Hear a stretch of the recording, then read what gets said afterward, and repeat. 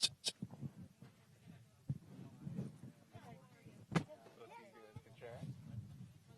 you guys that? Here you go. Ta-ta. No, you do it.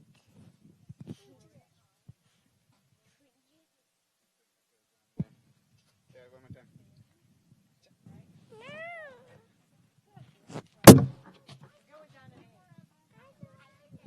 Do you want to try? You don't want to try. Say something. Say mic check 1 2. Mic check 1 2. Come on, come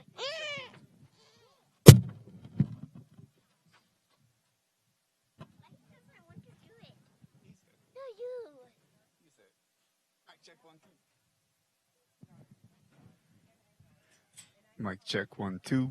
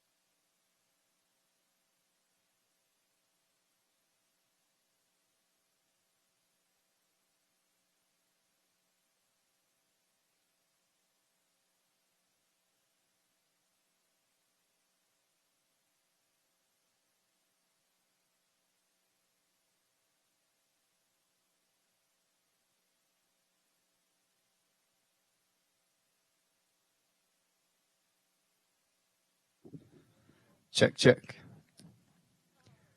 Check 1 2. 3.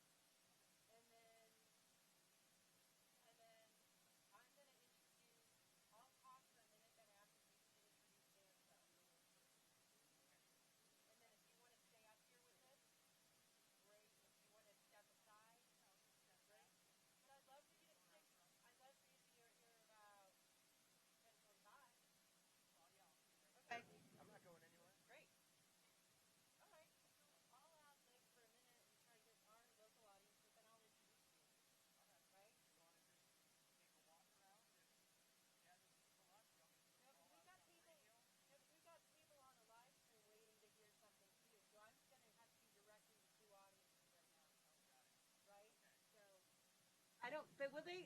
Well, let's test it here. Oh, I've never done this before.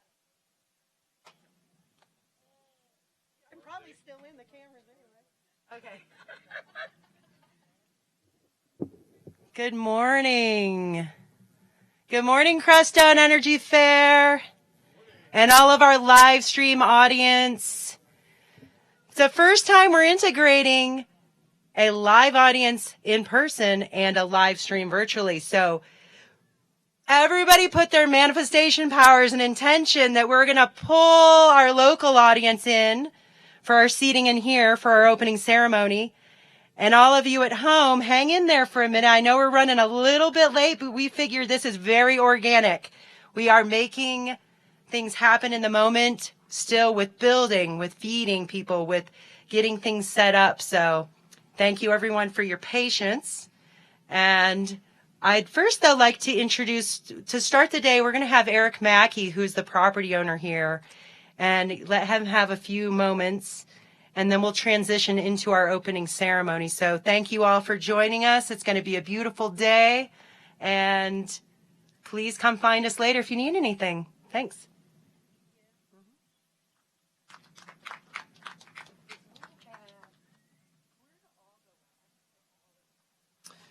Hey, y'all. Welcome. The Energy Fair has a home. Finally. Place to be where we can not have to tear all this down on Sunday and Monday and get to do it again next year. And so this is the seed. This is the grand opening of this space, that we have a place to share our knowledge, our skills, our abilities, our talents. We have a venue. So, yeah, welcome. I'd like to take a moment and express some gratitude to all of the people who showed up to make this happen. All the volunteers. I can't name everybody by name. I would forget someone, and then I would feel bad. So thank you to everyone. You know who you are. You've been here. You've been working. You've been helping. You've been feeding us. You've been doing all these wonderful decorations. And so much thanks. This is so many people's vision and dream all wrapped up together. So thank you. Much, much gratitude. The next thing I'd like to say is, we look back on our ancestors, we look back on the people that came before, and I feel full of gratitude, full of love for the people that have come here before us, done the hard work to create. We stand on the backs of giants. Everything we have came from people's hard work before us. I want to remind all of us that we are the future's ancestors. We are the ones they will look back on. Did we set an example, or did we just carry on doing what we do? So I'd like to take a moment and just think about the people who have come before us, who've created a path for us to walk on, that we steadily clear and make a little bit wider and a little bit clearer for the next people behind us. So let's think about the future and what we leave behind, what we do to make the world a better place on a daily basis, how we interact with each other and the earth, the resources that we have. And thank you for coming. Thank you for being here. Thank you for sharing what you have to offer. And I am grateful for everyone being here and taking part in sharing all of this with all of us. So thank you from the bottom of my heart, and let's have fun and share what we have. Thank you.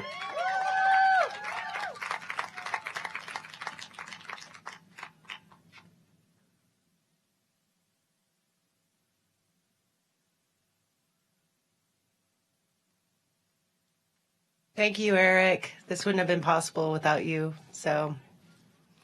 Okay, and so, as Eric said, it's really important as we're honoring the land that we're on, that we're going, who's come before us, who are the ancestors, what's been here before. And so in honoring that, we've brought together a lot of different elders and from different nations that are going to share where we can have an opening and really start this ceremony with protection and blessings for our community, for the land, for our gardens. So I'm going to introduce Dansbo from the Taos Village. And I'd love for all of you to just come on up and we can circle around this way.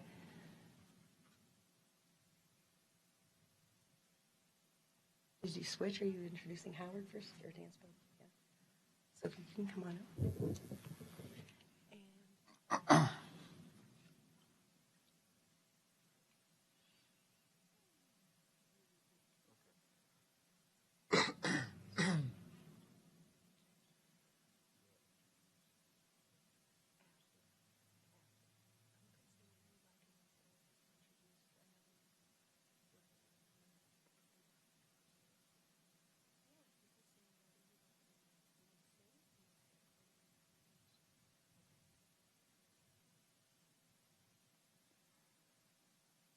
Good evening, everybody here. Good day. My name is Paul Dansbo. I come from the village of Taos. I'm very pleased to be here in this majestic place. The mountains here are very majestic. I'm in love with this place. You have a beautiful place to dwell, to do what you need to do out there. It's good to see all of you who are concerned about our future here on this earth, on this planet.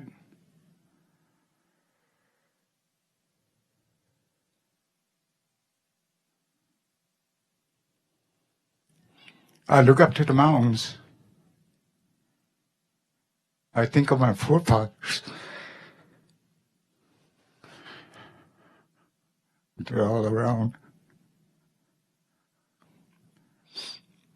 Oh, in regards to everybody here, everyone here, and the whole world, I like to say a prayer.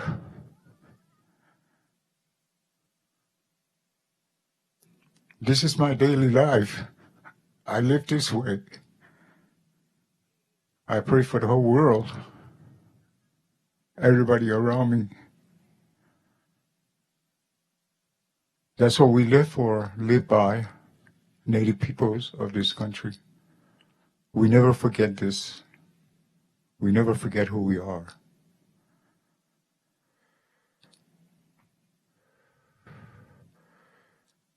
Grandfather,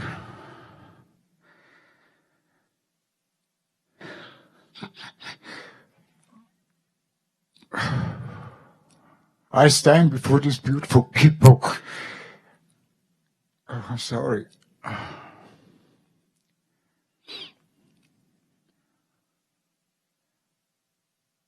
Listen to all of us. Grandfather, hear us.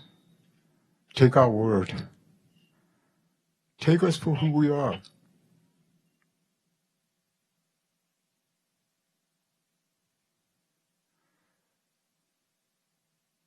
We're surrounded here by everyone, all our deities,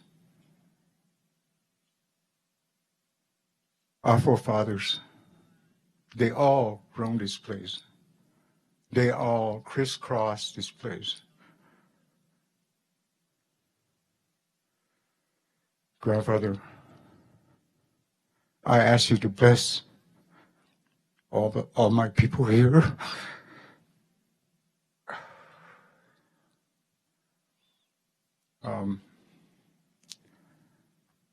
I don't have any sorrow, personal sorrow. I just have sorrow for the world and what's happening. Grandfather, take care of this planet, this earth that we live on. Take care of the people with it.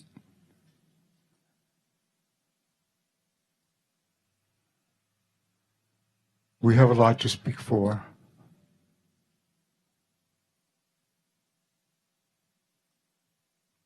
There's so many people out here that believe we're on the same track and believe that we all are beautiful people on this planet. We will never be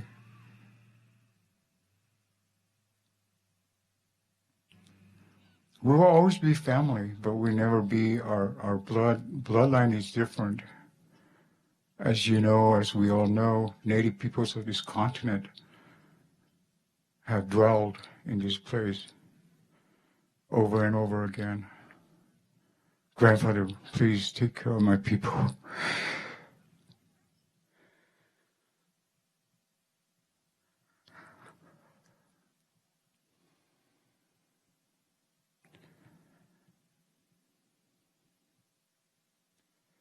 Take this out to the other leaders that we all pray for. Grandfather Sky, Father Sky, Mother Earth.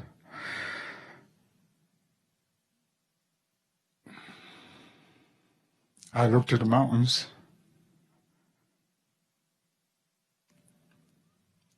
Then I never forget where I come from.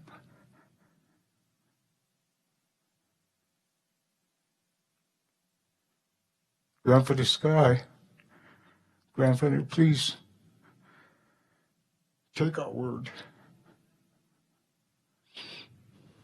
We are all dwellers of this place. Mother Earth,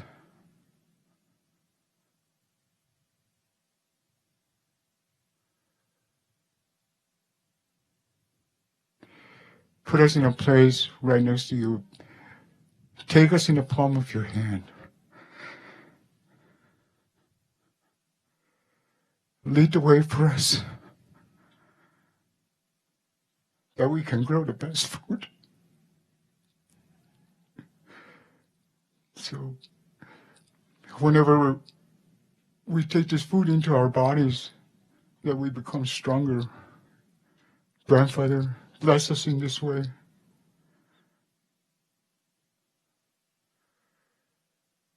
The world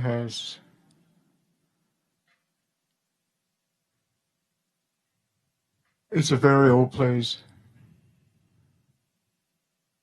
I think it's coming to grips with that. So we have this pandemic that's very serious.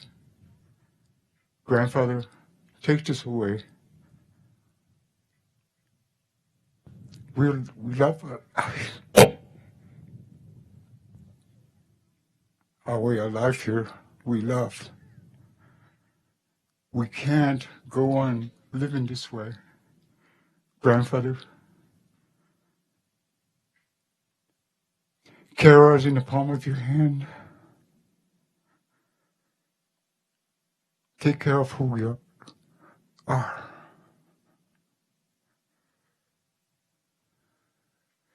The water that we consume every day is our lifeline. May that never dry up. Grandfather, please. I beg of you to look our way.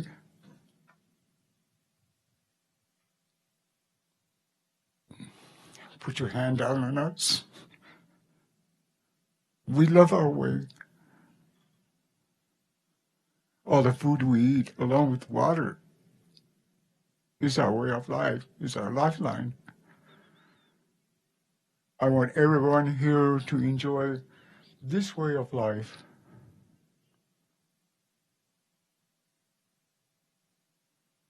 Hold hands, love each other.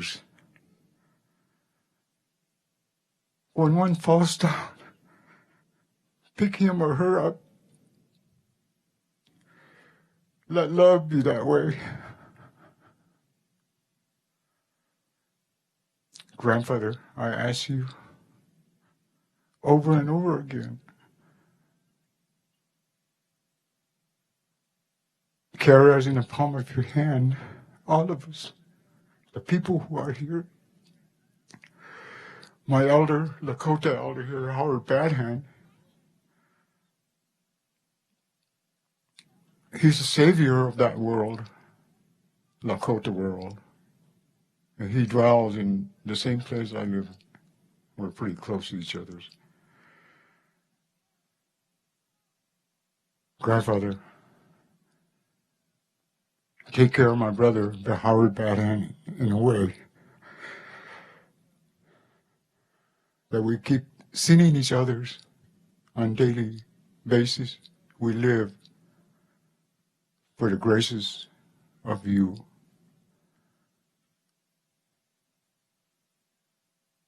Howard Badan is a great man. I love him. I heard a lot about him through the Lakota peoples. I want to thank each and every one of you.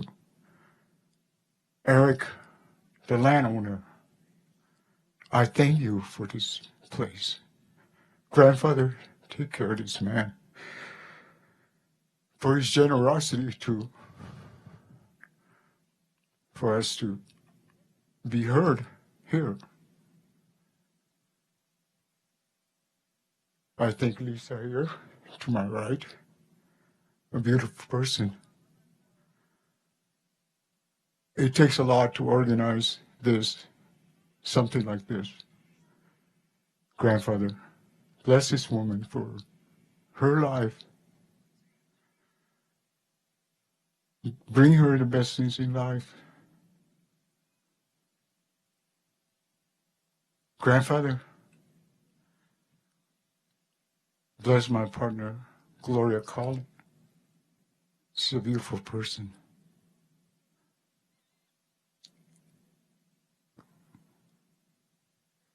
Grandfather, once more, I'm very thankful for being here. I can't imagine a better place. The majestic mountains surrounded me. I came this far to take off my breath, to take off this breath that's here, very sacred to me. Bless all the people in this world. Grandfather, please.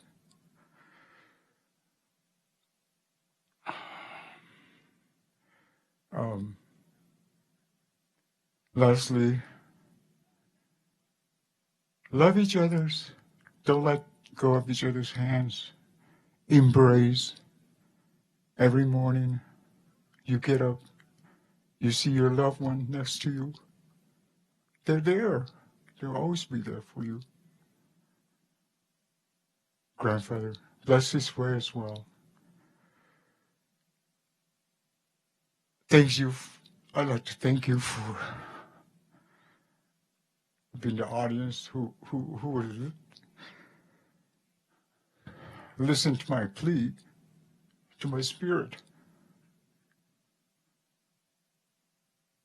I thank you for being here. May we have a good day.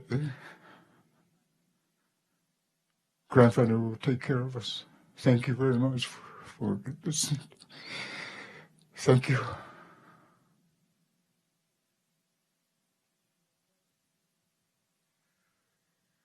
I'd like to introduce Howard Badhan at this time. Howard. Thank you, Paul. I'm going to play by the rules. Since he spoke to this thing, I'm going to keep this on. That was a joke, by the way. But I'd like to say a few words and then sing you a prayer song as part of the blessing for helping this gathering. And before I do that, I want to share with you that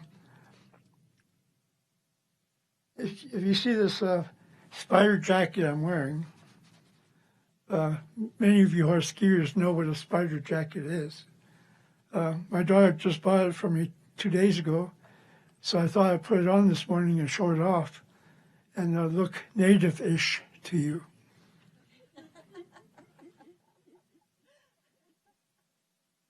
But I am a Sechangu Lakota, which means burnt eye people.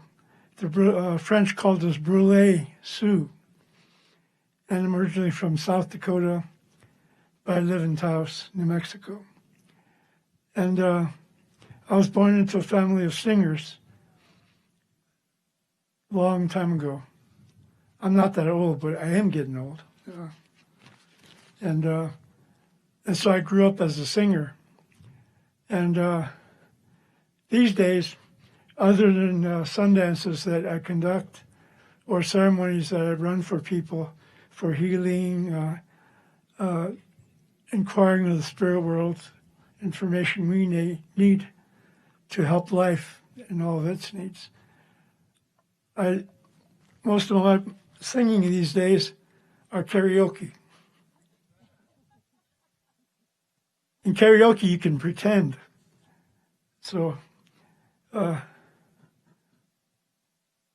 always get I call it my courage juice, which is a glass of Chardonnay wine. Once I drink that, I can sing anything.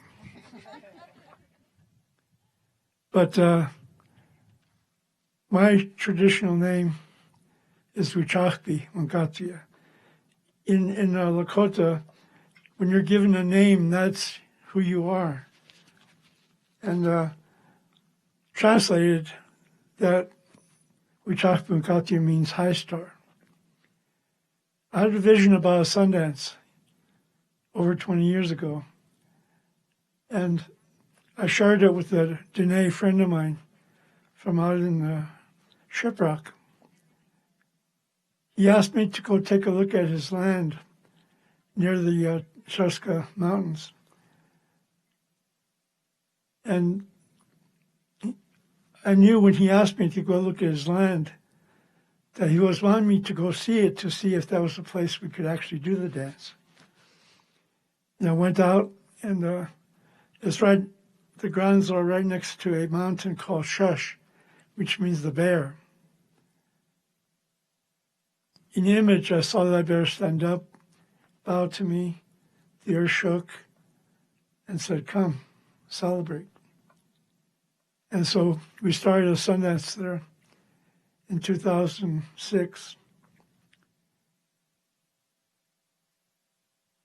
And every year we open our doors to anyone who finds us to dance with us, man, woman, foreigner, U.S., citizen, whatever, women. And we call it the High Star Sun Eagle International Sundance for Peace. We have 2 years of that dance left.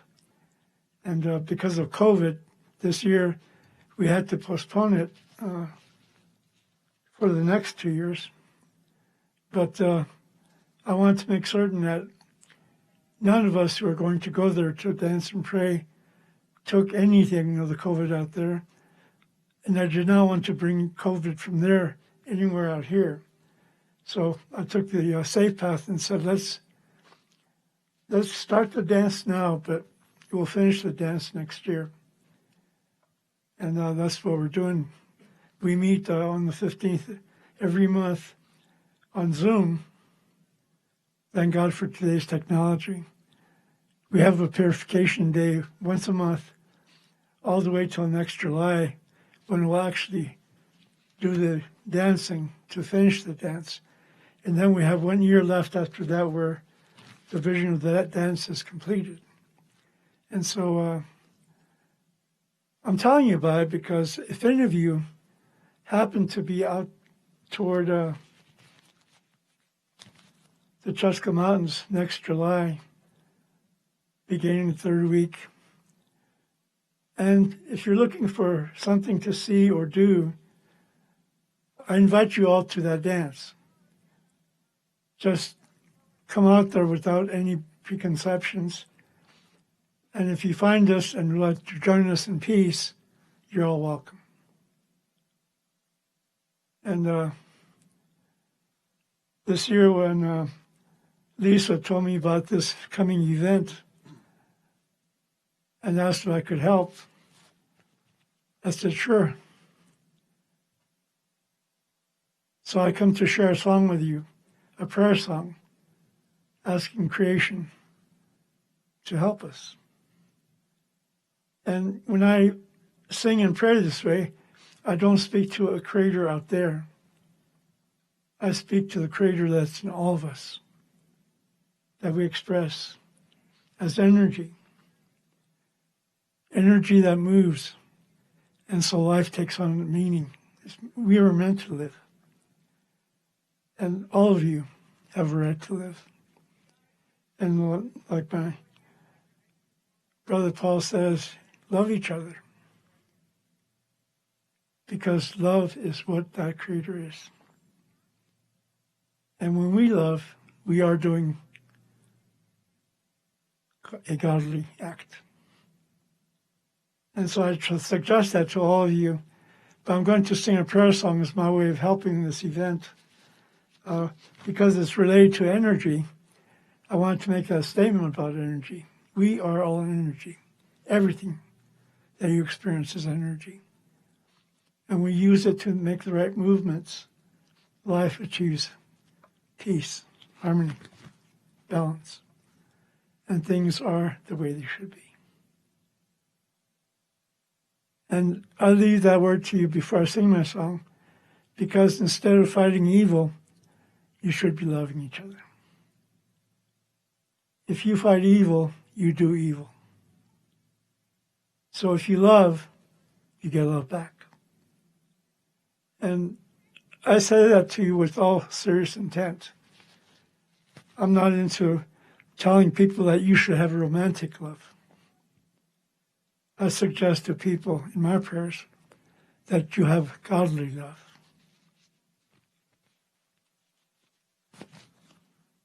And then romance just becomes something you do. But I share my love with you. I share whatever I know of peace with you, and ask the creation to help us to have a good gathering, honoring each other's energy, honoring energy itself and the creative energy. And in a small way, that's the best way I can help this morning. And since I said I would come and do that, I'd like to sing you that song at this time. The song in our language is called the Help Me song. We ask the great connection, which is Great Spirit. We ask the grandfather. We ask the Earth Mother, grandmother. And we ask whatever is sacred to have compassion and help us. Help us be that one that has peace on the face of the earth. And so when I start singing that prayer, you can stand up or you can sit and bow or whatever, but do whatever the song moves you to do. Dance or whatever. But it's a prayer. And so I'd like to share that with you at this time.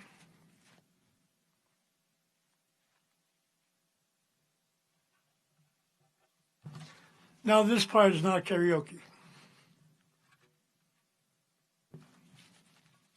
That was a joke, everybody.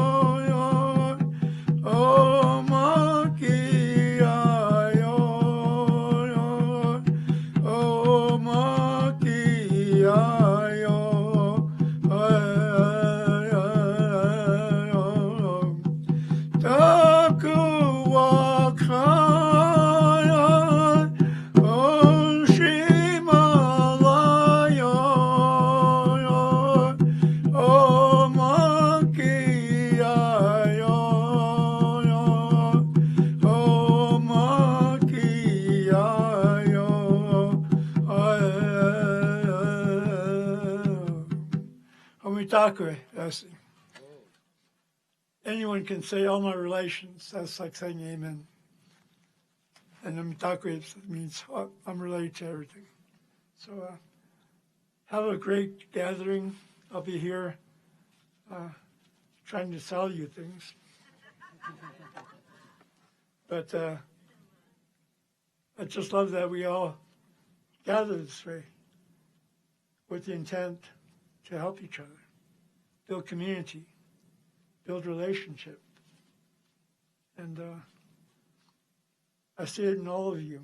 And I see your light, and I appreciate it, and I love me to come here, Lisa.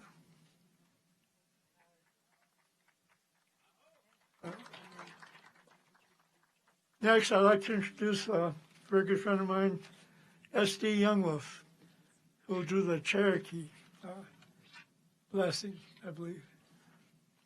My wife is half Cherokee, so there's the side of Cherokees I know that I don't share. Here you go, S.D. The Osio, Ostasunale. In Cherokee, that says hello and good morning to all my relations that are here.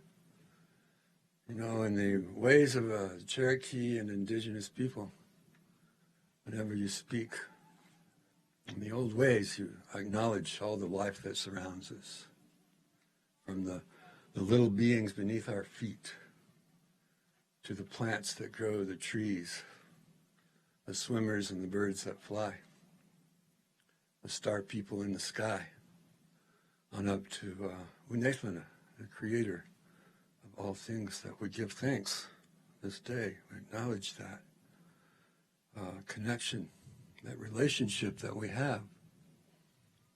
Because without these beings, our lives could not exist. That we are all connected. And so it is that in the way of indigenous people, the world over, they honor and revere the earth as a daily practice. Because however it is that we treat the earth, whatever we do to the earth, we do to ourselves. The way we treat the water, the way that we treat the air and the fire, and everything that you put out into the world, it comes back to you. You know, all the indigenous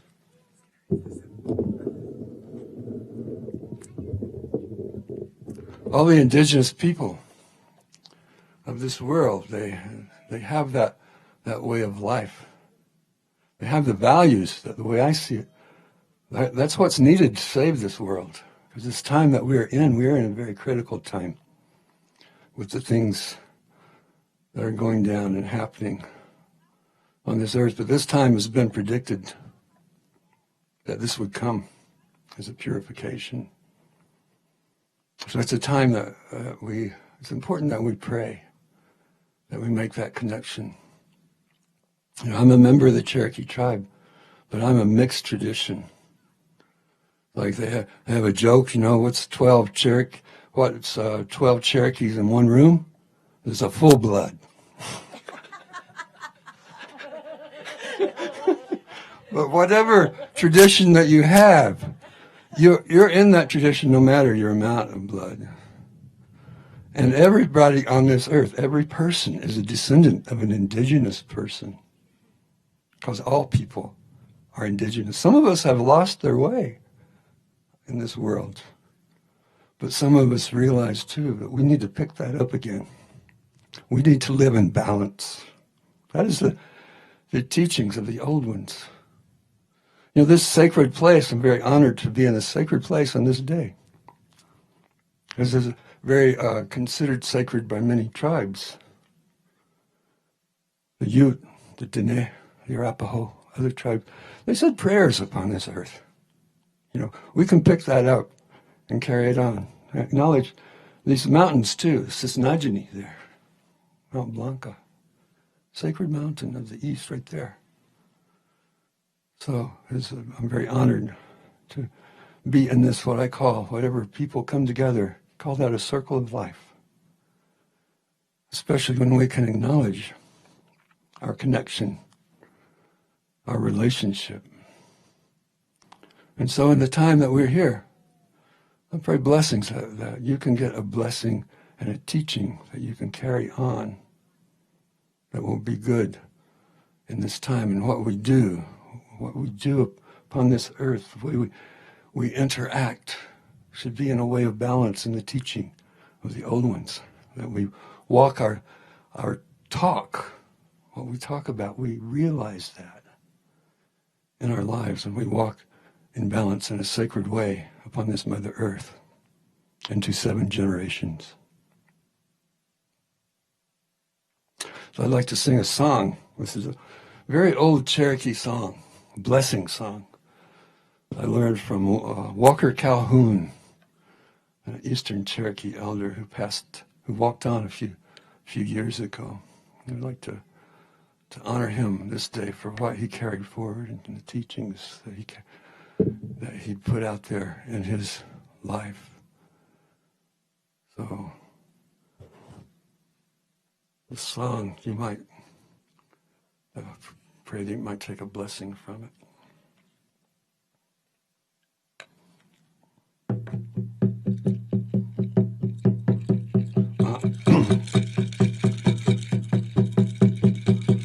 Wahige goi, wahige goi, wahige goi, wahige goi, watatila hati iye, watatila, watatila, watatila hati iye, wahige goi, wahige goi, wahige gohi, wahige gohi, watatila hati iye, watatila, watatila, watatila hati iye, wahige gohi, wahige gohi, wahige gohi, wahige gohi, watatila hati iye,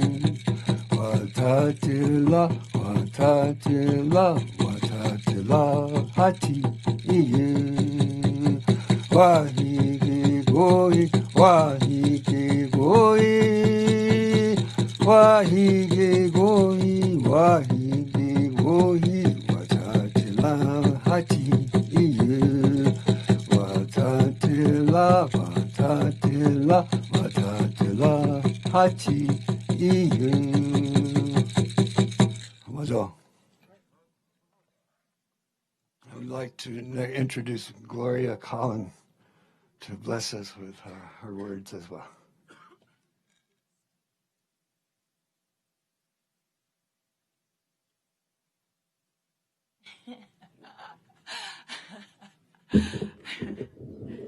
Thank you. Thank you. Ampe tu watchte. Beautiful day, beautiful, gorgeous, sacred place. And so I give great thanks. My heart is overflowing with gratitude for this community and all the work that you've put forth, each and every one of you, all of you volunteers, all of you organizers, all of you directors. You've been working faithfully for protecting the Mother Earth, for protecting Unchimaka. And I'm so grateful that Crestone is an example, a shining example to the rest of the world. We should all be working in community such as you folks are. You have made the impossible possible in this day. And so, you're supporting the water, you're protecting the water. You're doing great things. And I just give thanks. I give thanks to Eric for seeing the need and going after it, fulfilling it. being present, being willing to take on a monster event such as this. So each and every one of you, we have to put a feather in your cap for the good work that you've done and broadcasting it throughout the world. All I can say is I'm so proud of you. And for such a small community as this, to shine so bright is really spectacular. And so kudos to all of us for being here, for making it, for just arriving, for waking up. Each and every one of you are awake and active and participating in making a difference and sending out the love into the world. That is the most important thing that we can do, is continue to have compassion in our heart and love one another. Pick each other up. So I just want to say, haho, matakiatsi. And I appreciate each and every one of you and this community. Sandy? So I want to introduce Sandy Sweat. My glasses fog up with the mask on. So I'm going to, I'm from the human being race. Got mixed blood in me, so I don't really know what I am, but I am human being. And I follow the Lakota way of life. I have for about 20 years now. And if I say anything improper, first I want to apologize to the elders here if I misspeak in any way. But with the Lakota way, everything is related. This dirt that we walk on has a spirit. Everything, the hay that you sit on has a spirit. The rocks, everything, all parts of life. And I'm grateful that I've had these ways, so now I can raise my grandson in these ways, to teach him not to take more than he needs, and to be grateful for each day.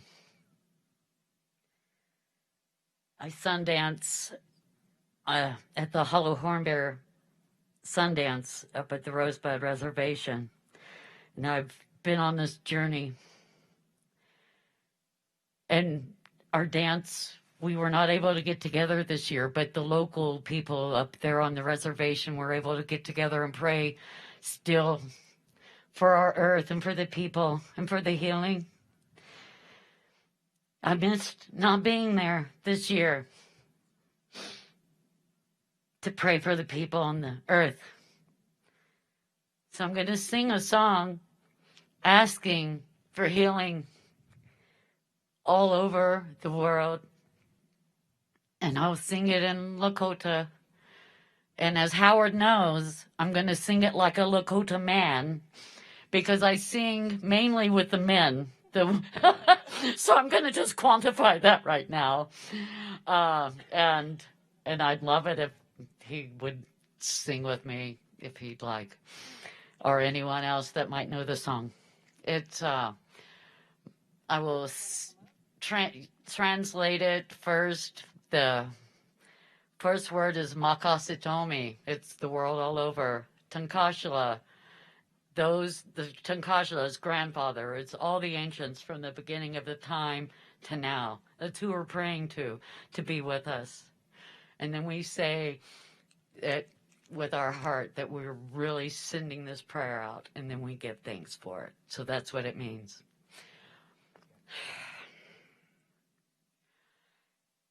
Makasetone yahoye wocha Tonka shila wicho zaneki ena maku elohe Wopila epelo, pila maya Elohai. Makasetone ahoye wocha. Tonka shila wicho zaniki. Ena maku Elohai. Wopila epelo, pila maya Elohai. Oho, matakuya. Oh, nope, it's Lisa. Change of plans. As things are organic, we're changing things up for a moment, but I would like Dr. Kim Engard and Orca Ross to step up here with me. So if our locals, these are locals. And I really want to give gratitude to all of our elders and all of my mentors for being here to support this day. It's what really brings my motivation and inspiration to do this work in the community. So thank you, Paul. Thank you, Howard, SD, Gloria, Sandy. Thank you. Yeah, Bopila. So we were going to have Dr. Kim and Orca with us, but we're going to save that for later so we can weave ceremony throughout the day for all of you. So I want to thank everyone from our opening ceremony, and I'm going to bring up Nick Navarez, our producer. Yeah. So if you all would like, you can have a seat, or you could get something to eat. Yeah, you could walk around that way. That'd be nice. Keep it in the circle of a ceremony. Keep it. Hi, everybody. Thanks for coming. Thank you for showing up today to this fantastic 31st annual Crestone Energy Fair. Little housekeeping.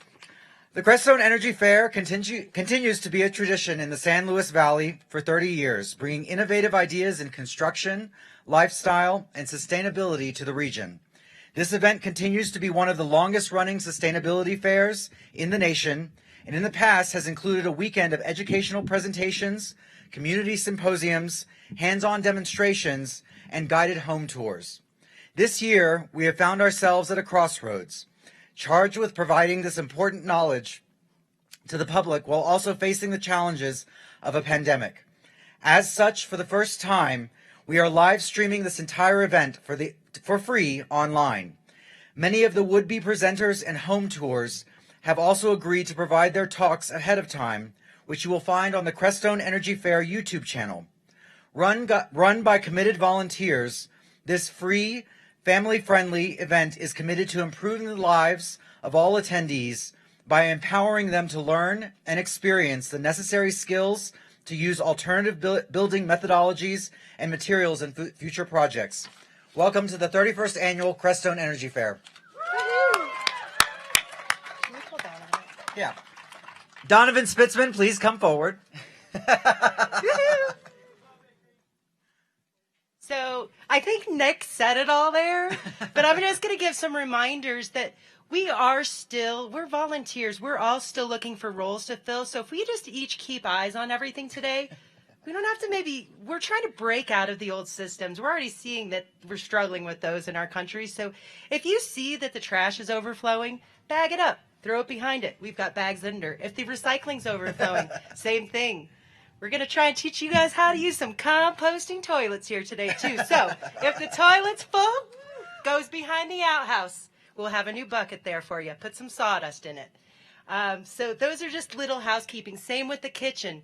Those ladies, Mary Flowers, thank you for feeding us all week and all the community. And Faith Lotus for stepping in this weekend as her assistant. So if those ladies need help in the kitchen or maybe bringing other things over for our elders and presenters, if everyone pitches in, help people with parking, if they need help getting in, then we've got everything covered as a community today. So thank you. But Donovan, I know you weren't expecting this, but Donovan, get up here. Are we singing a song? Donovan's gonna sing a song.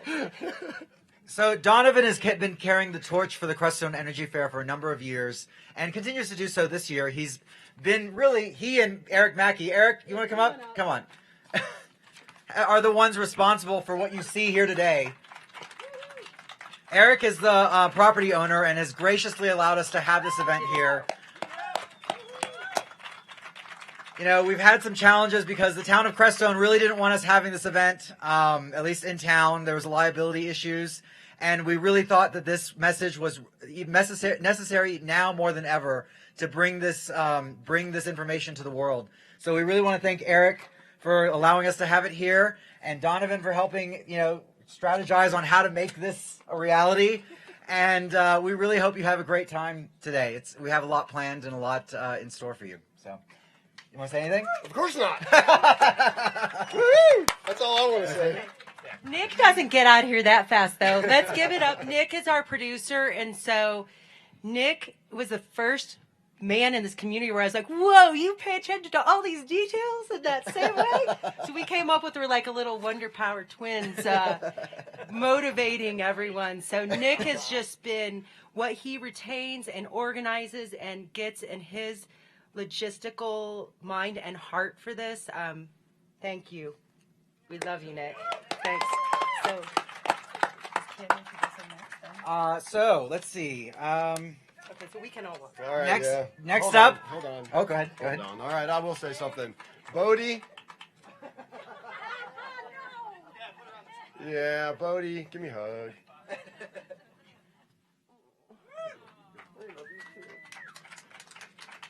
He put me in this role somehow. Exactly. I convinced her a few years ago to take over for me because I was getting very tired. And this is what her and Nick have created from whence it was several years ago. And without... Everyone here knows Bodie. And everything she's done for our community over the last decade or more. And now she's stepped up to the Energy Fair, and it has expanded what's happening in our community exponentially. Yeah, for sure. And to look around and to see what's coming together here today on a new site that we can actually own. We can start doing prototypes here. We can start doing things that are legal in at least the state of Colorado with our gray water, and start prototyping these examples to show to people what they are capable and allowed to do so that they can preserve the water and preserve our future, and lots of other things that I won't jump up on a soapbox about. So my forever gratitude goes out to Lisa Bodie and Nick for taking over and creating what they've created. And Eric, dude, you are the man. This was a desert 3 weeks ago, and just looks like everything else around here. And suddenly it just kind of grew out of the sand. It's amazing. So thank you, brother. Really appreciate it. So do you want to introduce him? Oh, yeah. No, you want to go for it? Okay. Okay. I'll see you all out there. Yeah. Okay. So first up, I want to introduce Dr. Kim, who's going to be our MC and stage manager for the duration of the program. And our first symposium up is the gardening symposium. So, Dr. Kim, take it from here. Welcome, everyone, and we're so glad that everybody could join us today. I'm very blessed to be here and be part of the Energy Fair again this year. Again, I showed up last night, and the energy in this bowl was already manifesting, and I'm just glad that you could all join us to be part of this. We've got some great speakers.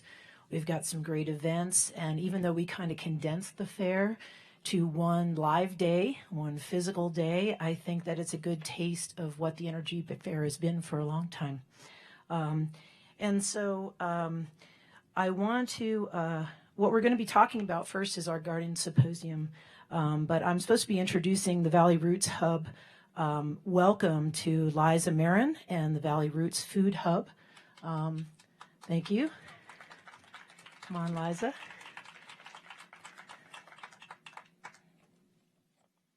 Welcome. Thank you. Lisa, is this my 5-minute spiel? Okay. Woo! All right, well, I am here just to tell you a little bit about the local foods movement in the San Luis Valley, and I am with the San Luis Valley Local Foods Coalition. Beloved Nick Chambers is the general manager of the Valley Roots Food Hub, supporting 65 family farms, moving that food around southern Colorado, providing healthy food access. We have a 38-acre farm up at the intersection of 17 and 160, where all kinds of migrant farm workers are getting access to land to actually have a business and grow their own farmers market scale business. And you can access that food at a farm stand on Mondays, Tuesdays, and Wednesdays. And we're just working really hard to create strong, short value chain food hubs and nodes across our region. We work with Guidestone in Salida, with Mountain Roots in Gunnison, with Southwest Farm Fresh in Cortez, the Good Food Collective in Durango, all kinds of, the Rocky Mountain High Plains Food Chain Collaborative that's just growing out of the Eastern Plains coming into the Front Range, and just creating these hubs and nodes that are really strongly connected, and creating a vibrant food chain that we all have something to give and we all have something to receive from each other. And so here we have, our warm day, cold night, sometimes snowy crops of potatoes and brassicas and quinoas and all kinds of proteins and eggs. And then we can trade with our partners over in the Western Slope for their stone fruits and wines, and down to the lower Arkansas with our chilies and melons. And so we just have this beautiful food system that, just is in defiance of the conglomerate food system that's killing us, and is raising up people who put their hands in the soil, and seed saving. And that's one of the most revolutionary acts we can do, right? How many people here save seeds? Woo! This is the time too.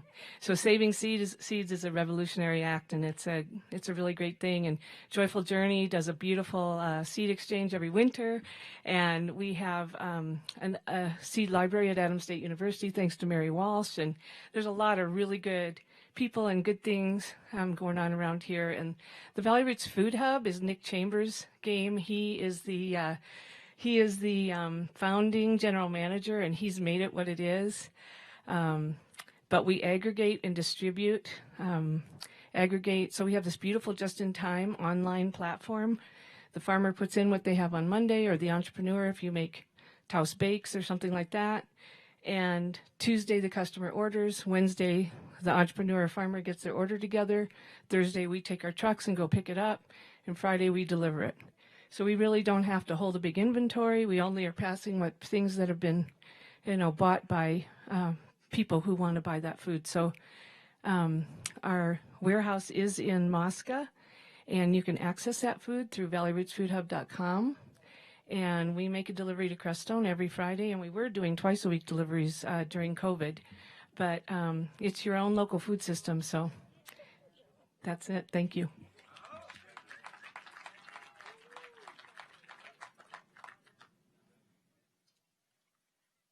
Thank you, Liza. That was wonderful. I think it's great to start with our garden symposium today. Start from the ground up, right? That's what we're doing.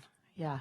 So for what we're doing is having this garden. We're having some symposiums today. If you've seen the curriculum, so to speak, or our master ceremony events. And our first symposium this morning focuses on the increased necessity in learning to grow your own sustainable garden, which many of us might be doing, but it's always good to get more information, right?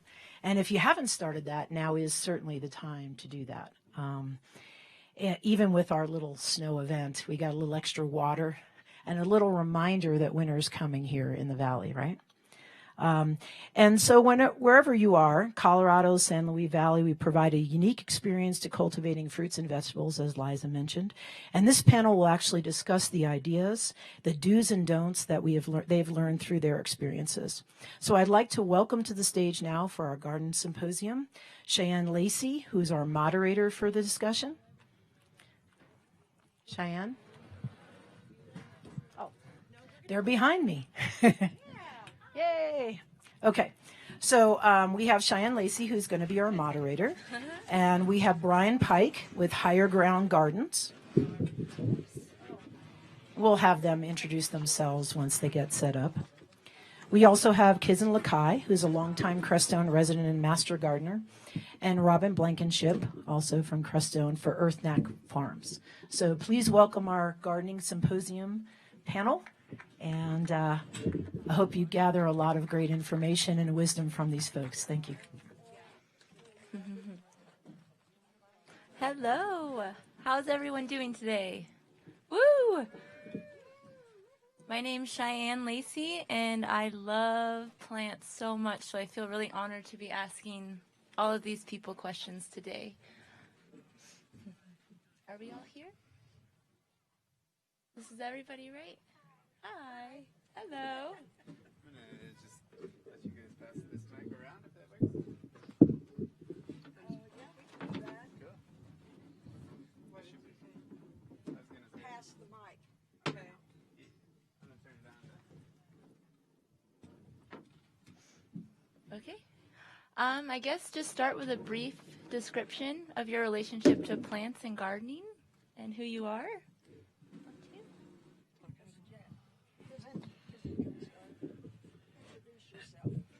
So my name is Kizan Lakai, and I've been gardening at 8,000 feet for over 40 years.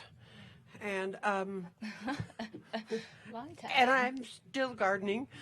So I have along with my wife, I have a big garden in town, and so we have been doing this in Crestone for probably about 30 years now. So that's kind of it. Amazing. My name's Mady Bell Lakish, and Kizan's being a little bit modest. Her garden is amazing, and the soil is incredible. And it is a cooperative women's garden as well, so there are quite a few other women who help out as well, including me sometimes on Sunday mornings. But I also have my own garden and have had a garden since I was 7, one way or another. And so that makes it close to 7 decades now. But all over the country, in a way. So I have gardened from the Gulf Coast to British Columbia, the deserts of Arizona, to the Midwest, but I've been here since '93 and gardening in many of the different areas, including out here in Casita Park and back in the town. I have the garden I have now. I came into my possession at my house that I was finally able to buy about a decade ago, and so I'm enjoying it. Something that doesn't disappear after I have to move. Mm-hmm. So that's kind of my experience, and it's just a great, I love to experiment. Mm-hmm. That's where it's all at. Lots of things to try out. Okay, I'm turning it over to Brian. Hello, my name is Brian Pike. I like to eat good food, and that's what brought me to gardening. I've been gardening at high altitude for about 30 years. And in the course of all the learnings and everything, we started providing seeds for the community here locally and community at large. And it just keeps going. You just keep growing and learning. And it's been fun playing in the dirt for so long. And that's pretty much what I like to do whenever I can. Good morning. Thanks for having me here. I started my garden here in this desiccated, apparently, landscape in 1995. We are asked, what's your relationship with plants? I have spent a lot of years gardening, running a wildlife feeding program, you might call it, and wild harvesting and forest gardening through my program, Earthknack. And I realized that we're talking about earlier today in introducing our situation here, doing things in a sacred way. And it occurs to me we don't have to try. Every time you breathe in, you've created a sacred act. You've sequestered the oxygen the plant needed to let out. And every time you breathe out, you've done a sacred act. You've given up the carbon dioxide the plant needs to continue to live. There is no separation, and what could be more sacred? So my relationship to plants briefly came to me in a song I heard and changed to be about plants. You are the air I breathe. You are the air I breathe. Your very presence entering me. You are my daily bread. You are my daily bread. Your very essence nurturing me. And I'm desperate for you. And I'm lost without you. And I'm humbled by you. You are the air I breathe. You are my daily bread. And I'm humbled by you. Thank you.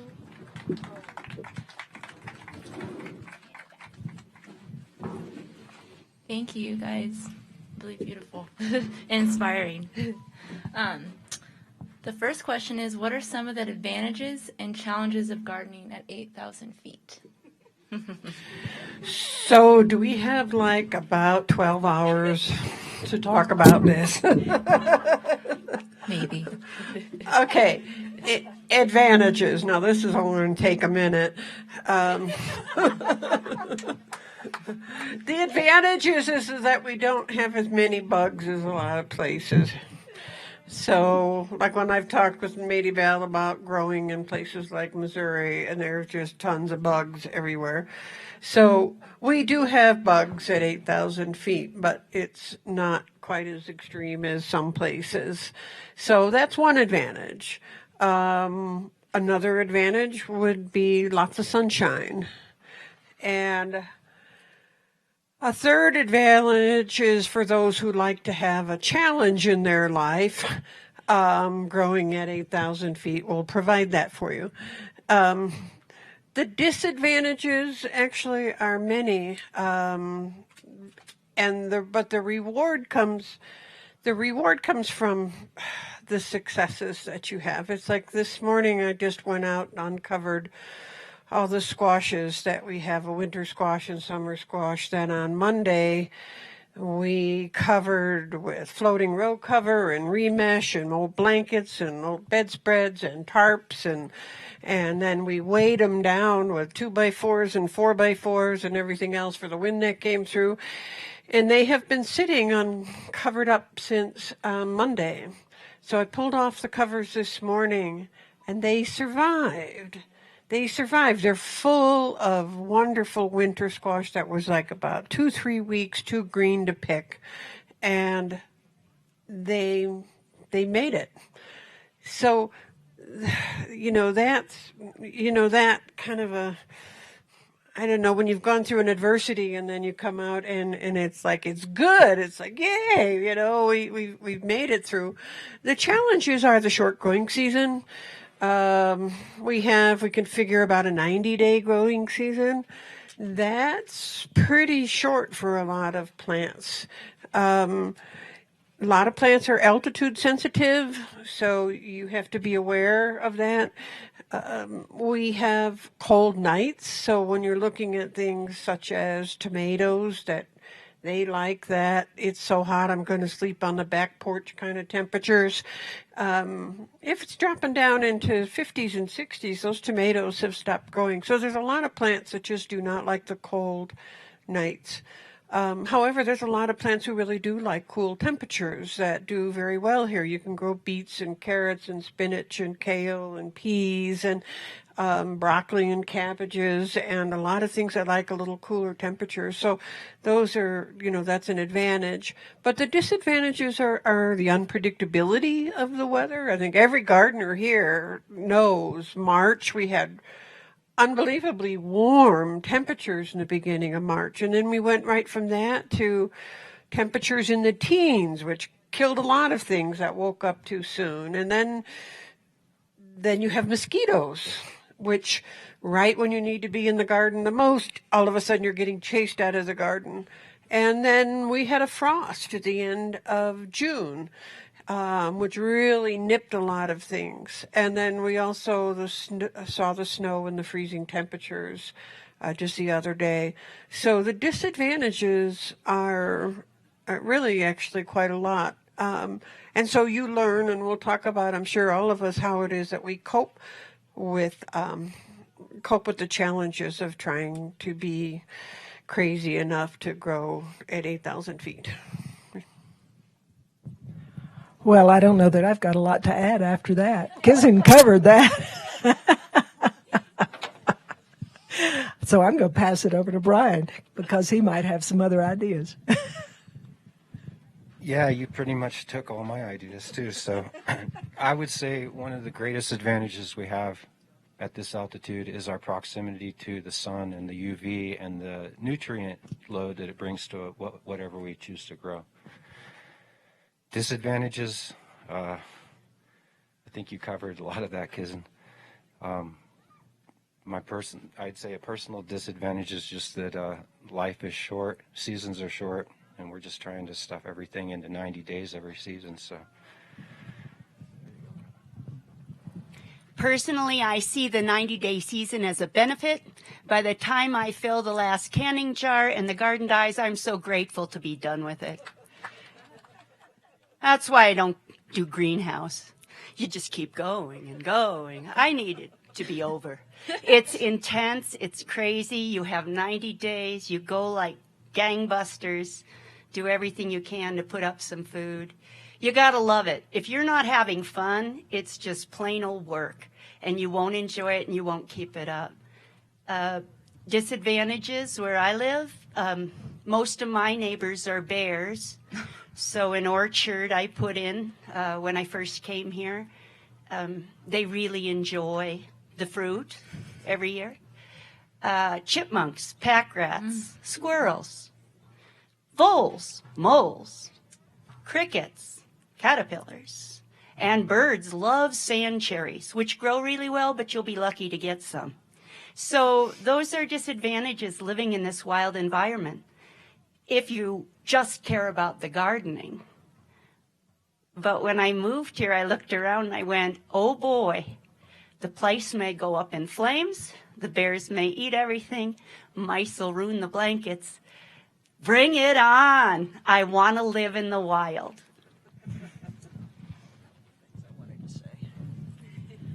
Okay, I thought of a couple of things I just have to add. I grew up in a warmer climate.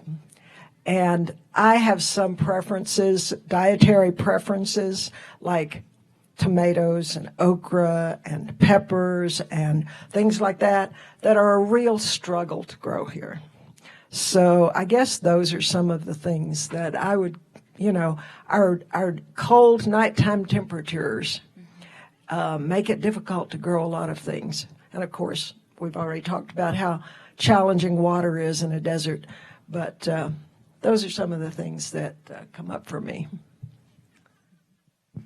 And I'm sure there'll be more as we continue on this list of questions.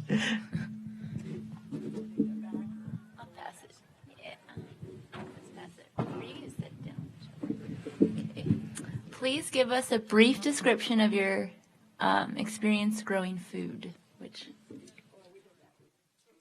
Okay. All the questions are the same almost. What qualities would you look for in choosing a garden space? What qualities? Qualities. This one is designed to talk about to a person who's new to gardening. Mhm. What do you need to look for if you want to garden in this climate? Like what kind of space? What would you, if you want to go pick a garden spot I somewhere? guess so. Okay, try to avoid the rocks. You can talk to Robin about the rocks. She put them to good use, though, you know, she really has. But we are blessed, actually, with a sandy soil. And a lot of the plants that do well here actually like a sandy soil. So I was also fortunate to acquire a piece of property that had soil that kind of looked a lot like what you're sitting on right now when I first started.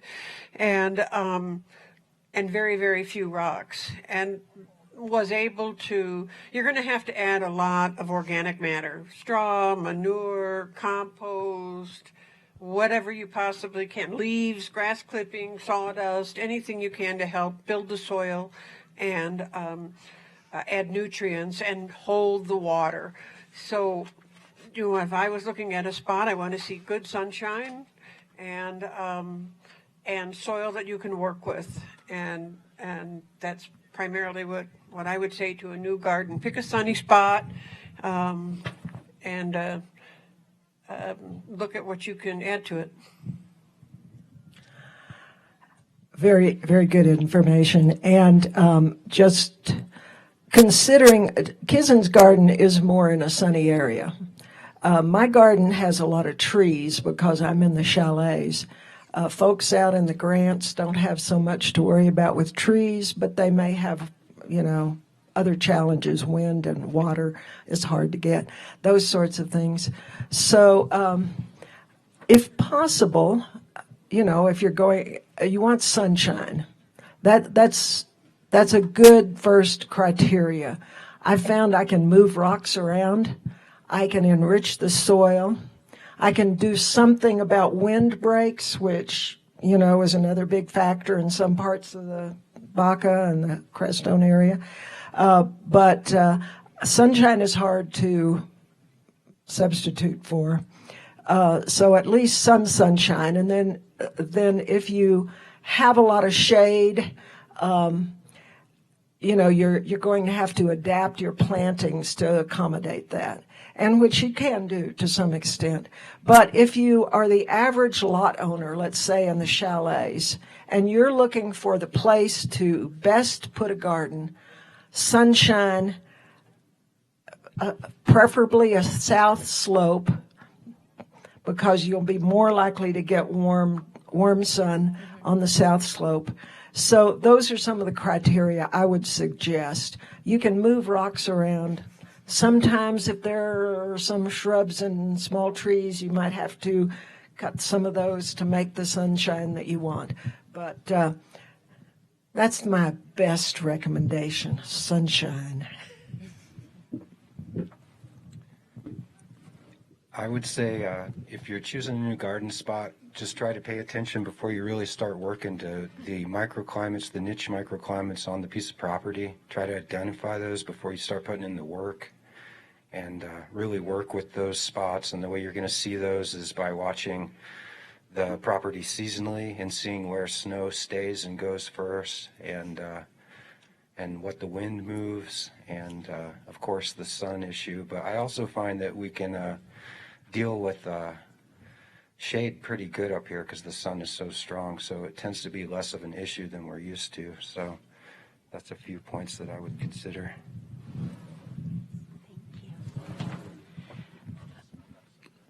I've had the privilege to learn all about the things you don't want to do to get a garden to grow food in two different environments here. One right here at the corner as you come into town in the Crestone Curve Cooperative. When we started that garden 12 years ago maybe, it was just sand.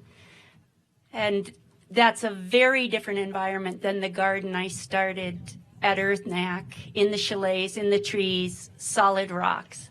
So I've gotten to experience both environments, and I'd say if you're coming to the area or you've been here a long time and wanting to start to grow your own food, first, what Brian just said about watching the land, that's going to be true for building your home, your driveway, your garden, anything. And so many people have moved in quickly and just put up a house, and it doesn't work with the land, and it would only take a season.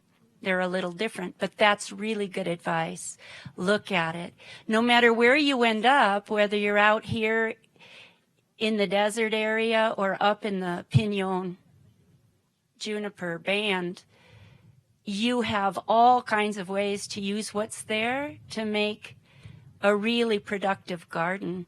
Kizan mentioned the rocks I have up at the Earthknack garden, and they became the walls of built-up garden beds, and they take in and soak in a lot of heat and transfer it into the soil through the day, which is quite helpful. Out on the flats here at the Curve Garden that didn't look very productive or organic, what's super fantastic about this valley is this isn't just sand. It's all the amazing and complex minerals that have blown across from the San Juans. There's a reason the sand dunes are here. And this is mineral-rich material. And plants get kind of frightening once they really get going. It's almost like Alaska by the time August hits. And I will say, don't get discouraged. One of the things, Brian mentioned our 90-day growing season, cold nights. One of the things that happens here, and people who come who are gardeners almost always put their gardens in right away. They're so excited. It's May. And I always say, don't plant anything. You can even just plant in June, or I've planted in the first week of July, and it looks ridiculous for about 4 weeks. And then by the second week of August, you have so much food you can't keep up with it. So there are some similarities to living in Alaska, where the cabbages are bigger than your body. We get some pretty amazing plants, but you have to be patient. Don't rush. Don't do more than you need to get started.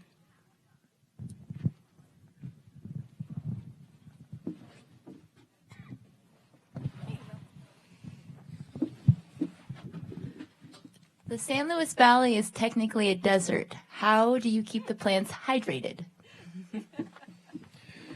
Okay, that's the secret to gardening here, right there. It's kind of like Robin saying how rich our soil is. It's kind of one of those things, just add water. And so we do a number of different things. Okay, first one is to make sure that your garden has a lot of organic material in there that will absorb and hold the water. That's just critical, because if you put water on sand, it's just going to disappear. So you really need to have a nice, good, rich organic material that will help hold the water. In our garden, we have we grow, I wouldn't really necessarily call them raised beds, but I guess they kind of are. They're couple of feet, maybe 3 feet wide, that will grow 2 rows of plants in. But we use soaker hoses, and I have to compliment my wife Janet, because she manages this entire water system, and we use soaker hoses. We don't spray the water up into the air. On a real dusty, dry spell, I might take a garden hose and kind of splash the plants just to make them happy. But we use a soaker hose, and when we plant, I'll make a little V-shaped row, put the soaker hose in there, plant the seeds right next to them. That our philosophy is we don't need to water the entire bed. We just need to water where the plant is at. And So we do that, and that way those plants are right next to where the water's at. As the plants grow then and get a little height to them, we come back and we mulch, and we'll mulch with the straw. And it's covered. I mean, our walkways are covered, our beds are covered, and we have the soaker hoses for the plants. Initially, I'll leave the top of the beds bare because a lot of plants need to have a certain amount of heat to germinate. So you want that sun on the soil, warming the soil, and then after they're up, coming back and heavily mulching. And I think that's probably the key thing for water conservation is don't water just everywhere. Put it focused where you want. Use soaker hoses or drip hoses, whatever, around your trees, and then have your water directly where the plants are at, and use lots of mulch. And we're on a system, we're on a well that is operated by, it's all solar. So we need to be conservative both with how much energy we're using to pump and how much we want to pump our well. So yeah, conserving water is like number one.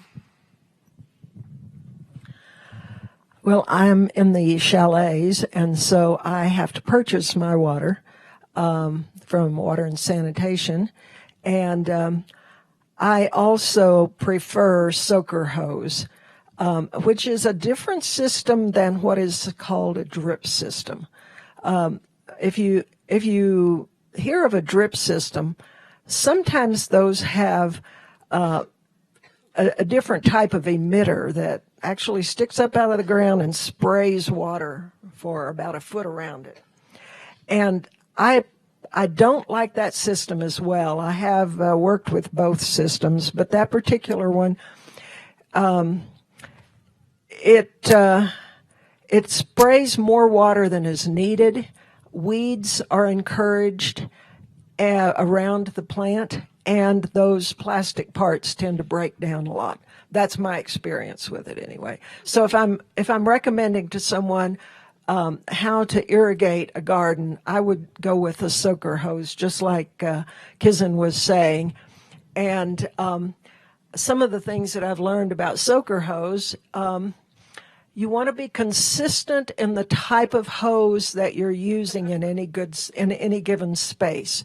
So in my garden, and you're all welcome to come by my house and have a personal conversation about it if you want to at any time. I'm happy to. My ad is in the Crestone Eagle, the Garden Guru ad. It's got my phone number. Please do call and But back to the water. So I have several different beds, and they have different soaker hoses in them depending on what I had at the time. And what I've noticed is that you need to be consistent within each bed. Like, I can't replace part of the soaker hose in that bed without replacing it all with the same kind of hose and the same age, because soaker hose will absorb this sand that we have. Some soaker hoses have the little fabric around them. They all work to some extent. Some are easier to repair because they almost all get holes in them at some point. But it's worth it in the long run to set up a system for each bed that you have. Be consistent. Buy new hose for that bed.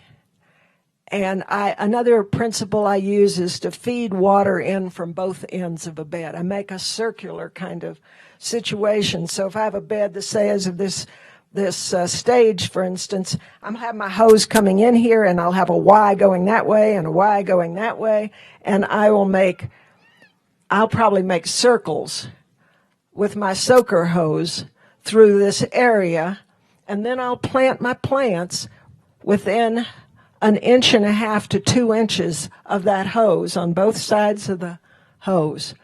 And then the water's going in through the Y. It's going to be equal pressure throughout the whole system. That's kind of some things that I've learned over the last 20-something years of working with it here in this area. My preferred method of managing water is drip tape. And one of the first things I figured out with the drip tape up here working in sand is the U-pins do not hold the drip tape in the wind. So my favorite method to work with drip tape is to bury it 2 to 4 inches, pull a shallow furrow, bury the tape, and then either plant next to it or on top of it. A lot of times if I'm planting roots, I will just put the drip tape in the bottom of the furrow and just put the roots right on top of the tape and then bury the whole package. That's my favorite method, and I tend to do a little bit more commercial and market production, so all my systems have to be managed pretty tight. And speaking back to what Maddie said about equalizing pressure and stuff, it's you got to keep a tight eye on everything, and a lot of the different soil types around here too need to be managed differently. There's a lot of varied soil types throughout our community depending on where you're at, so you can't treat everything exactly the same. You really have to tune into what the soil needs, because it can vary within a single garden. It can vary depending on how things have fanned out since the soils were placed. So again, I have these two very different garden spots, and on one I'm on a well, and on the other I'm on the purchased water. And I'm a bit of a messy gardener. I didn't need it to look perfect. I just needed it to be real. And I do all kinds of water. I do everything you heard mentioned here in various places and in some of the same places. Most of the plants that I'm growing for food or medicine, they are designed to catch rain. And it's not just the root that needs to drink. And there's all kinds of ways that the production and the best nutrition of a plant needs water on other parts of its body. So I believe in rain, and we live in a land of very little rain. So every once in a while I do sprayer water on my plants throughout the season. I have drip hose, I have soaker hose. I like the weeds. Almost all the weeds that grow in and around my plants are things I eat. They are my plants. It doesn't look like it, but once you learn what they are, there's more food than you realize. You just have to get to it first before the critters take it. I find that my plants are stronger and have more protection and last longer because they're just all over. I've got a tomato plant in the middle of a bunch of wild amaranths, and I've got some purslane covering up this whole area where I'm trying to get some medicinal calendula flower, and it's keeping all the other weeds out. And then I can all that purslane with the big tough spinach stems at the end of the season. So everything's useful. Everything's something I want to encourage. And the water is the key, of course. I'll shovel my walks in the spring or early fall, and I'll toss all the snow into the garden beds to let it melt in there. I am working diligently to cultivate purslane in my garden beds. It's especially easy out here in the flat garden because it comes up naturally, and it's my ground cover. Does a great job of that. My first 4 years on the at the Earthknack Gardens up in the chalets, I actually carried buckets. Before we built our home, we put in our food and medicine. So we lived in a teepee and a wall tent and raised our kids on the land. We put a lot of things from the forest that we knew and used for food and medicine along the creek. We are very lucky to have the creek running through all our property. It's an unusual circumstance. It makes the ambient environment around our place more damp, so it helps for sure. That's not true down here in this garden. I like using straw bale to put an edge on the windward side of the garden beds. As it gets wet with the watering, it holds the moisture, and it also keeps the wind, which immediately dries out everything here. However, it's a wonderful condominium situation for prairie dogs. So, you know, you got to take it both ways. For every benefit you get, you've got to work for it out here, but it's worth it.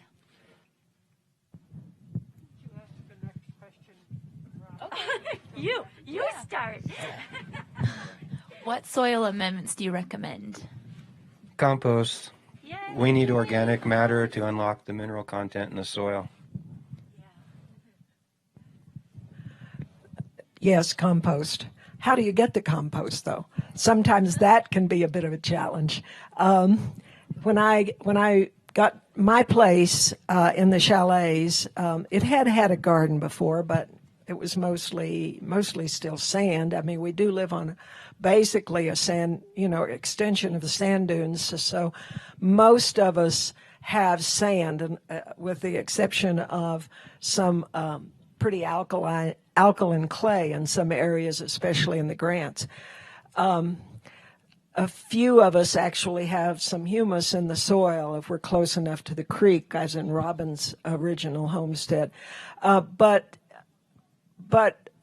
it is a challenge getting the humus into the soil that we need, and compost is the best way. But it takes a while to make compost, and sometimes it's hard to get all the raw ingredients together right away. I have bought compost from the mushroom farm compost up here. If people ask me what soil amendment they can put in their garden right away, that's usually my best guess. There are, as a compost operation in the valley that makes compost and sells it, and they kindly collect a lot of the manures and things like that and sell it, and you can buy it by the truckload. And I also gather raw materials and make my own. So, for instance, we got several. My son Alder helped get several truckloads of horse manure from the stables, which needs a year to compost, really, to be ideal. But I've also used it sometimes as a top dressing. I've gotten chicken manure from folks, wherever I can find something that's high in nitrogen to put together with something like straw, which is high in carbon. So you need to balance that compost, that carbon and the nitrogen and the other amendments. I also use some other amendments that I use are bone meal, because we have a lot of some kinds of minerals, but we don't have a lot of calcium, for instance, here. So bone meal is a good choice. Most of our soil is alkaline, so it benefits from having some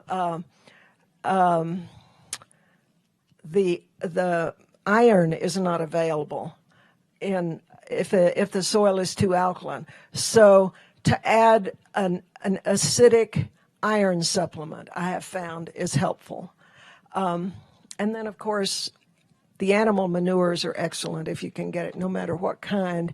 They have varying amounts of nitrogen in them, but to get those animal manures and compost them over the long term is the best choice. And Kizan has done that miraculously, so I'm going to let her talk about that. Oh, we love compost. Yeah, it is. It's number one thing you want to do, and we have a kind of a unique method of our composting, and we do have a cooperative garden. There's probably about 8 of us on average that work in our garden. But we have some neighbors. We have the food bank. When the care and share comes in, there's a lot of rotted or bad vegetables and things. So we have a compost pile that is sizable. I mean, it's probably about 6 foot long by maybe 2-3 feet high and that much wide. And we collect not just our own vegetable scraps, but from these other places as well. They come and they dump it in our compost pile. And then we have a big pile of manure that we've gotten. We have a neighbor that has a mule or two, and Anytime anything gets dumped on the compost, we put a shovel full of manure to cover it. We gather leaves from the town park, and I'll have a bag of sawdust, and it's kind of like all of the above, everything you can find to add into that compost pile. But we do a 3-year kind of a deal that the first year it's just all the clippings from the plants, all of the last year's stuff that we're putting in, all that dead matter, and then all the veggie scraps plus those things I mentioned, and that's this year's compost. The next year, that pile becomes the pile that we grow winter squash on, and it has the heat that's cooking. Compost doesn't compost very well in this environment because it needs some moisture. And, you can toss vegetables out in the yard and they will dehydrate rather than rot. And so a good compost pile needs to have some moisture to get it cooking. So we'll put the soaker hose and grow the winter squash on it. The squash love it. They have all of this heat. The compost gets broken down by the water and the plants. And then for the third year, what had been that squash pile, that's now our compost. And it's so broken down and it's so rich and it's got everything from coffee grounds to eggshells to whatever was put in there, all broken down. We'll run it through a rough screen and we use that as our potting soil. And we use that as a dressing onto our garden. And the compost ties right in with soil. In the springtime, Janet will sell starts. We always grow extra starts. And we will promote it as saying, this is living soil. People say, oh, God, your starts do so good, much better than what you buy at Walmart. When you buy commercial plants, and all of you who know this, it's grown in sterile soil. And plants want a living soil. It's like probiotics for your gut. You want to have living soil for your plants. And so when you're creating your own compost, it's this living soil, as Brian mentioned. And, that's what really makes soil, so that when your roots of your plants go in the soil, all of that little bacteria is all working to turn all of those things that were into compost into a usable form for your plants. And a lot of times people start off with a brand new garden and they bring in things, and it's like, you don't necessarily have the little microclimate in your soil that the plants need. And I'll say, you buy some of our tomatoes and you put that in there, you've just inoculated your garden with good, healthy, living soil that might not have been there. When I first started my garden, I went up to above the campground, and where I like to dig fishing worms, I dug earthworms, put them into the garden. Years later, Mady Bell came working in the garden. She was stealing all my worms. Take to her garden. But if you're going to do things like plant a tree, go to Walmart and buy a thing of earthworms and then put some around in your tree. Or when you're starting your garden, add some earthworms because they might not be there naturally. You might have to do those things. So creating your soil is directly related to the compost. I use bone meal, and I'll also use blood meal to add a little bit more nitrogen into the soil. When plants are breaking down, when compost is breaking down, it will take a lot of times, it'll pull nitrogen from the soil in the process of decomposing it. So it's another thing sometimes is to add, you can add a little bit of blood meal if you don't have a lot of really good compost or things like chicken manure to go in. And the one other thing I want to say, people say, what do you do about the bears? And we have this great big compost in bear country with a bear that comes right through.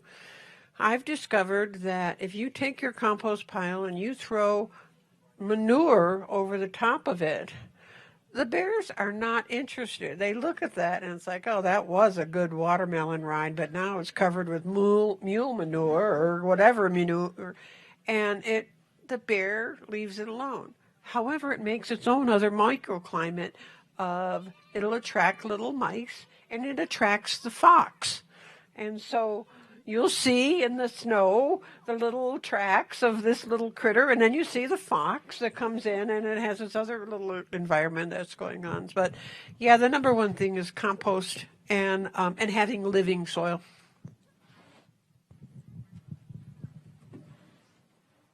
Yay, compost. Yes, the manure cover helps. I confessed earlier that I am a messy gardener, and now it's time for me to confess that I'm a lazy gardener. I believe life wants to be, and a lot of times when we leave things alone and see what comes up, we'll find what does best where we are instead of saying, I want okra. I tried it one year. We're so used to getting whatever we want whenever we want it lately that we can't imagine that we might just do without something. And we don't invite what wants to grow with us and for us because we're so busy trying to get rid of it so we can have the thing we wanted. It really just doesn't work that way unless you want to do a lot of work. So I'm a lazy gardener. I'm also a lazy composter. And I use a layering system that's thermophilic, heat producing. I layer my nitrogen and my carbon in 1-inch layers over and over. And it immediately has a chemical reaction within 48 hours that produces up to 139 to 141 degrees, destroying all these numbers, take them as you will, but I like them because it makes me comfortable doing it. All pathogens and parasites within 48 hours. So back when I was first becoming a gardener, Rodale Press, Mother Earth News, everyone's talking about turning their compost, rotating your compost. That's a lot of work, especially when you produce the levels of compost that we do to create soil. I created every bit of soil on my property. You all probably remember that huge community compost pile we had out on the curve there, the Crestone curve. Turning that was impossible without a machine. So this composting system layers, and if you water it, that's the problem with our compost. We don't get enough water. If it gets moisture, it's ready to use within a year, year and a half, and it is odor-free, pathogen-free. People would use a lot of manure, chicken and horse and any kind of animal, and say, just put it on the fruit trees. Don't put it on your vegetables. You can put this on anything you grow. You can compost anything. So I have a sprayer. One of my 3 ways, I have a sprayer that hits my compost pile. And when my water activates, it sprays that pile so I can keep that happening and get that benefit. I also, at EarthNac, of course, we do survival skills and primitive living, and we have a lot of animals go through our program, and all the elk and deer hide, the yak, the buffalo hide, all the hair goes into the compost, and it aerates without having to turn. We're straw bale builders, mud builders, alternative builders. All the straw on the ground goes into the compost. Everything that is creating our life goes in layers, and we get this lovely system happening. And I have some resources for where to learn more about that if you'd like when we're done. The other thing is down at the big garden here, the Crestone Curve Cooperative. What used to be just above the hill from that garden space was the old town dump. And when I first started gardening there, I noticed my squash leaves were yellow a lot. And the indicator usually for yellow is not enough iron, as you were talking about. So I just took a big bag one day and wandered up the hill, and I took all these 100-year-old rusty cans, and I picked them all up, and I just went back to the garden, dropped them down along the garden beds and under the plants, and within 2-3 weeks, I started having pretty nice results. So it doesn't have to be store-bought. It doesn't have to be conventional. Use your creativity. Where do you get iron, right? Our sand has some, not all. You can do weird stuff, and it can work. Compost turned out to be a pretty big subject. I just wanted to add a couple things. Composting in this community, being a wilderness interface, is a responsibility if you choose to take it on. 30-to-1 carbon to nitrogen is what you need to do to keep from attracting animals, which 30 parts of, if it's straw, to your slop bucket of kitchen scraps is a pretty big commitment. You know, the manure sounds like a really good way to discourage, and it took me quite a while to figure out how to keep the smaller rodents like the raccoons and stuff from really digging through my piles. And I tend to produce quite a bit annually, so I just wanted to put that out there really to, if you take it on, it is a responsibility. Otherwise you're going to habituate the animals that live around you to coming into your garden and in your space, and you know, that may be good for you, but it's not natural for the animals. And then the other thing I wanted to say is I wanted to give a shout out to Compost Technologies and Center on Road G. $60 a ton. You can pick it up by the pickup load, or they can deliver it at 5 tons or 30 tons. And it's the best source of compost I found in the United States. Just one more little thing I'd like to add. I have a ravine running through my property in the chalets, and I've been filling it in by making compost piles down the ravine. I'm finally down to the next to the last one, but I'm kind of like Robin. I don't go through a whole lot of processing of my compost, kind of layering in these various things. And then I find that if I smooth it all out and put a barrier so that it becomes part of the landscape, and then I plant potatoes in it as its first crop. And it doesn't have to be completely broken down in order to plant potatoes. Growing potatoes for a year will turn that into really wonderful soil. So that's another tip. What food crops do well here and what does not? Okay, anything that likes it really, really long-term hot is going to be difficult. So I have never been able to grow a watermelon bigger than about this. I no longer try. Cantaloupe. Yeah, there you go. That's a cantaloupe. All right. You know, one of the things that I find really important is looking at what we're growing and why. It's like I'll throw in a couple potatoes at the end of a garden row, but I don't go potatoes because I live in the San Luis Valley and I can buy organic potatoes really cheaply. And so you know, there's a joke around here about growing $10 potatoes with $100 water.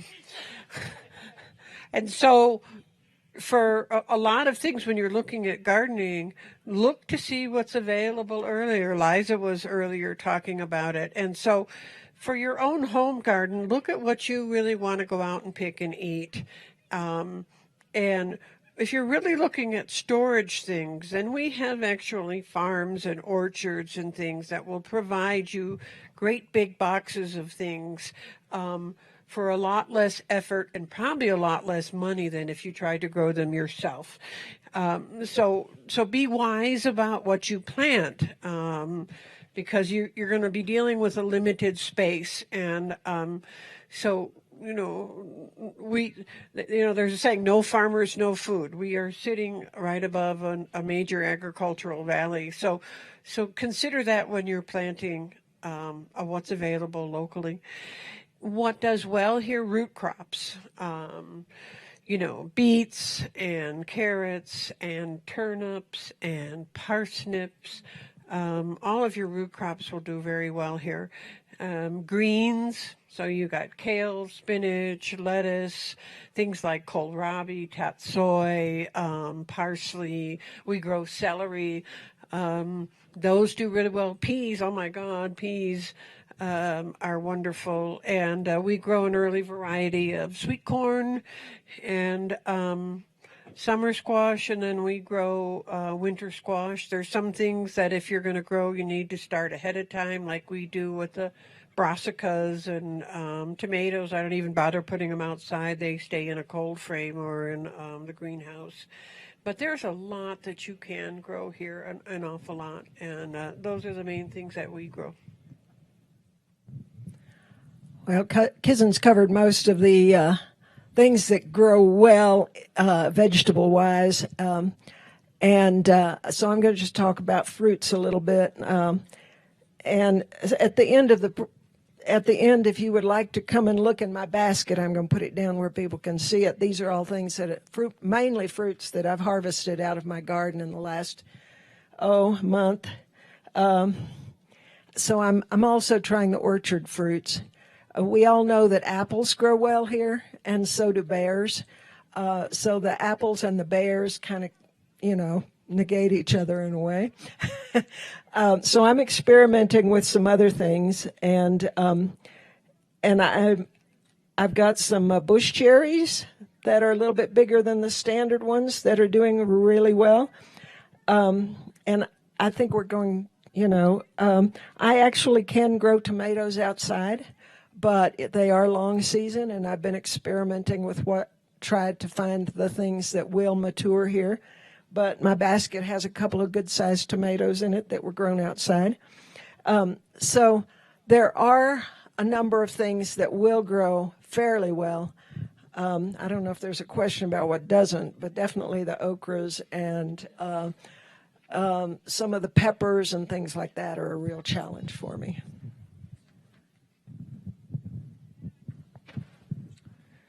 Okay, you guys covered it well. One thing that we've discovered that does really well, it's kind of finding what wants to grow here is the tough thing. There's so few things that'll just grow untended, but goji berry bushes have been really productive for us, and it was kind of a journey to figure out which goji bushes, but there's varieties of gojis that do really well here and produce continuous crops of fruit. And they can lend themselves to all forms of preservation, winemaking, etc. So that's what I'm going to stick with. I think that pretty much covers what grows well, all those same things. One thing I have had luck with, I pretty much don't try to grow any other kind of tomato anymore except the small yellow pear tomato. They grow fairly prolifically up at my earthknack garden whenever I plant them. And then I have a kind of purple hued Cherokee cherry tomato variety, and that grows really well as well. I actually get to eat some of that when I plant those. What's our next question? Can I go first? Yep, you can. How did you guys handle the cold spell this week? With the day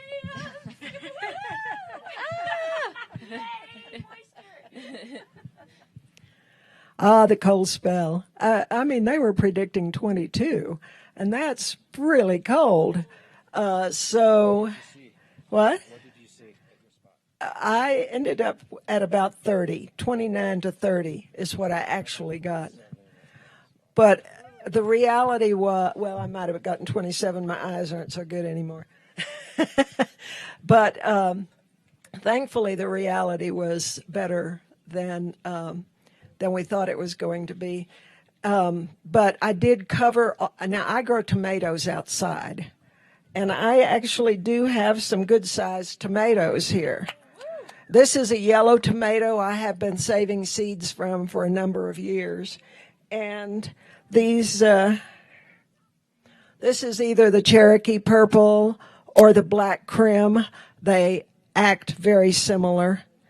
But, you know, I've been saving my own seeds for a long time, and I always save the first tomatoes that ripen, and so that kind of encourages early ripening plants. So by the time I have no idea anymore what the real parentage of these large yellow tomatoes are, because it's been a number of years of saving over time. But I had to cover these because we weren't supposed to have snow this early. I mean, snow, our usual first snow date is Halloween. And maybe we'll get some a little bit earlier, and some a little bit later, but rarely do we have this kind of snow and those kind of cold temperatures coming out of what were the 70s and 80s. So I did. I took all the old sheets and blankets I've been hoarding and covered up all my tomatoes the best I could. Of course, the wind played around with them quite a bit. And then I have floating cover, and I even covered up some of my hardy greens, like some new lettuces and spinaches that I had planted a few weeks ago, because I didn't know, 20 degrees.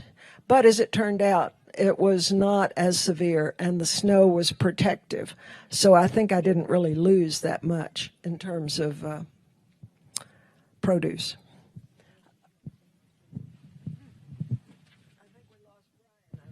He'll be right back, and I'm sure he has something great to say. There's one of my plot partners from the Crestone Curve Cooperative down there on the corner. She learned how to grow tomatoes last year. She didn't believe it. She's one of those who came, and I said, don't plant anything yet. Just be patient. And then nothing was happening. She's like, I don't think we're into this. I think we're over this. And then all of a sudden, by mid-August, she was like, this is great. So it will happen. The cold, I embraced it. It was like, oh, thank goodness. We need the moisture so much, and I can still go to City Market, right?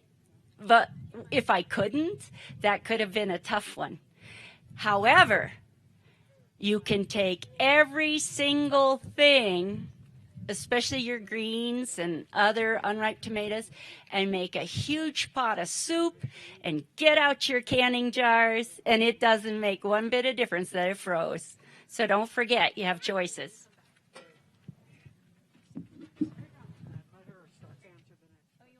Oh, okay.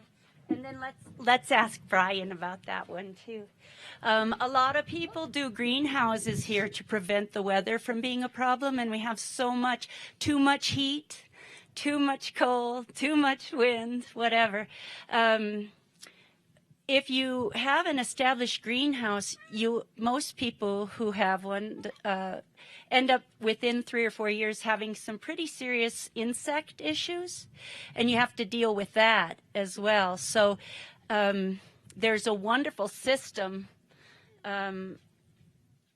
that has the greenhouse actually on rollers on pipe, and you can go one cover for a year or two, and then roll the whole thing down with all your systems and fans and everything. Clara Coleman up in Divide has a whole farm on these rolling greenhouses, and it totally takes care of the insect problem. So if you're having that problem, it's something to look into. Some of you who like gardening have probably heard of Elliot Coleman, her father, and he helped her design that at her farm. Where were we on the next question? Here comes Brian. Oh. Okay, all right. Brian, what do you do about the cold weather and the early freezes?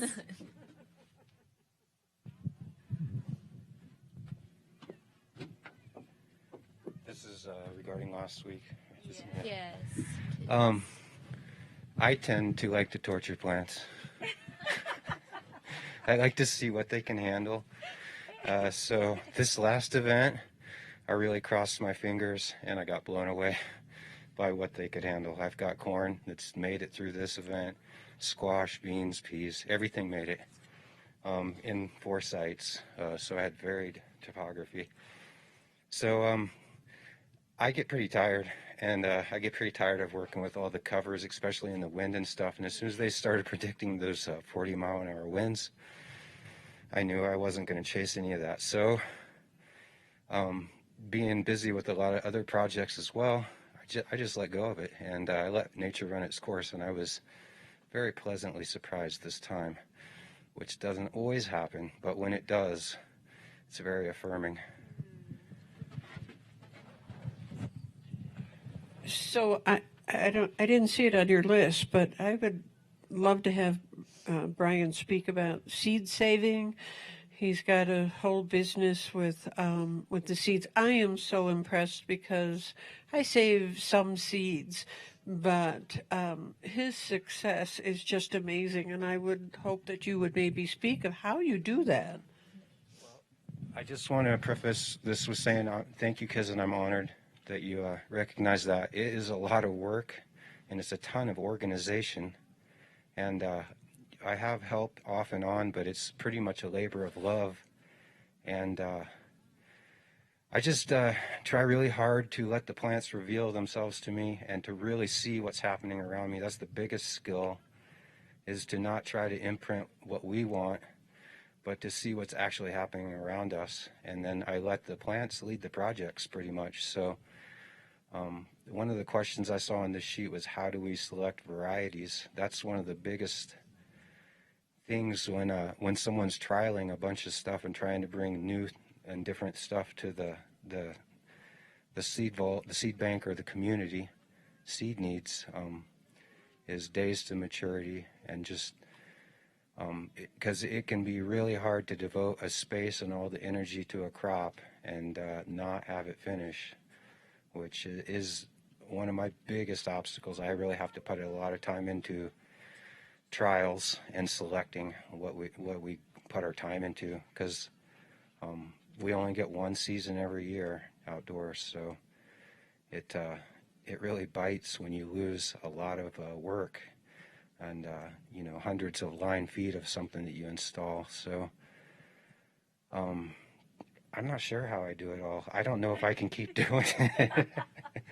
I'm getting a little older, so I think youthful energy got me through the first part, but we'll just see. Everything keeps evolving. I really love the work, and I'm very passionate about it, and there's really nothing I would ever want to do with the rest of my time on the planet, so I'm just going to keep figuring it out. And my main focus is quality. I want the seeds that anybody gets from us to germinate well and be true to type and perform well, and that's pretty much it. If I can't do that, I won't serve a variety. So I just take it one step at a time. Thank you. I've really appreciated Brian's work with saving seeds and developing those varieties too. And in fact, he gave me some trial seeds of a broccoli, and I now have 2 plants that are going to seed. And I have separated them from all the other brassicas, so hopefully we'll have our own Crestone's broccoli variety one of these days that is open pollinated.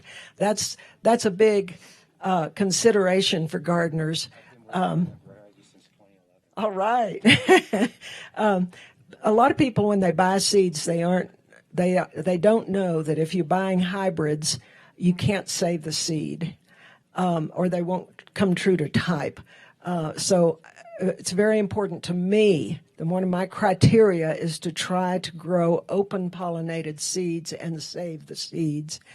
And so, I think I can really appreciate what Brian is doing, and if I can help in any way, I will. So the next questions are going to be from the online viewers. The first one is, how do we deal with mice? Mice. Little rodents. Yeah, rodentia. Oh boy. Cats. If you can keep cats, that would be if it's a garden, cats. If it's not a garden, traps. If it's field culture, a small amount of trapping. Other than that, pay attention to what they're eating and try to set crops around whatever you're trying to save. Just pay attention to what they like to eat. This year especially has been a really hard year for everybody for rodents. We had a pinion load last year. So there's certain things that were revealed this year that I just can't grow. I've never had the pressure this hard as we've had it this year. So really paying attention to what they love to eat and either trying not to give it to them or trying to plant something with it that will somewhat repel them or satiate their hunger. That's a really tough one. Who's next? You want to go? So I mentioned earlier about my composting system and about water, and one of the methods of providing and saving water I didn't mention is the first 4 years when I was carrying buckets and filling buckets for all my plants because I had no running water. I would take a 16 penny nail and punch a bunch of holes in the bottom of the 5-gallon bucket, and I just set it by the plants that I wanted to water, and it would go very slowly. Usually took over 24 hours. So this was one way I dealt with that.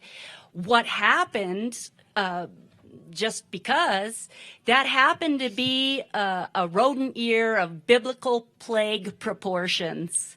And every morning I'd wake up and I'd find anywhere from 12 to 24 mice had climbed up the side of the bucket because there wasn't water anywhere else. All the creeks in town had dried up that year except mine. And there they were. Well, that was actually kind of awesome and gross. So I emptied those buckets into that composting system that I told you as a layer. And in short order, they were gone because, again, it was heat producing. It works fairly quickly with water. So there was nothing left. So they made great compost. I am a great believer in the 5-gallon bucket mice elimination process. Get yourself a few.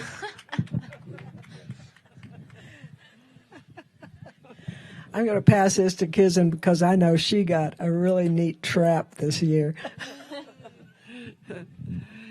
So yeah, this year was hard, and the little chipmunks, they are not cute. They are rodents. They're not cute. Anyways, I didn't catch any of the chipmunks, but we bought a rat zapper, $29 on Amazon. It's about this big and plastic, and it takes batteries in there, and you put the bait in there, and then you can put it like in your greenhouse, alongside a wall. I am amazed at how effective this rat zapper is, and I think if we got a bigger one, we could, maybe catch some of the larger rodents, but it really is good on the mice. And then we also use traps, in the greenhouse.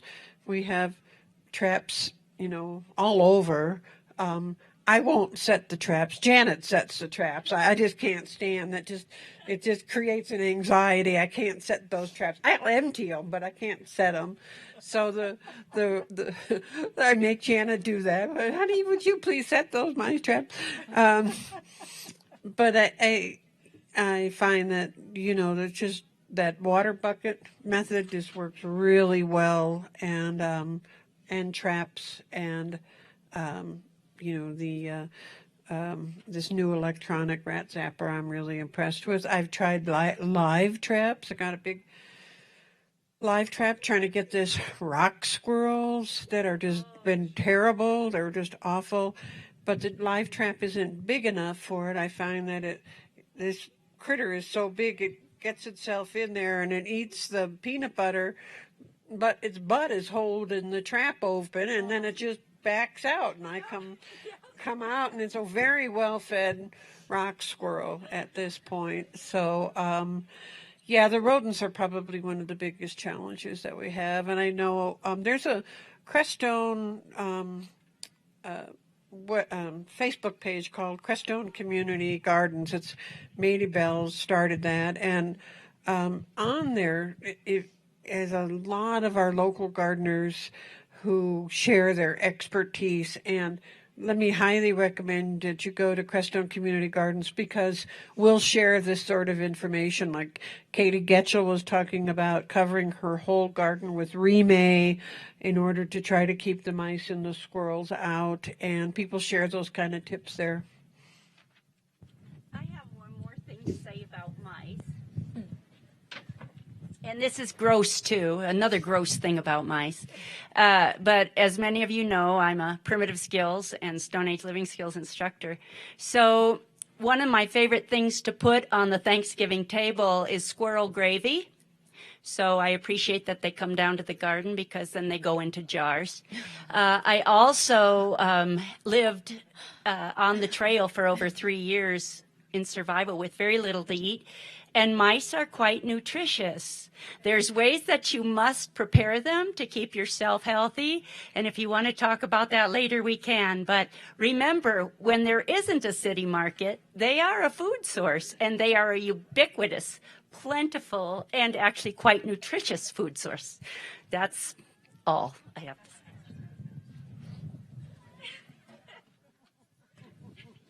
Thank you. Shall we go for the next question, or shall I talk more about mice? It's up to you guys.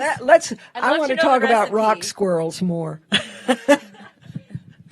Can I do that? Yeah, okay, because the rock squirrels are interesting. They're those big gray squirrels. They often have kind of a pretty white mane across their back. The males do, and they live in the ground or in holes somewhere rather than in trees. And they came up from the Southland since 2000. They're not a native species. And so they are vegetarians. Of course, most squirrels are, but most of them go for the nut thing. But these go for your greens, especially the small ones. You know, the little ones that are about 2 inches tall are their favorite. And they can wipe out a garden in a night. And this year, they took all the apples off of my tree, like 100 apples in 2 nights, and buried them somewhere. I have no idea. I think they might all be composting under my shed or my neighbor's wood pile. But, you know, these rock squirrels are something else. And so that's when Kizan said she got a rock squirrel with her zapper. I'm pretty impressed. I hate to say what is the most effective technique, but it is a projectile that comes speedily from something with a barrel. And, you got to have a good aim to do it. But the rock squirrels are a problem. And if you do not have that projectile, covering them during their sensitive areas, their sensitive time when they're really young, with remay or something like that. Or I've also found that you can spray them with a hot pepper and soap spray when they're young, and that will kind of keep the garlic is a good thing too. Put all those nasty things you can possibly think of into a spray, and just load them down when the plants are about 2 inches tall. And unfortunately, you have to do it after every rain, which we don't have very often, so it's not a huge deal. But anyway, that's my blurb on other larger rodents. You want to talk about it? I think you covered it. Awesome. The next question is about hugelkulturs, and I guess just hugelkulturs in the soil. It's a fun idea. Try it. Copy that. Well, I've done a little bit of it. I mean, basically, hugelkultur is using wood deep in your soil to hold the moisture. And so I've tried that a bit, and cottonwood is a good, not fresh cottonwood, but cottonwood branches, say something like this, or, a bigger piece if you want to. They absorb moisture and hold the moisture in the soil better than, say, pinyon or juniper. You don't want to use pinyon and juniper for that particular application. Aspen would be okay. The pinyon and juniper both have oils that repel growth. So you're going to want to use one of those more permeable trees, which in this area is usually the cottonwood or the aspen. And then you cover it with soil and, all the soil amendment that we've been talking about. And the point is for the wood products at the bottom of your pile to kind of hold the moisture and allow the plant roots to take advantage of it later in the season. That's my understanding of it. And what little I've done, it is good, but it's very time consuming. And it's hard to work the soil after that. For instance, you can't run a tiller through a hugelkultur bed very well. So you want to consider some of those things when you decide to do it. I have used it, and like I said, my beds I'm doing down my ravine. I've done a couple of them that way. And anything you can put in the soil that will help retain moisture in this climate is a good thing.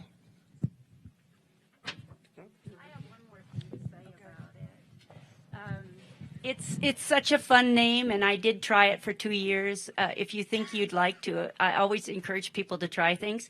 The problem for me was the wood in the bottom never really got very wet. It's not very wet here. So it took an inordinate amount of water to actually get the benefit of what it was designed to do. Here's the cool thing, though, as long as we may not talk about wood again, didn't say it earlier. Kizen, you mentioned sawdust in your compost pile. There's been a lot of research more recently about the growth hormones in the wood, and I didn't really understand why my garden at Earth Neck was growing so well, but I had been using layers of sawdust for my carbon layers along with the straw, and was getting very good results. And then I spoke with someone early on when Shumei just got started, and they had done all that research about the wood chip and the growth hormones. So it's a wonderful addition to the soil here, but the large pieces of wood to actually base the bed on, they're not open to their heartwood and the chips and the pieces, and it's really hard to have enough water on it to get it to absorb.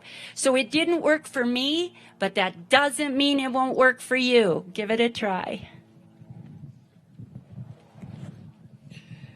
So I just want to say, you can kind of see what's going on here when you get gardeners together, and we share information. And like I say, I've been gardening for like 40 years. I did not know that about the wood chips. I used them, but I never knew about the growth hormones. And so being open to new ideas, and how did you do that? How did you save those seeds? I can't get mine to ripen, and what do you do about this, and what do you do about that? If you want to garden here, just talk to other gardeners and keep learning all the time new things. And I think that's kind of one of the most critical things is talk to people who are garden, visit other people's gardens, and keep learning new things. Are we getting close to the end here? Okay. I just want to talk about my little basket that I brought. I'm going to set it down here so you can see, because as I mentioned, fruit is a lot of people think we can't grow fruit here except apples. I do want you to see some of the things that I just have taken out of my garden this season. There's some plums. There's some a jar of the apricot. All of these things are a little bit challenging to grow. They've all got their interesting challenges. But, I'm going to hang out here for a little while. And like I said, you're welcome to call me, come by anytime. I'd love to talk to you about some of the things that I picked up over the years, and I'm sure the other gardeners here would feel similarly. And Kizen was right on that Facebook page. It's a great place to ask questions and get responses. Did we have any other pressing questions from the audience? Any questions from the audience? Or is this all?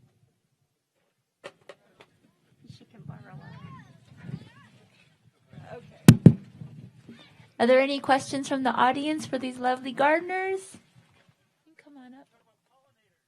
We'll talk about pollinators. I kept bees for 10 years because we didn't have pollinators. When I came here, there were so few. 2 weeks in September, you get all the biting flies, all the biting house flies, gnats, mosquitoes. And so I wanted to bring them in. Really like bees. And I have apricots and pears and cherries and plums. I have a pretty big orchard, and it has thrived ever since I started keeping bees. A lot of my swarms have kind of rewilded out around the area where I am. And I've stopped keeping bees because I didn't like the competition from the bears right on the home place anymore. But because I kept them for so long, I now have them all around my environment, and it's been very useful.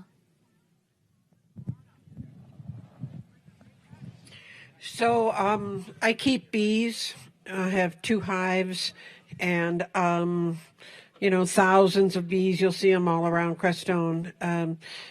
But there are a lot of local natural bees here, and I'll see when I go out and look at something that's blooming, there's all kinds of bees that are here, and bumblebees and little bitty bees and all sorts of natural wild bees. But I do like to keep bees. We've got an electrified, welded fence fort bee that keeps the bear out so far. I find that by having our own bees, it really does help to pollinate. I also have fruit trees, and things like squash sometimes can be hard to get them pollinated. So I encourage people, plant flowers that bees like, even if you don't have a garden. Plant a lot of flowers that the bees will enjoy, and you will attract bees, a lot of the wild bees, to your garden. I just wanted to add real quick that the fourth sister tobacco, if you can ever work with that and plant that in your garden, you will see pollinators like you've never seen before.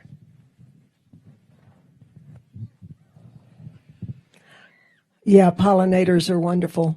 And again, Kizan has done a great job. I just wanted to say that Jose Villa, is that how you say his name, Jose? Jose is here. He's got this wonderful hat on. So if you see this guy with this beautiful straw hat with all kinds of designs in it, ask him if it's Jose. He and his wife, Sandy, are bee experts and have brought a lot of bee knowledge to our community from their 30 or so years of teaching in Florida. So I really suggest that if you are interested in bees, get together with Jose. I kept bees for several years. I lost them last year to the Varroa virus. And so when we do take bees into this area, it's good to select varieties that are resistant to Varroa, because I tell you, it's really disheartening to have all of your bees disappear in a very short time to these little tiny blood-sucking mites. Yeah, and I want to give out a shout out to Jose, too, because he's been my mentor on the beekeeping for the last number of years, and he has helped me so much and taught me so much. So if you are interested in keeping bees, Jose Villa is like the bee whisperer around here. Thank you so much, you guys. Yeah, really awesome stuff. Grow a garden.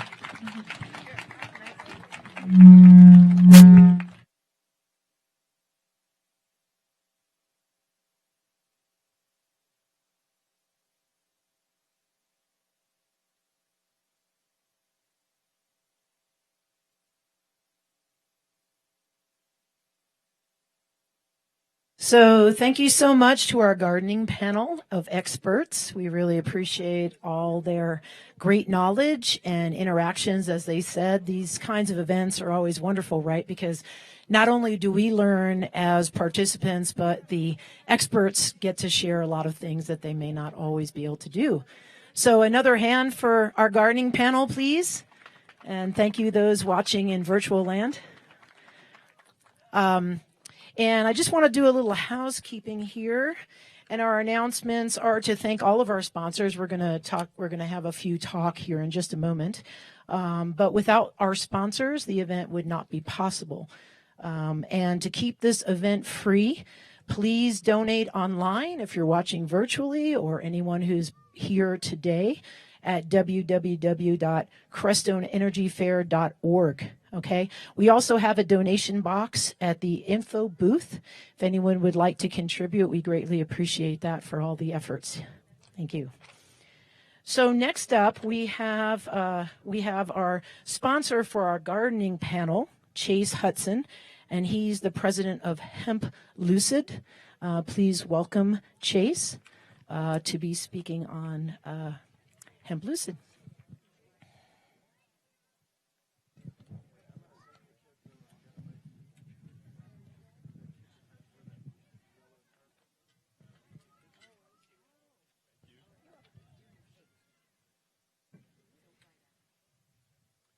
How's it going, everybody? First, I want to thank Nick and the organizers of the Crestone Energy Fair. Over the last couple months, we were going back and forth. It's on, it's not on. So, thank you guys. Yeah, it's on.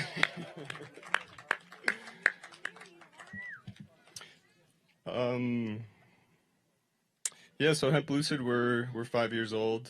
I'm one of the founders. We have 3 other founders from the company over here, Talon, Nate, and Saren. Yeah, it's pretty cool. Us 4 as a group, we had an awakening together, and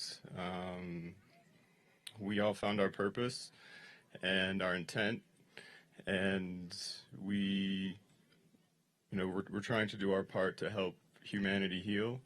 And as a group, we realize how important cannabis is in the healing of the collective and as humanity, for humanity. And we've been in business 5 years, and we've created our own community in Utah.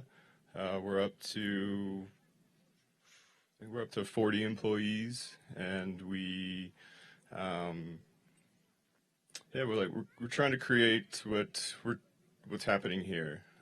A group of people who are awake, who are like-minded, who want to usher in a new reality, a reality of peace and community, and I think we're doing it. I mean, this is the foundation, this is the start of it, and we're thrilled to be a sponsor, to support the Crestone Energy Fair. We'll continue to be a sponsor from here on out. But this is our first year sponsoring the event, and we're hooked. We've already learned, just from this panel right here, we've been back there talking about all the things we've already learned. So sharing of ideas, sharing of information, that's what this reality is about, is we live in a world of ideas, and the sharing of ideas is extremely important, and to build the world that we all want to live in. So we're here, we're right over here. We have free samples, we're giving out products, so if you guys want to come say hey and pick up some samples and pick up some products, come see us. So thank you.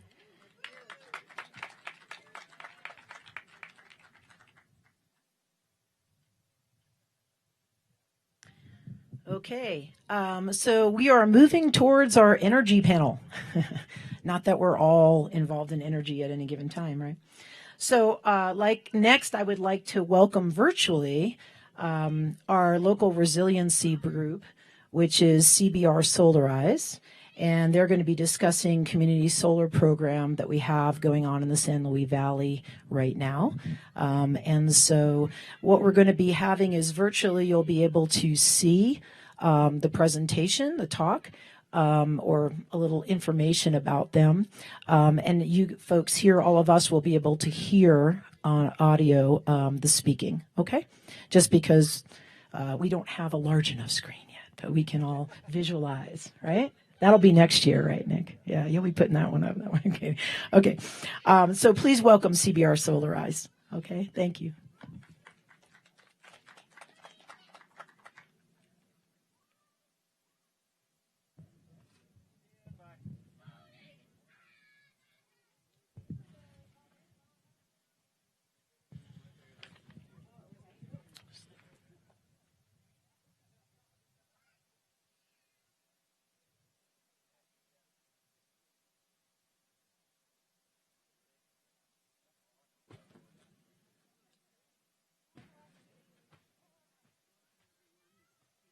Should be live now, Rob. Resiliency, and I'm here today to talk to you about our CBR Solarize initiative for our community. Back in 2017, 3.5 years ago, about 100 of our neighbors came together to create a vision of resiliency for the Crestone Baca community, given that we're kind of at the end of the road and at the potential effect of many possible disasters, really. So our energy group, one of 8 action groups that came out of this vision, has put together a program called Crestone Baca Resiliency. Our team, our CBR Solarize team, is myself, Jana Woodman, Karen Caddis, Cliff Rodriguez, Christopher Morissette, and Mary Marshall, who represents Solar Energy International. The Solarize program is their creation, and they've been coaching us through this so we could offer it to our community. In addition, our core team member really is our PV solar installer, Laura Conchelos. Lauren studied at SEI and has taught classes there since 2016. She taught a Solar 101 course for our community a year or two ago.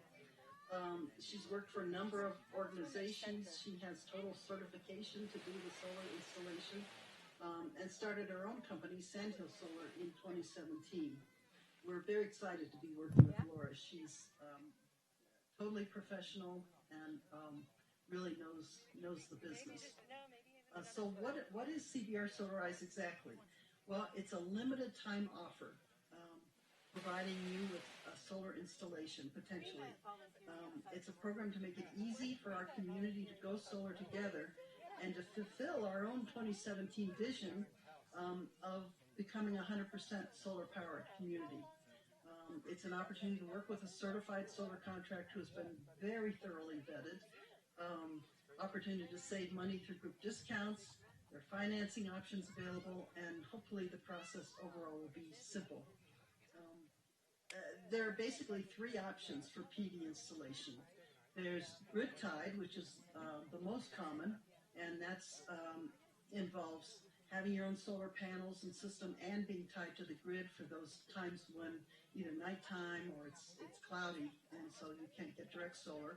You can do an off-grid system, which means an additional investment in batteries, and or you can do a combination of both.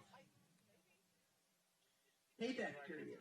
So in general, it's 7 to 12 years that you would get a payback from your initial investment.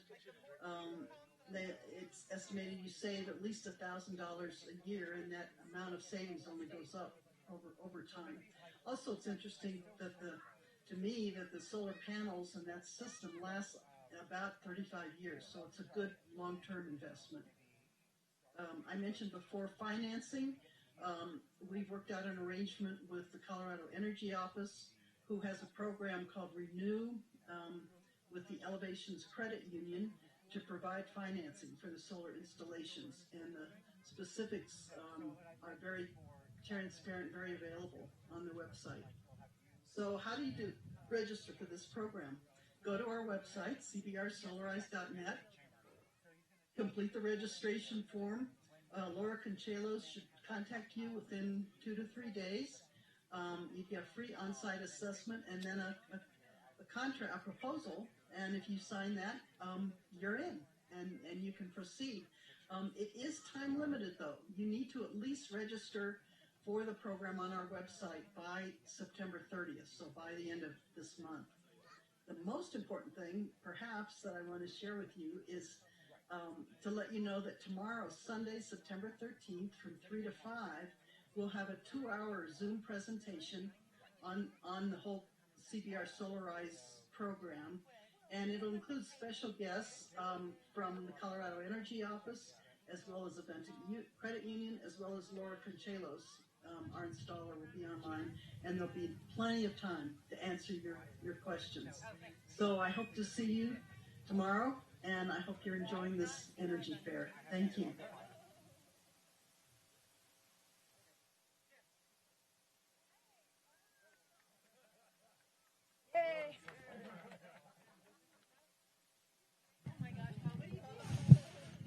Okay, thank you, CBR Solarize.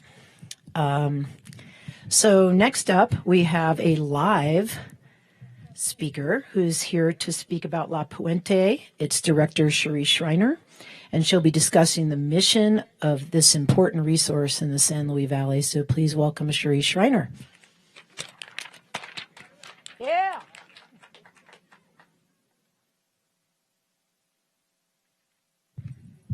Thank you. Hi everyone, I'm Cherise, and I'm here to represent La Puente today. So a little bit about what I do.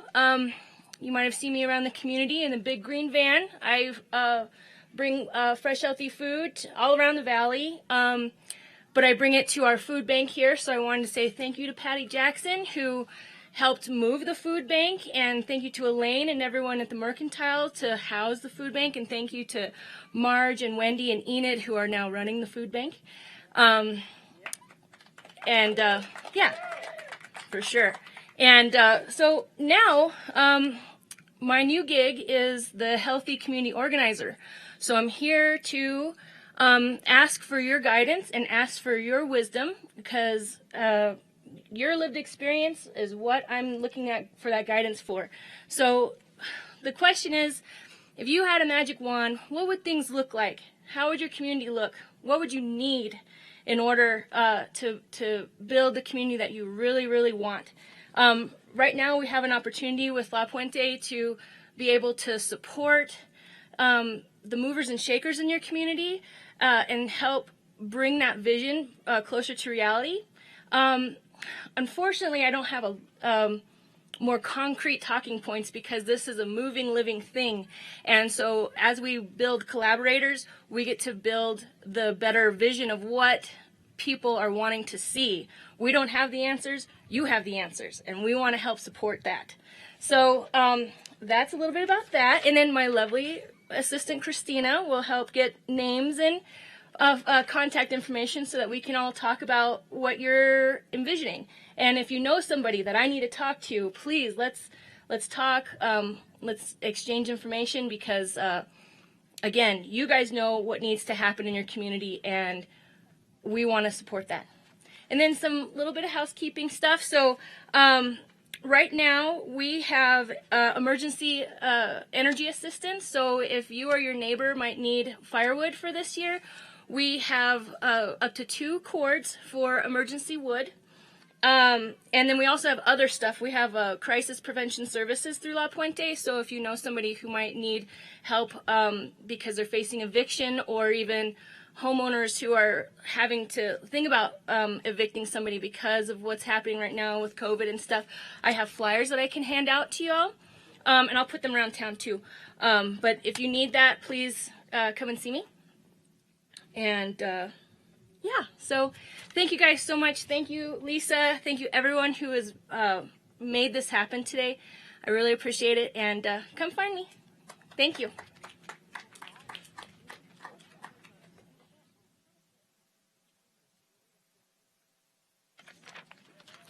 Well, thank you, Therese. And it really takes a community, right? So I think people have a lot of good ideas about things that can be happening for us. This is a good place to start sharing those ideas. So please go talk to them if you have any great ideas or needs in this case. And good to know that we have groups that we can reach out to. A lot of times I've seen over the years, people come into the Valley and Crestone particularly where they have a vision, and it's a beautiful vision, and many times other people have had the same vision, and it's great for us to kind of coordinate those visions together and communicate. So thank you for all the work that these different groups are doing in our community. So next up, what we have presenting is our alternative energy panel, okay? And I'm sure more people will be arriving for that, but I won't introduce them just yet. One thing I'm going to do right now, and this is actually a little group coordination, meaning that you are all going to be participants as much as you want to be. And those of you online, you can do this as well. Usually after a lunch period, it's good to get people moving a little bit. And so we talk about it being an energy fair, but we can also talk about having good use and non-abuse of our own energy. So what we're going to do right now is just take a couple breaths and kind of raise our energy up and clear our energy and move around a little bit as much as you'd like to. And then we'll get ready for our next energy panel.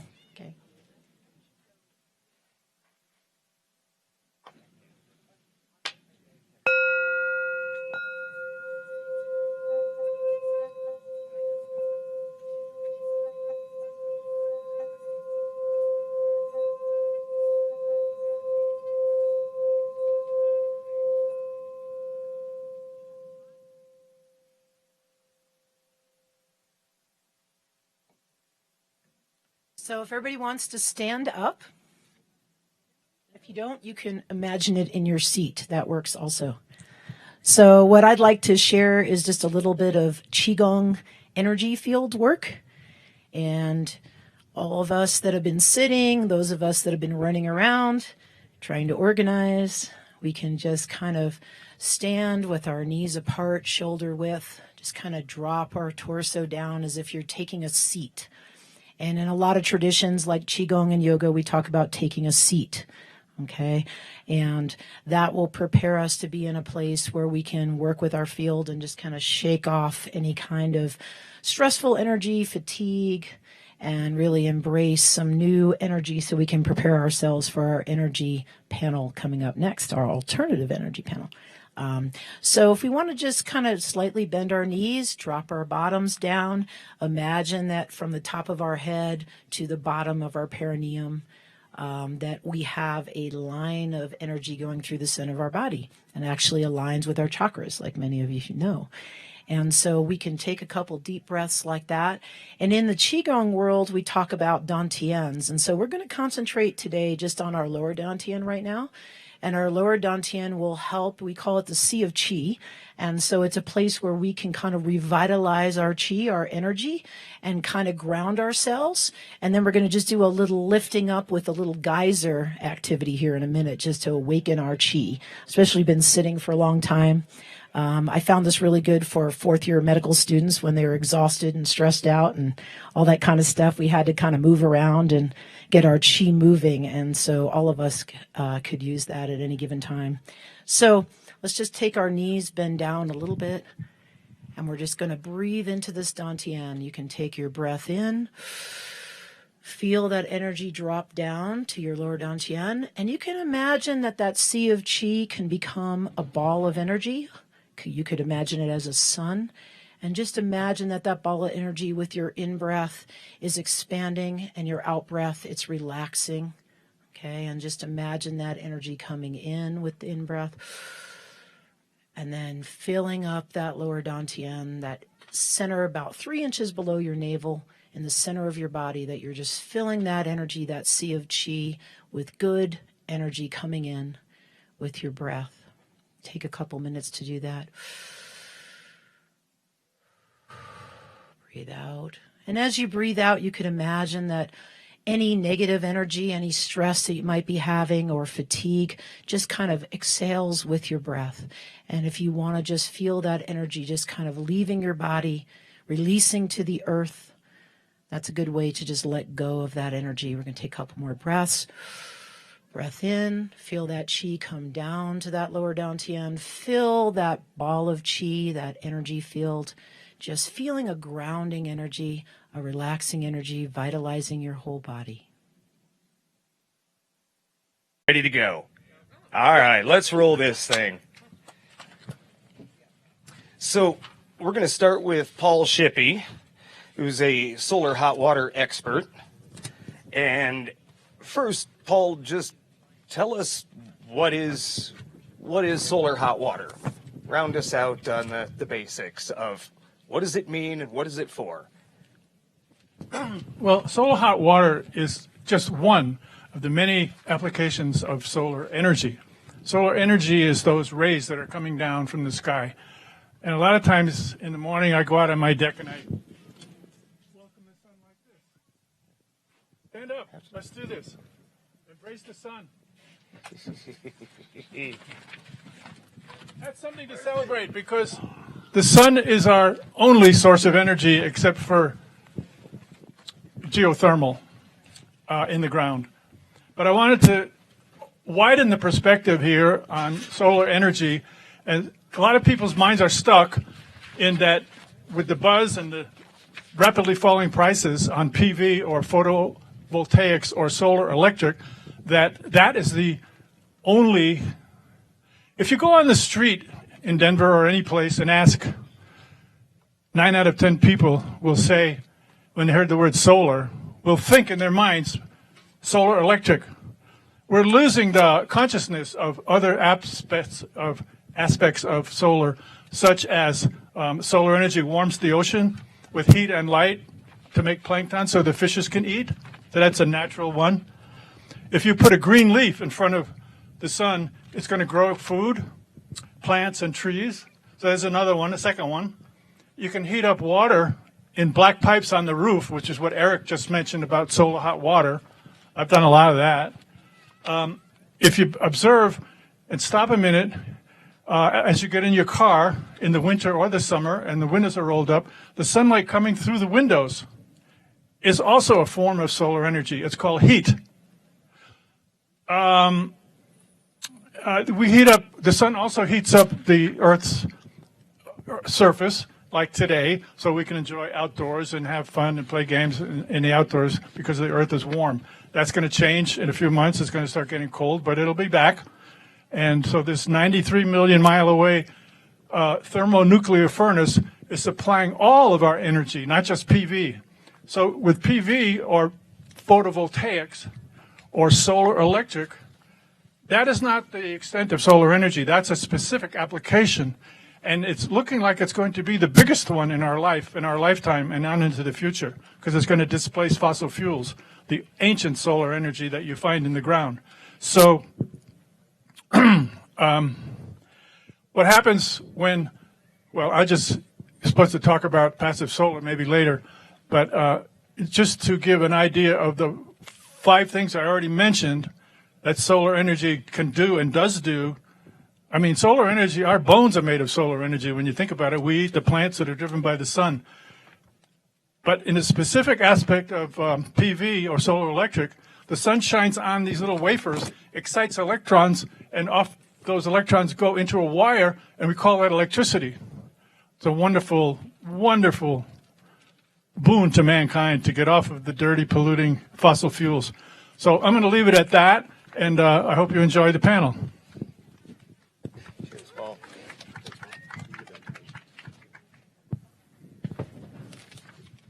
So Nathan has built a interesting hybridized home. He started with a conventional home and has added all sorts of interesting energy efficient and alternative energy systems to it. So Nathan, tell us a little bit about what you've done with the house you own. Great, thanks Eric. Glad to be here everyone. So about 10 years ago, there were some power outages.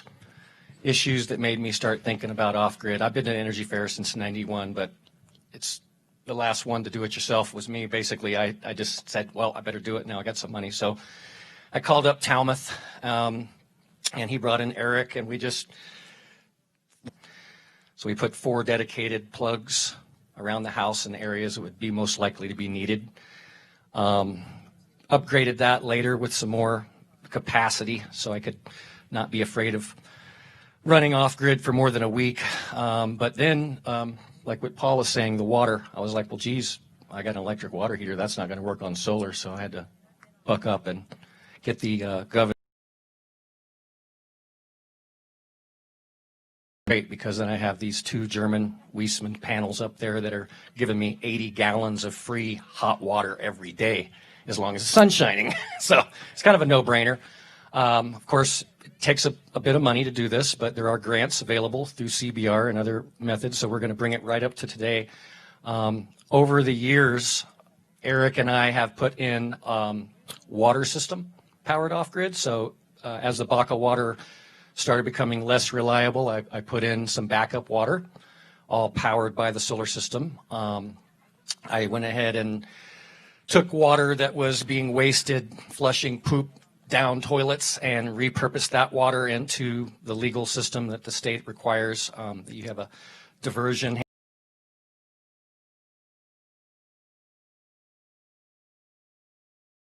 A good old-fashioned 1973 Baca barn. We call them Baca barns because there was R2 in the roof. Just completely insulated it everywhere, did all of these off-grid systems so that I could feel just a little more, not just because I wanted to be green, but because I wanted my family to be safe. I wanted, in the event the power went out or whatever, I could wake up and have water. I could wake up and have power for the main systems. You cannot hook up ETS, that's electrical thermal storage, the electric heaters that you see with full of bricks. They're great, they're very efficient, but you can't run those on solar unless it's a waste. Before I pass the mic back to Paul, I'm going to just make a couple of statements. Over the years, there's a lot of misnomers around solar, and it's like, oh, we don't need fossil fuels. But the truth is, everybody, we need the archaic sun fuel still to produce these things, okay? So don't get excited that you're going to be off-grid and not be a part of the problem. Well, the main problem here is consumption. So what I learned in doing this, bringing it forward, was I had to reduce my consumption to be anywhere near not being a hypocrite, because I'm out there trying to do my best to conserve and, everything I could to be 7G, so to speak. And it wasn't working, so I had to start reducing my usage. And when I got down to that, I started finding the real toll of what fossil fuels are, the capacity to build batteries, solar panels, all of this high-tech stuff goes all the way back to oil. That's animals, plants, back to what Paul's saying. This is our true source right up above us here. Worms, the mama, father, mama, just like that. So we'll leave it there for now so we can keep it moving. Excellent. Thanks, Nathan. All right, Paul. Thank you. I think this is the question you've been waiting on. Can you talk about the systems and life expectancy? Because we have these cost issues as we're putting these on and we're trying to disconnect from centralized systems and decentralize ourselves. And there's obviously a significant upfront.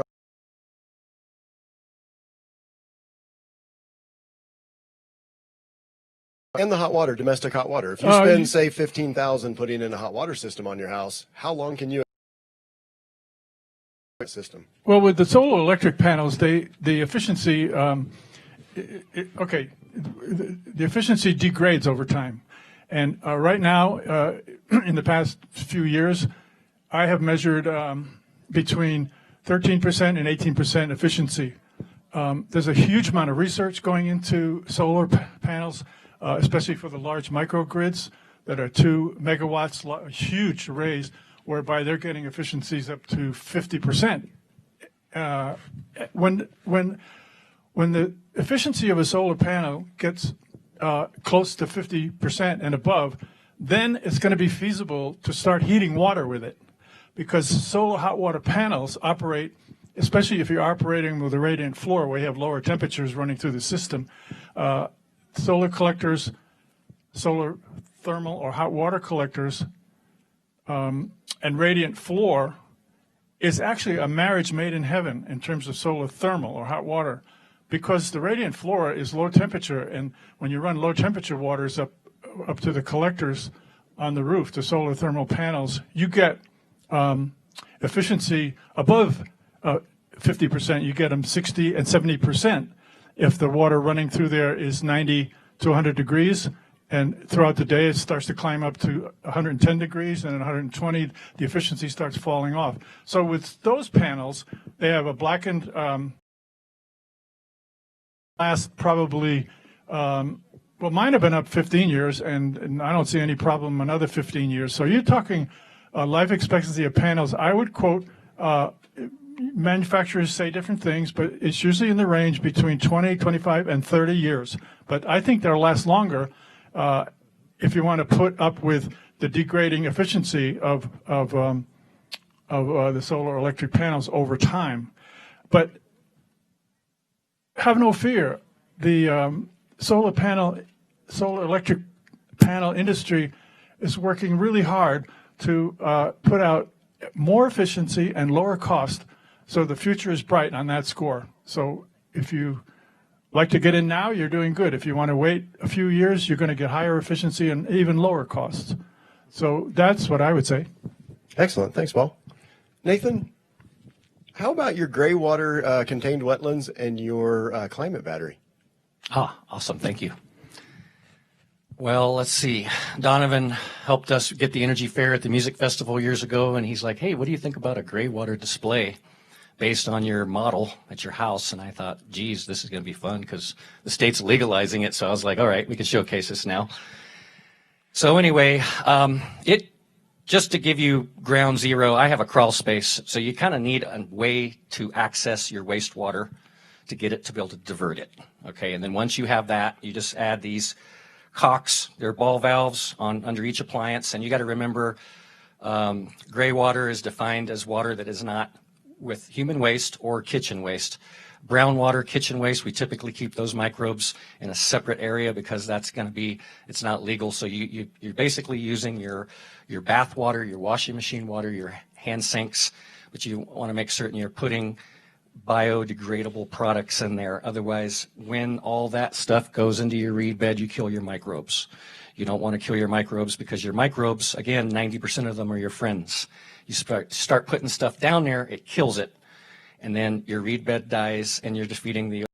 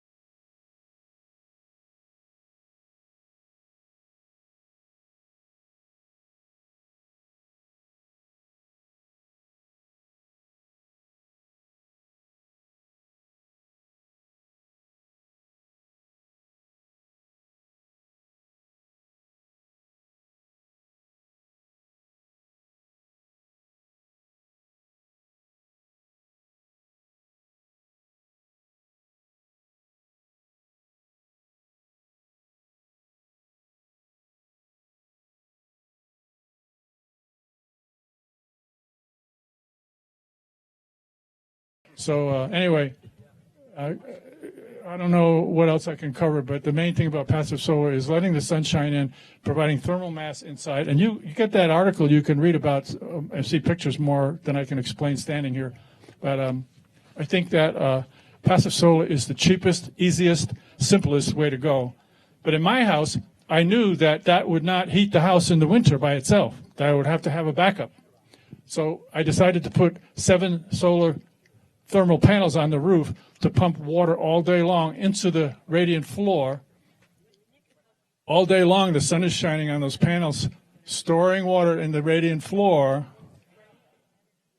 At the same time, during the day, the sun is pouring in these massive south windows, and I have a lot of thermal mass so it doesn't overheat. The idea is to keep the temperature swings in a passive solar home as minimal as possible, 4 to 6 degrees. That's comfortable. You can live with that. Maybe you have to put on a sweater when you have cold and cloudy weather. So by the time the sun goes down, the energy that was stored in the active system being pumped through water in a closed system down through the floor all day, now at sundown has been trying to get up to the surface where it's cooler and starts radiating into the house at sundown. So now you have your nighttime heat supply in the floor and your daytime heat supply that's coming in the window. So my motto for the entire solar energy world is use today's sun today. Leave the fossil fuels in the ground as much as you can. Reduce our usage socially to less than 10%. And Elon Musk is helping us do that with electric cars and electric, believe it or not, electric, what do you call those big freight liners?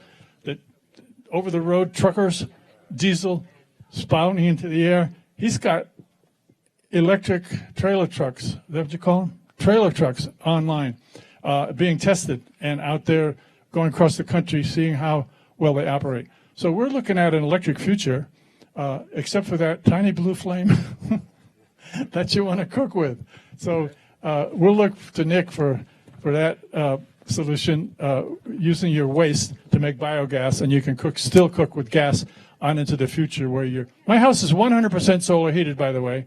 And what does that mean? It doesn't mean that in cold, cloudy days I wouldn't light a fire. But why do I call it 100%? This is important. I have a few acres of land, and the trees are dying. In Crestone, the trees die. It takes 30 years to make a new tree. So if I harvest the dead trees on my land, I'm harvesting 30-year-old solar energy, what it took to grow that tree, and I'm using that to displace the use of 30 million years of solar energy stored under the ground in coal, oil, and gas. So it's really important to get off the fossil fuels. So I would put your brain in gear and study about determined to get off because it's a polluting thing and we need to save it for more advanced type plastics and medical supplies and different things like that. You shouldn't be heating your house with electricity. A high quality energy like that to heat a house to 70 degrees, I call that a sin. You've missed the mark if you do that. So all these houses around here that we're heating with electricity, you're wasting our future. With that, I'll leave it. Awesome. Thank you, Paul. Let's move on to talking about maintenance required on various systems. Nick and the gas generation, Nathan and the hybrid home that you've built, Paul, and general solar systems and hot water specifically, because we know photovoltaics are a pretty long life, simple systems. So Nathan, you've got the mic, so yeah, I'll go tell short. us about the maintenance you have to deal with on the various systems you've incorporated into your home. Absolutely. In fact, I'm up on it. So I have a glycol system, so it's not a drain back. And after a little while, there's tiny seeps. You can't really see them. They're not measurable, but they eventually lose a little pressure, so you have to recharge them. And mine, after about 6 years, appeared to needed a recharge, so it wasn't too bad. And as far as batteries go, you do have to, if you have the distilled water in your batteries about every 6 to 8 months. You need to kind of check on those. So there is some maintenance involved. It's kind of like gardening. You have to steward your garden to get your power, whether it's from, food for your plants or your batteries for your electricity. But I want to pick up where Paul was just for a second before I hand off to Nick here. The big why would people want to do this? It's not to be green. It's not to save money necessarily. It's really, there's a lot of reasons someone would want to do it. If you observe and interact with what's going on today, you're going to find out that there's a system collapse. Wood stoves, they have about 2 more years left before they're going to be, the EPA is phasing them out. We've got gasoline engines are getting phased out. So we're on the cutting edge of this. And why are us humans needing to do this? Remember transition towns? We've been talking about this for years, right? There's nothing new. Mother Earth News, 72. I mean, come on, Earth Day, 71. This is old hat, but we've kind of come up to the precipice of must do, forced by Agenda 21. Okay, so why did I start early? Because, I lived in Crestone and that was what was going on. So I was like joining a club, so to speak. You're like, hey, this is where I'm from. Let's go and let's do this together. Let's learn together and do this. So Paul's talking about, how this happens. You want to point your house at the sun. So why? For our children. We want to do this for our kids. So later down the road, they're going to be like, something's left. Otherwise, it's like the Lorax. It's just crazy. So I give thanks to my elders who have taught me this. Teaching the children this, moving forward. Again, we've covered the earth and the sun pretty well, the plants, the human factor. Here we are. I mean, when you're in symbiosis with the animals and the bugs, again, 380 billion viruses on a single human. How many more are out there? So I'm going to bring it for Nick here. The reason I'm going to honor this is Heather. She said, throw out for goats. You know what? Yes, the technology is important, but the archaic technology, we're starting to realize we're coming full circle, right? So when Nick builds this digester, and we had the biodiesel symposium at 4 years ago, Energy Fair at the charter school, we had people coming from all over the place. This is the wave of the future because it's goat poop. It's compost. It's old waste material that not only can create the blue flame, but also can run generators cleaner.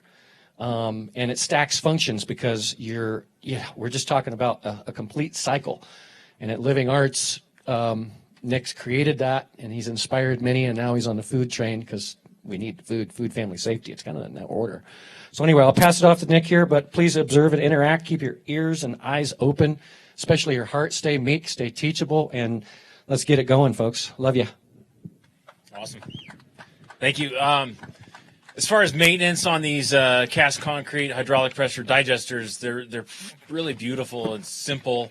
No moving parts, nothing mechanical. We do scrub the gas because it comes out with a little hydrogen sulfide, which can corrode, fine metal components in gas burners or something. So that's an iron oxide pellet, which just kind of crumbles, and then you just put in more iron oxide pellets. But I'm on 5 years on one. So certainly the iron oxide pellets have not been an issue. And then, it's a septic system. So any septic system, you got to get them pumped out. But again, I'm going on 5 years, and it's not just taking septic, and it's on a commercial kitchen. So it's getting quite a bit of material going down. Plus I'll grind up 50 pounds of potatoes and pour it in there. And once or twice a week, I'm doing 5-gallon bucket of just food scraps, slops from the kitchen, and grind that up and make these smoothies and pour that in.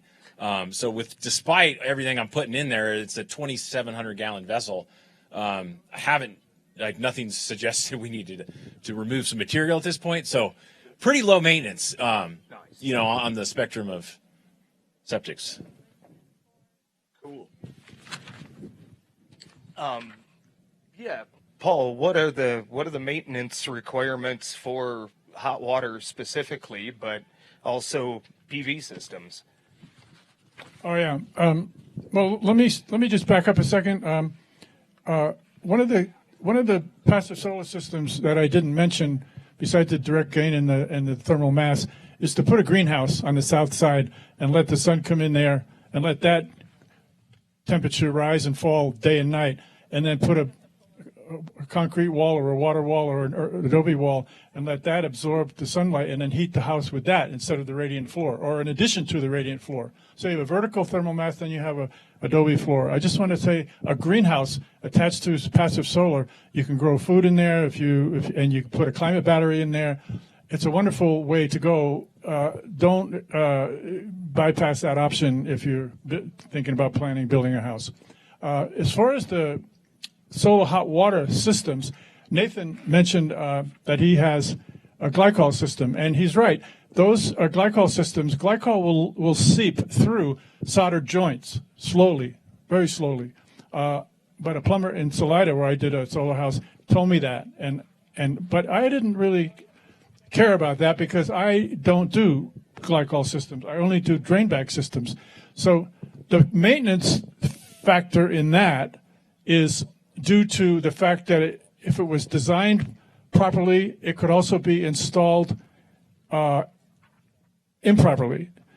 And one of the biggest hazards of a drainback system using pure water, which I have in my system, and I've designed and built many of these, you could have a problem that freeze-proofing that used to be taken care of by glycol, like the stuff you put in your car to prevent the engine block from freezing. The glycol stays in the collectors overnight in the pipes on the roof, the black pipes on the roof, and that prevents it from freezing.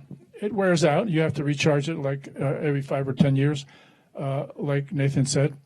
But if you have a drainback system using pure water, which is what only kind I have decided I was going to focus only on that because I thought it was the best, the heat transfer qualities of and the heat capacity of plain water is better than any other freeze proof you can put in there. But you have to get the water out of the collectors at night and store it in a little tank just under the roof in the warm place. The biggest problem in terms of maintenance, and this has happened more times than I like to admit in Crestone, is that something goes wrong. Either the owner or the owner that's running this is supposed to know how to do this puts too much water in and it can't drain back, and all of a sudden at night you have a freeze and you have breaks in the pipe and the water leaks out. That's just one of several. I had one where my advisor at the time put in 2 zone valves. Zone valves are the brand we were using are normally closed. Now I just described an ice event. Now I'm going to describe a steam event, and I've experienced myself the steam event, and I've seen other systems break down because of the freeze problem. What causes the freeze problem? It could be a faulty sensor, it could be any number of things, overfilling the system, etc. But in terms of the steam event, there's pipes going up and there's pipes coming down, and we had zone valves in each one before we knew how to avoid zone valves. But these zone valves were called normally closed, so that when there's no power on them, they automatically close. So we have the system in my house cooking along 10 o'clock, 11 o'clock, 12 o'clock, and around 1 o'clock when the sun was like, woo, straight up high, there was a power failure on the grid. So what do zone valves do? They both shut off, and they left the water up on the roof. The sun beating down, heating up to 150 degrees, 200 degrees, 250 degrees, started making steam. And by the time I got up to 300 degrees, the steam was so powerful it burst the pipes. So you have a steam event and you have an ice event. So those cost a lot of money to take the collectors apart or even replace the absorber plates. So those are the 2 ones that I know about, and they have several causes. So installing, you have to be really careful. I learned the hard way. I mean, that's how I learn everything, basically. And I'm sure you all do that. Yeah, I got a whole list of them. All right, so on to the next thing. Nick, I think we'll join you in the middle and let you get started. So between the 4 of you, I might even pull you into this one, Eric. Okay. You guys have tested so many different things, and you have so many different options and so many different brainstorms and prototypes. What are your favorite prototypes, your favorite ideas, or the favorite attributes of some of the systems you're working with now? Well, I'm a pyromaniac at heart. So when it comes time to be able to burn stuff, I love it. So I could, just torching, and it's something about these gases and stuff that we're making that's especially fun to burn. But I think the one we just did for Jacob just recently, again, back to like, what are you doing with this gas? How are you utilizing it? And it doesn't have quite the energy density as propane, 2,200 BTUs per cubic foot. Natural gas, methane is about 1,000. The biogas is about 650, so it does require orifice changes on appliances and things like that. So what is the best way to use it? Do we want to retrofit the entire kitchen? And I think if you're designing in such a way that you're not needing gas to do everything, I mean, like drying clothes and space heating and water heating, it's too much to ask of your sort of supercharged septic. But if all you're doing is cooking, very easy, just throw in biogas specific range and then you're good to go. But if you're not designing for that, and then we're talking about just displacing your propane use, what we did in this last one, which was, I think a little bit of stepping into the unknown. I didn't know how it was going to work. But so far, we're seeing that it is working. I don't know if you checked it out. But we're injecting the biogas into the propane line just a little bit at a time. So it's, 2,200 BTUs per cubic foot to 650, and it's just a drop of the 650 every so often as you're making it, which is very organic. Every day you're just pushing a little bit, and so thereby displacing the propane that you would be otherwise using. So I'm really excited about that one because it was stepping out a little bit. I wasn't sure, and we still may have problems or tweaking it, but at the last time we checked, it was working. So, and then it doesn't affect any of the inside appliances. Same orifice jetting and all that. So that's certainly one of them. That's awesome. Yeah. Thanks. Yeah. Nathan, how about you? Well, I have to admit, we've covered a lot of it, but what I've been doing now covers, for the most part, the food family safety area, but the animals right now, I just got to bring them in one more time, and the humans. The alternative energy generation starts with the keystone species that are becoming aware of this need. So I believe right now, if you take these same systems, the solar-powered buildings with animals, plants, and humans, and you start becoming symbiotic and stacking these functions, you're going to become enthusiastic about studying more and making this happen. Because right now, I think for me is the inspiration of sharing. And again, it kind of comes back to the goats. All right, so you've got these animals that produce food for you. They produce manure for your plants. They're warmth generating animals. So what we didn't cover with the biogas digestion, stacking those functions, you can have your bio plant under a greenhouse or in a greenhouse. So that's generating heat. So that helps heat the greenhouse. Same thing in a Farm Tech magazine, you're going to see manure piles in barns helping augment the heating. Okay, so you've got this. So I'm kind of really excited about animals. And if you study these animals, they come back to their dung heaps at night to sleep. They're like electric blankets, but they're bioactive. It's biothermal activity of breaking down the whole process of oxidation, basically, and there's some other terms in there, but that's really happening. So the other thing Heather wanted me to mention about this was all of this simple stuff, keep it simple, stupid, Paul, is so real. So when you honor the technology, because we want to use appropriate technology, but we don't want it to ruin what we've already learned from this good old-fashioned basic stuff. Earthships.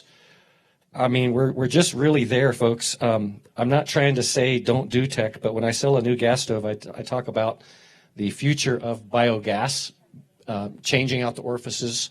So I'm excited about that to use when you flush the toilet. Number one, try not to flush your toilet with drinking water. Let's use the gray water to water the plants, and we can compost that and make energy generation and heat and everything. So it's stacking functions. It's not throwing stuff away. This is huge.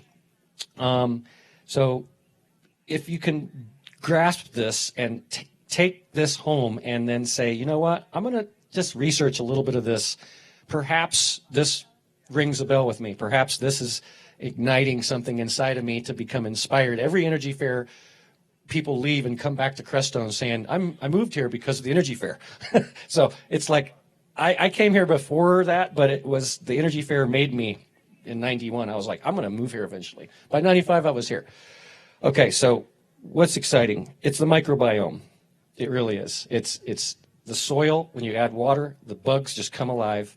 The plants, the mycorrhizae, all of this happens. And without this awareness and knowledge, all this other stuff we're talking about is peanuts. It really is. So the bigger picture, standing back, understanding appropriate technology when it's time, do it. But start with the basic, simple stuff and follow your heart, follow that gut, and trust the kids and learn from your elders. Love you. Before we turn that mic back over to Paul, I would just want to invite the folks out online to please feel free to send in any questions you might have for our speakers. We do have folks waiting. If you have questions directly, fire them up on here, and we'll get them passed on to our speakers. So just an invitation to the folks online there. We got a question out there.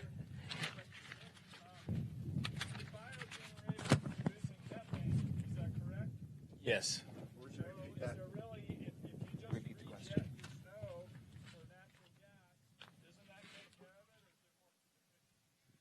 So the question was, the biogas generators create methane. It's a methane-containing gas, so it's about 65% methane, 35% carbon dioxide, and trace hydrogen sulfide. And the question was, if that's all it is, can you just have natural gas appliances and you're good to go? And the answer is yes, for the most part. But again, so natural gas straight up is 1,000 BTUs per cubic foot. Biogas is 650. So it's that difference of orifice that ideally you would want.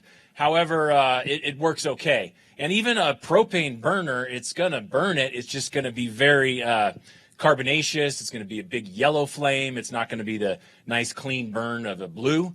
So, if it's natural gas orifice burning the biogas, it's going to be that much better. But it's just, getting it to the sweet spot. And all it is size. I mean, all you do is just take it off and you can ream it out, a 32nd of an inch type of situation, and you're good to go. But so, yes, I mean, you can just, if you're, like you say, if you're dedicated kitchen burners is all you're demanding from your system, just make it all jetted to that, and it's sustainable 24/7, 365.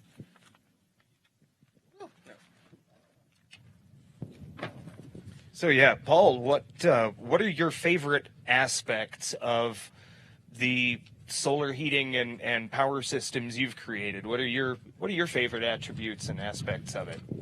My favorite aspects is how much fossil fuel can a particular house, when it's built with passive solar, how much fossil fuel can it displace? Like Nick is trying to displace propane and dilute the propane down to a regular burn, 1,000 BTUs per cubic foot or something, down from 2,200. And with the 600 BTUs per cubic foot of the biogas, he's trying to reduce the use of fossil fuels, basically, which is propane comes from the ground, comes from the sun a million years ago. Ancient sunlight is in that blue flame. When you look at that blue flame at home, think ancient sunlight. That's like 50 million years old, dug out of the ground from decaying plant matter that was grown by the sun. Never forget that. You're looking at old ancient solar energy when you look at that blue flame. And same when you run your car, same deal. So what was the question? What are your favorite attributes of the systems you've built? First of all, a passive solar home has longevity. It's not going to wear out. So you have very little maintenance if you do it simply. And if you make the building, design the building as a passive solar collector, the whole building is the collector. It's not anymore these little box on the roof. That's the only way to do it. Or this little slender panel that puts out electricity. All wonderful, of course. But the house if you have any architectural imagination, can reduce temperature swings from day to night in the winter inside the house, can store heat, can get you through the whole winter without a big propane tank. So displacing fossil fuels is my main driving force for sustainability and a future planet that is non-toxic. Excellent. Thank you. What do you think? Hey, Bodie. How are we doing with questions from online? We getting there? Oh, did we? Okay, good. I got one more.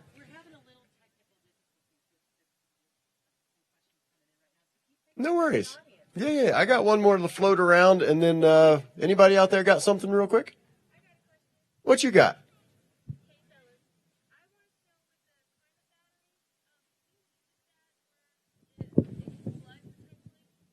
So the question is, could your climate battery potentially flood? That's a real good question. So where we just moved the new farm, the sub area for the water can be as little as 5 feet down. So you really got to keep in consideration for all kinds of stuff, building and whatnot. A hydrometer will help determine that through measuring your static pressure there with the water as it comes and goes. As the seasons, it'll come and go. But at the moment, Jerome said he had, as far as I remember, he had like 2 systems that he had to abandon because they filled up with water. So it is true. If you're in the wrong zone, you really can't do a climate battery. So groundwater, yes, just coming up, not necessarily from flooding, but just, subterranean hydrostatic pressure. So that'll just happen. But I'll cover this real quick. In some of the commercial locations that the climate batteries have been done, Steamboat Springs, there's like $1 million strawberry greenhouse up there. Carbondale at the school there's a couple going on. As far as I understand it, they actually built up. So they actually built up a foundational area so they didn't have to run into that problem. And also you don't disturb the natural biome beneath. So you can actually create an artificial area to do a climate battery without disturbing roots. That's the other thing, our new place, there's too many roots, so it's hard to dig, and you don't want to plow up life that's hundreds of years old trees. So you have to consider all these factors when you're doing a climate battery. And then the last thing I'll comment on is that if you do a climate battery, you got to make certain that it's in there and not stab it and destroy it. So you need to put a sign up, climate battery beneath, beware, be careful. Don't poke holes in it. Hopefully that answered.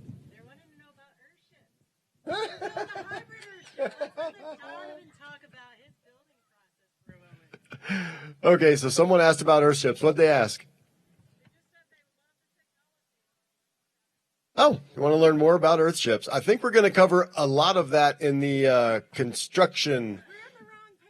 Next panel, we're going to cover all of that. But yes, I would happily climb on my soapbox about Earthships. It's okay. Hey, does anybody want to help volunteer at the gate? Is anybody bored looking for something to do? Because the gate could use a little assistance. Even 1 hour shift would be great. 1 hour, 30 minutes. We'll take what we can get. We have a question in the audience. What do you got? Okay.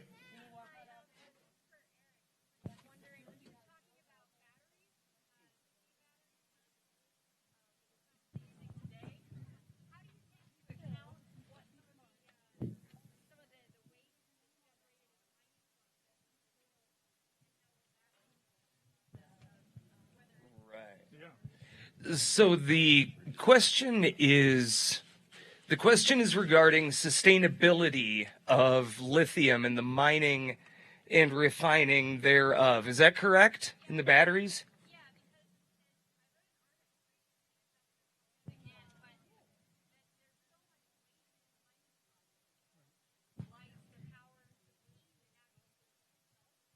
Right.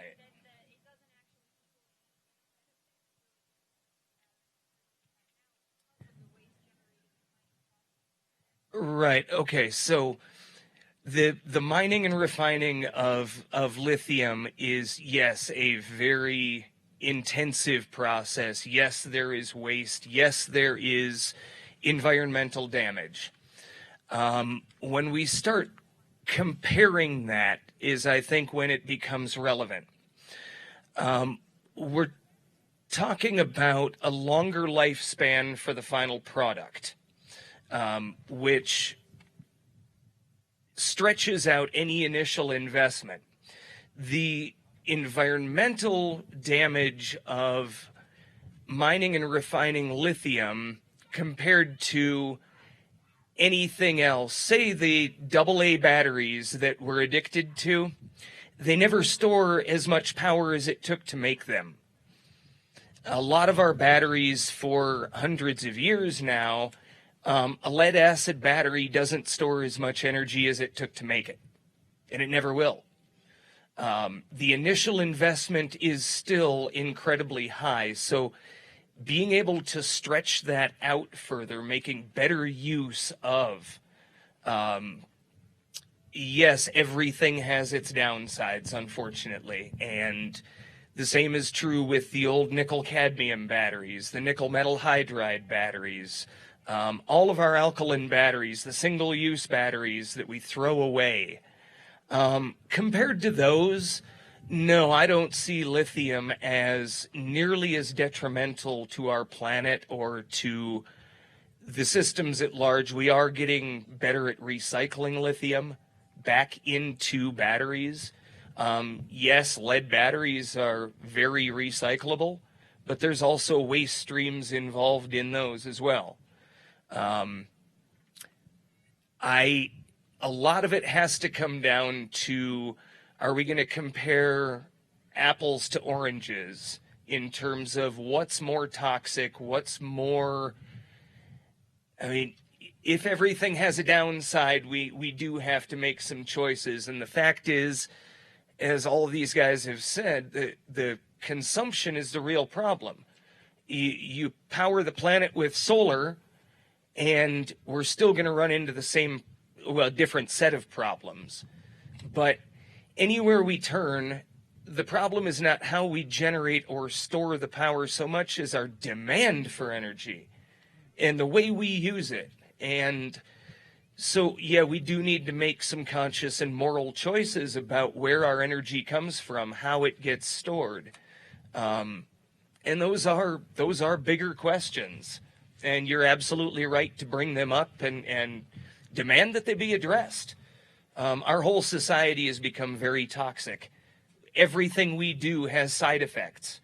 From our single-serving plastic wrappers that end up in the oceans, everything has a side effect. And at this point, we need to choose the side effects and the longevity of those side effects. And yeah, we need to be making conscious choices of how we use and store our energy all the time. And we do need to be thinking about the toxicity levels and how these things affect future generations and us right now. You know, and our water supplies, our air that we share. You know, we all live downstream and downwind, so no matter where it happens, we all have to deal with the consequences. So I applaud the question, and it does, you know, it does warrant being looked at very carefully, how we use and store power and where that goes and how long it lasts. So thank you. Appreciate it. Anybody else? Yes, sir.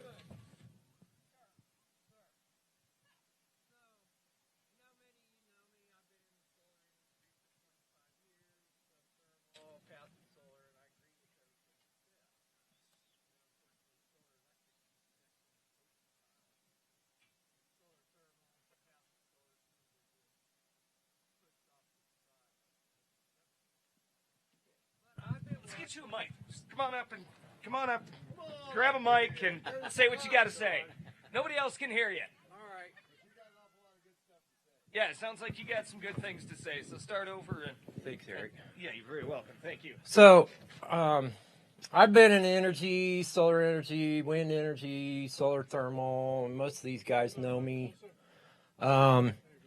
For 25 years, I built straw bale homes, passive solar, and it does seem like solar electric has become the sexy representation of solar power and energy. But I've been watching what I many call 0-point energy, free energy devices for almost that same time period. And it seems like every time a company is going to market or something, they get shut down by national security reasons. There's over 5,000 patents that have been suppressed in the last 50 years that have to deal with this. My question to you guys is, I'm now seeing at least 5 or 6 companies that seem like they're going to make it to market with these 0-point free energy devices. And they're not much bigger than this box here. And they need a little power to get them going, but they use certain windings and rare earth magnets, and what they're doing is pulling this energy out of the air that we can't see. Some call it the ether. There's a lot of names for it. So have you guys been following this technology? Do you see this actually coming online in the near future, or do you think it will continue to be suppressed by the big boys? We know who all they are. Okay, thank you. Thank you. Gentlemen, who wants to step on that first? I will definitely put my neck out on this one and just say I don't believe in free energy, and I think it is the wrong way to treat living on Earth. It's like spoiled children asking for a candy dispenser to never stop. And it's back to what Eric was just saying. The demand that we are asking from the Earth is too much, and we need to really look at what we require, what we're asking to be powering our lives.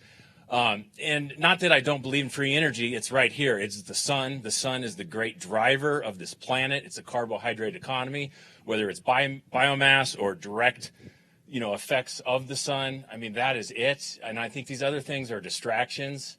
And again, with full due respect, and I could totally be stumped, and there's a lot that I'm not aware of. But I'm just saying, when I look at what people doing and how we live, and I just don't think that unlimited free energy is the solution. So I'll leave it there. You might remember when electricity was really starting to be generated on a large scale in the early part of last century, and I was a child somewhere in that game, and I never forget seeing signs advertising, encouraging people to use electricity. They never mentioned where it came from, but all they said was, the guy's name was Reddy Kilowatt. It was a cartoon character, and they were advertising as electricity is going to be too cheap to meter. And exactly the opposite happened. It's too expensive to use because of the environmental damage. So, I'll say something on the aspect of free energy. We don't know how to use what we have. We don't deserve unlimited energy, in my opinion, if you're not willing to work for it and be conscious of it. I agree with Nick. Unlimited energy is not the answer. Furthermore, the second law of thermodynamics pretty much, there must be waste, and where is that waste going? Where is it coming from? Until we know better, our human hubris has gotten us into a lot of trouble, messing with things we don't understand. We start messing with stuff on that kind of level, and I think that is the ultimate in human hubris, personally.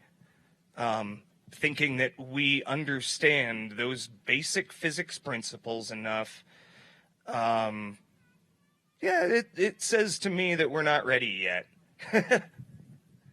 Nathan, anything? I'm going to hit it real quick on this one. I love the question, by the way. I think it's similar to Father, Son, and Mother Earth, like 1 + 1 = 3. So maybe that's where this is going. When a man and a woman get together, there's something magical that happens. And that is like, where'd that come from? We didn't. It's like, what happened? It just all of a sudden there's a child. It emerges and it just like reproduces. It's like, whoa. There's an activity tied to that, Nathan. Yeah, I know, but I didn't have to pay. Anyway, I'm just going to say that I think there's some magic here, that it's not that it's cost something, but we do have to pay attention. I think energy flows where attention goes, right? So if you're putting a lot of energy towards something that, for example, this festival, if people didn't get over here and do it, it wouldn't be here, right? So that's where these guys are coming from. But also, what gave them the inspiration to do it? Did they have to pay for that? I don't know. It came to them, something, they had a calling, something happened. Wade became a board of directors from our electric power company, and he's making a difference. We're all doing something that makes the wheels turn. And you got your name, but that has a piece to this puzzle. We're all part of something here. And we may not know what this magic is that you're talking about yet. I mean, Tesla had something going on, right? We all know about this stuff. But it's just, thank you. All right. So anyway, with that said, I have to say I bow to the magic. Certain things, symbiosis happen. But at the same time, I have to wake up in the morning, and if I fast and I don't eat, I don't put the inputs, the yield is less. There is a time after fasting, after about 2 weeks, I've experienced that pops up. But other than that, I don't think it's necessarily free. I still have to choose that, okay? So we have to choose this point. We're at the decision point, folks. Love you. I would add one more thing to that is I think if it's not solar, free energy is found in efficiency, and efficiency is a form of energy. There was an argument years ago when this idea of sustainability and using energy from the sun started to really take a rise in the culture, that talking about unlimited energy, I really agree totally profoundly with what Eric said about we can't even handle the energy we have now, never mind unlimited energy. So the big argument was from the point of view of that you cannot have unlimited energy, especially when you have approaching 7-8 billion people on the planet. You will not be able to have unlimited energy, because if everybody starts using free energy and wasting and using as much as they want, you're going to heat up the earth. That would be something akin to climate change. But just the use of energy, because after you use your electricity, even while you're using it or cooking, it's all being dispersed as heat into the atmosphere. And if you have unlimited energy, people just use more, and there'll be a limit on that, and that limit will be heating the earth. Well said, Paul. And on that note, everything wastes energy as heat. Everything we do. Your car only uses about 15% of the energy in gasoline to move you forward. The rest is thrown away as heat. Almost everything we do, solar panels, make heat. 80% of the power that they get from the sun gets re-radiated as heat. We get 20% as electricity. Everything we do, the side effect is more heat. All we hear about is CO2, but the side effect of everything we do is wasting, usually in the neighborhood of 70 to 80% of our energy as heat that does nothing, doesn't make any kind of useful power for us. And that's the norm. So yeah, energy efficiency is free energy. We make better use of it. We're using less, and that's part of the consciousness that goes with it is, do I drive a diesel or do I drive a gas car? Do I go straight electric and decrease all of that wasted heat? So just things to think about. All of our final measurements of energy come down to how much is wasted. Not how much are we using, but how much do we waste along the way? How much do we spend in energy to get energy where it needs to be? And yeah, I could rant on, but the point is that most of our energy is wasted as heat, and that heat has a direct effect on everything around us. So I'll pass that back over.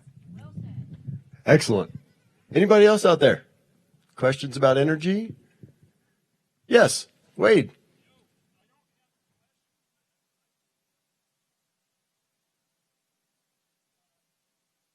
Do you want to come up and grab a mic, Wade? No, they won't be able to hear you unless you do.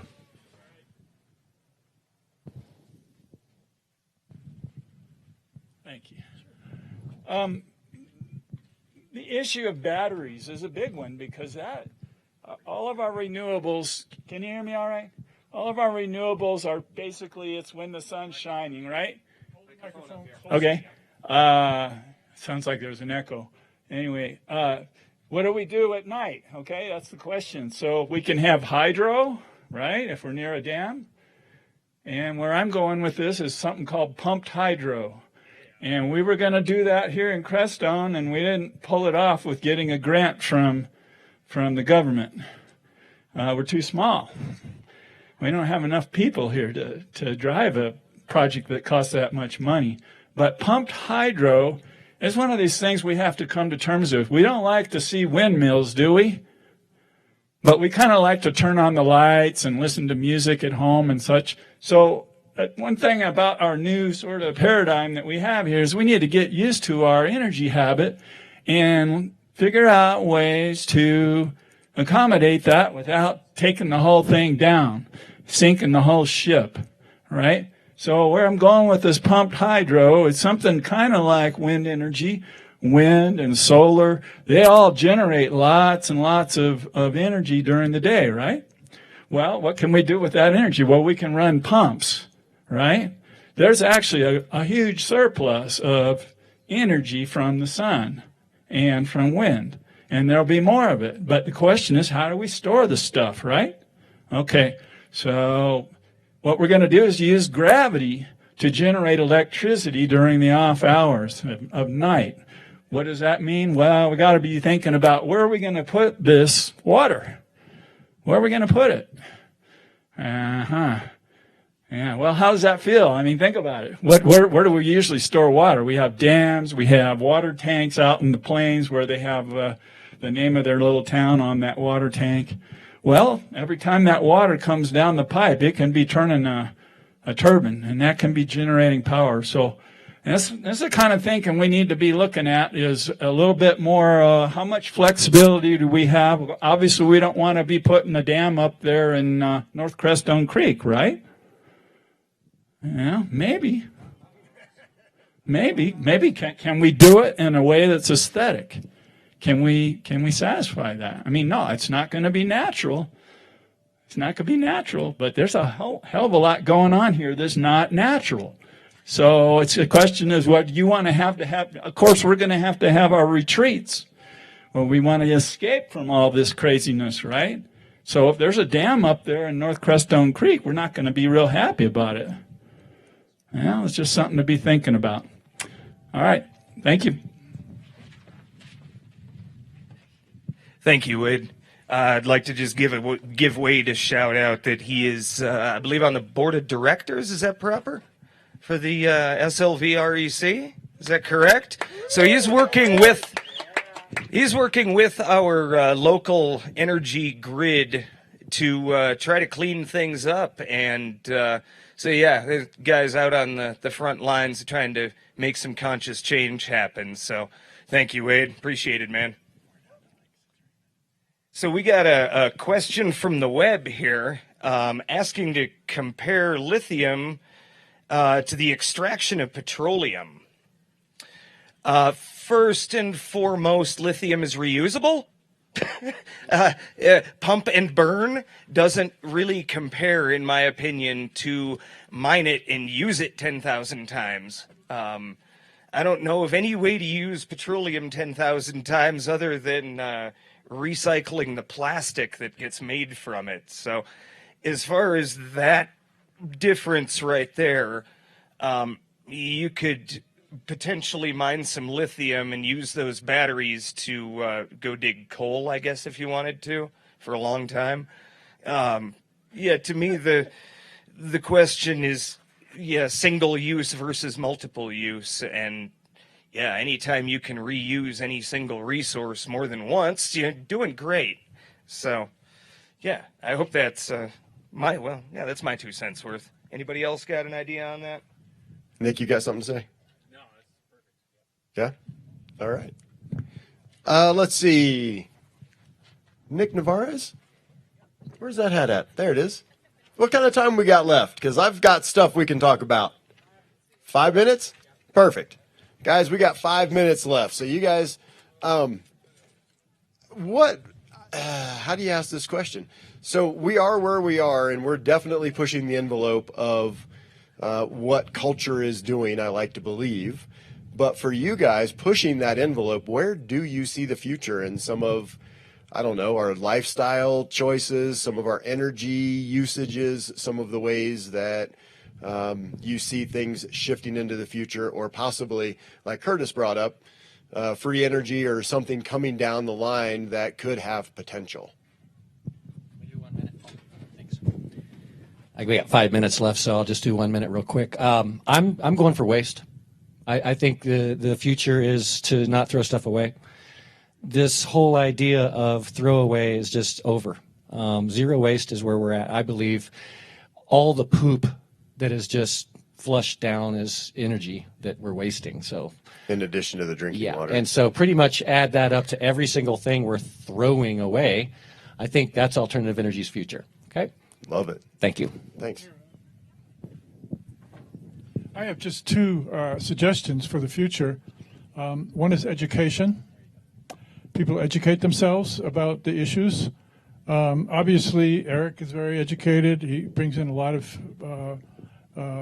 features and points about this whole thing. And so education about free energy or overuse of energy, heating up the planet, climate change, alternative energy sources, all of that.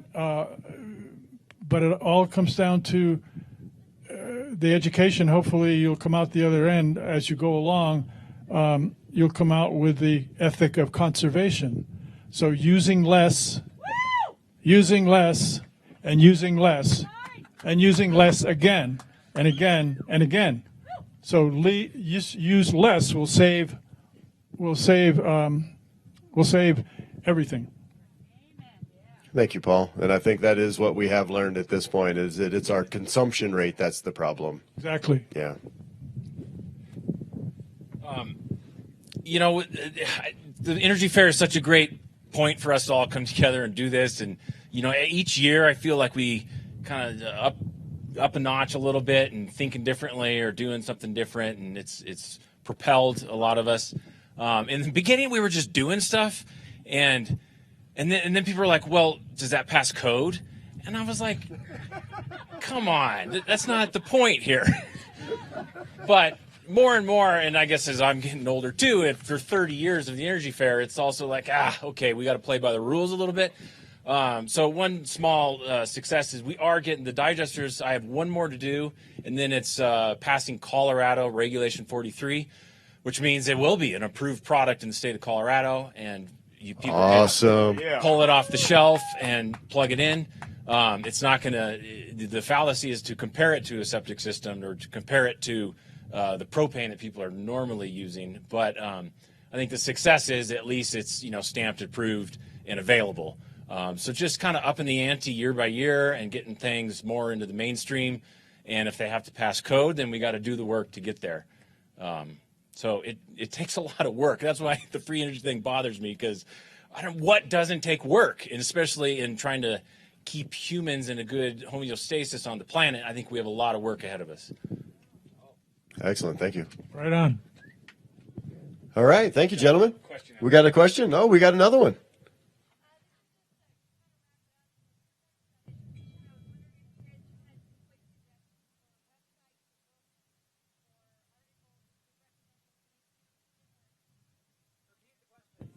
All right. The question was if you guys have any websites, articles, books, or resources that you would recommend to get educated.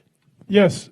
I have a website called CrestoneSolarSchool.com that has tons of resources on it, a lot of it mined locally. And I want to remind everybody, if you want to get a free copy of the Crestone Eagle that has those references that I'm talking about in it, Kizen, the editor, gave me a bunch of newspapers. Please don't be shy. Come up here and take a Crestone Eagle, take it home with you. That's a resource for you. And for those of you that are watching online, that is available electronically as well. LivingArtSystems.com is my website. It's got a link to Santa Fe Community College Biofuels Program, which is a great resource for the biofuels sector. And I have some pamphlets. Feel free to hit me up after the talk here. Awesome. I would say my favorite's really Central Rocky Mountain Permaculture Institute. Jerome covers a gamut of things, and there's links on his website to a lot of others. So that would be one I'd leave you with. But Diamond's going to give us a lot with the Oppenheimer connections. We're going to have just a plethora of stuff. But yeah, find me at the 7G booth over at the Black Van, and we can talk more. Thanks, everybody. Excellent. Thanks, Nathan. And I'm going to go ahead and throw my favorites in there, which would be BioVeda and Alosha, bioveda.co. He does a lot with water reclamation, wastewater treatment, contained wetlands, as well as the Earthship folks. Michael Reynolds is a pioneer and a genius when it comes to those things, and I love those folks.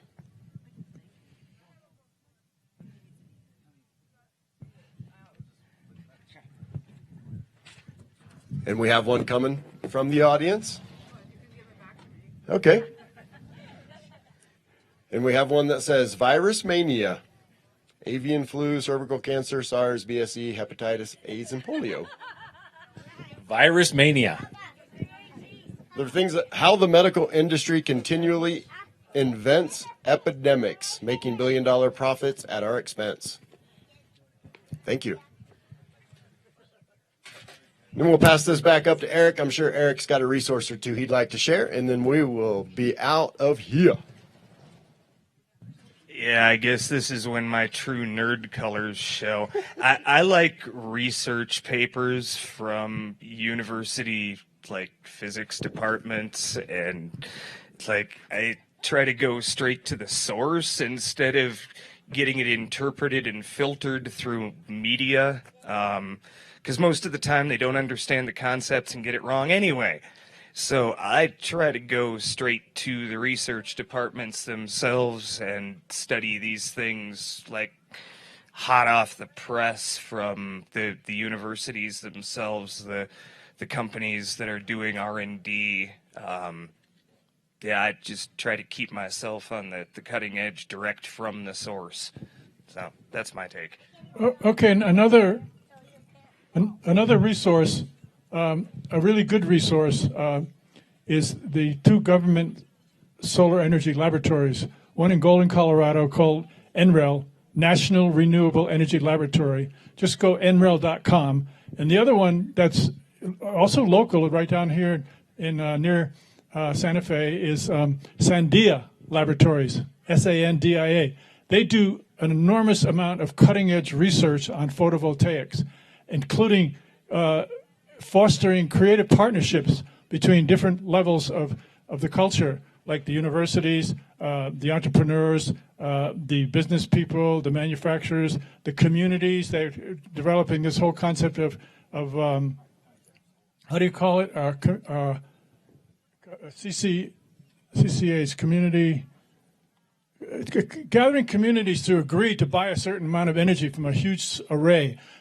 CCA, I forget what it's what it stands for, but in other words, it's that technology is starting to come into the culture in a way that neighborhoods are now being contacted. Do you want to, like we did that grant that Wade talked about, culture, neighborhoods are starting to take part and partner with the high-end research.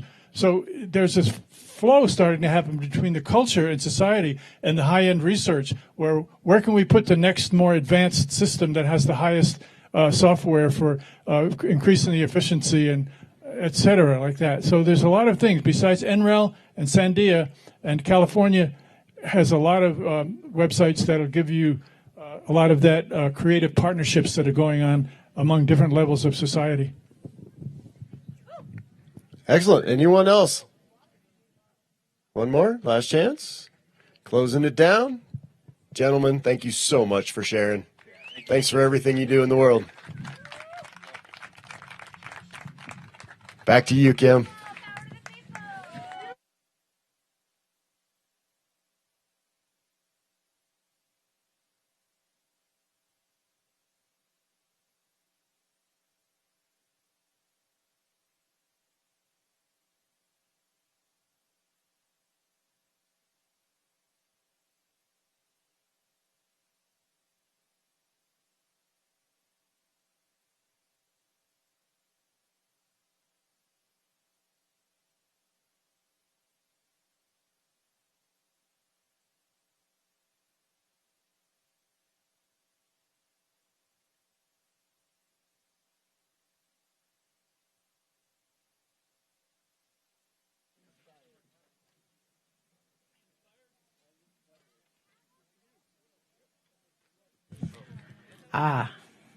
Mike is live. Yeah, I'm going to introduce you. Sure. I can do a little housekeeping. How about that? Okay.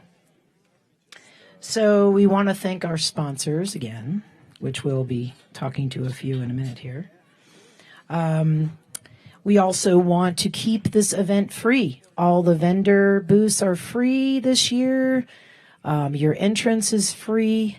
And those of you online as well, that's free. So please support the Crestone Energy Fair at www.crestoneenergyfair.org.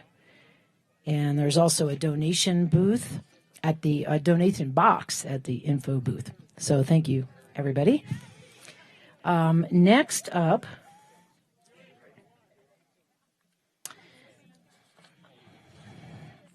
we want to thank the alternative energy panel. I know you guys all enjoyed that. A lot of really good information. And again, I think the panels are great when we're trying to share information and wisdom. And thank you for all the participants in that panel. And we also want to thank our sponsor for the next discussion, Tony Peternick, and he is with Artisanal Boards Buildings. And he's going to be doing a little presentation here in just a second. So please welcome Tony and thank him for supporting our next group, which is our alternative building group. So please stick around for that panel. We'll be on in just a few minutes. Thanks, Tony. Hi, thank you very much, and thanks for introducing me. First thing I'd like to do is I'd like to get a big round of applause for Nick Tavares, Lisa Bodie, Donovan Spitzman, and Eric Mackey for pulling this dream off for our community. I think it's amazing. When I first came to Crestone, I saw the Energy Fair, and I see what has happened this year, and the fact that we're actually pulling this off and we're doing it as role models is really, really super. So I'm going to take a little bit of time and talk about what I do. So artisanal buildings basically was created because I thought cost of building was very high, and I thought that I could build homes for people for less money and make them nicer and build them to code or above code, building code, which doesn't exist, by the way, in Crestone, but exists a lot of other places. And in exploring things, I found out about these structural insulated panels, also called SIPs. So what a SIP is, very simply, is that it's a sandwiched piece of insulation between two OSB boards. And the SIP panel is cut from an engineered drawing of your building, and the building could be any type of building. So you could build a colonial, you could build something ultra modern, you could build a Southwestern style home. The benefits of SIPs and why I chose them, and it's very simple. First, it's the lowest HERS score, highest insulation cost of any building system that you can buy. So what does that mean? So home energy retention system is basically how homes actually measured. You have R value, which people are familiar with, and R value basically, as example, in a 6-inch wall in a stick frame home, taped with zip panels, you might be able to get an R19, okay, with a lot of insulation and spray foam and taping. SIP panels come right out of the box at R26, and basically the entire wall system using neopore foam, which is a little bit more environmentally friendly, comes out at about R32 in the walls. And then we get in the ceiling R39 to R55 using conventional TJI spray foam. So we're basically creating this building package with R30 walls and R50, 40 to 50 roof system. Now that sounds great, but then you deal with air permeability. So in a normal home, and we'll use like a simple system, in a normal home has about 5 times the air permeability of a structural insulated panel home or a SIP home. Now, what does that mean? That means that you have a much, much tighter building system.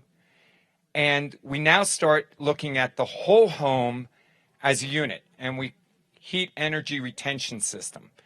So a typical home built before the Green Building Initiative in the 70s is basically a benchmark of a HERS of 0, okay, or of 100. And the homes we're building are between 0 and 30.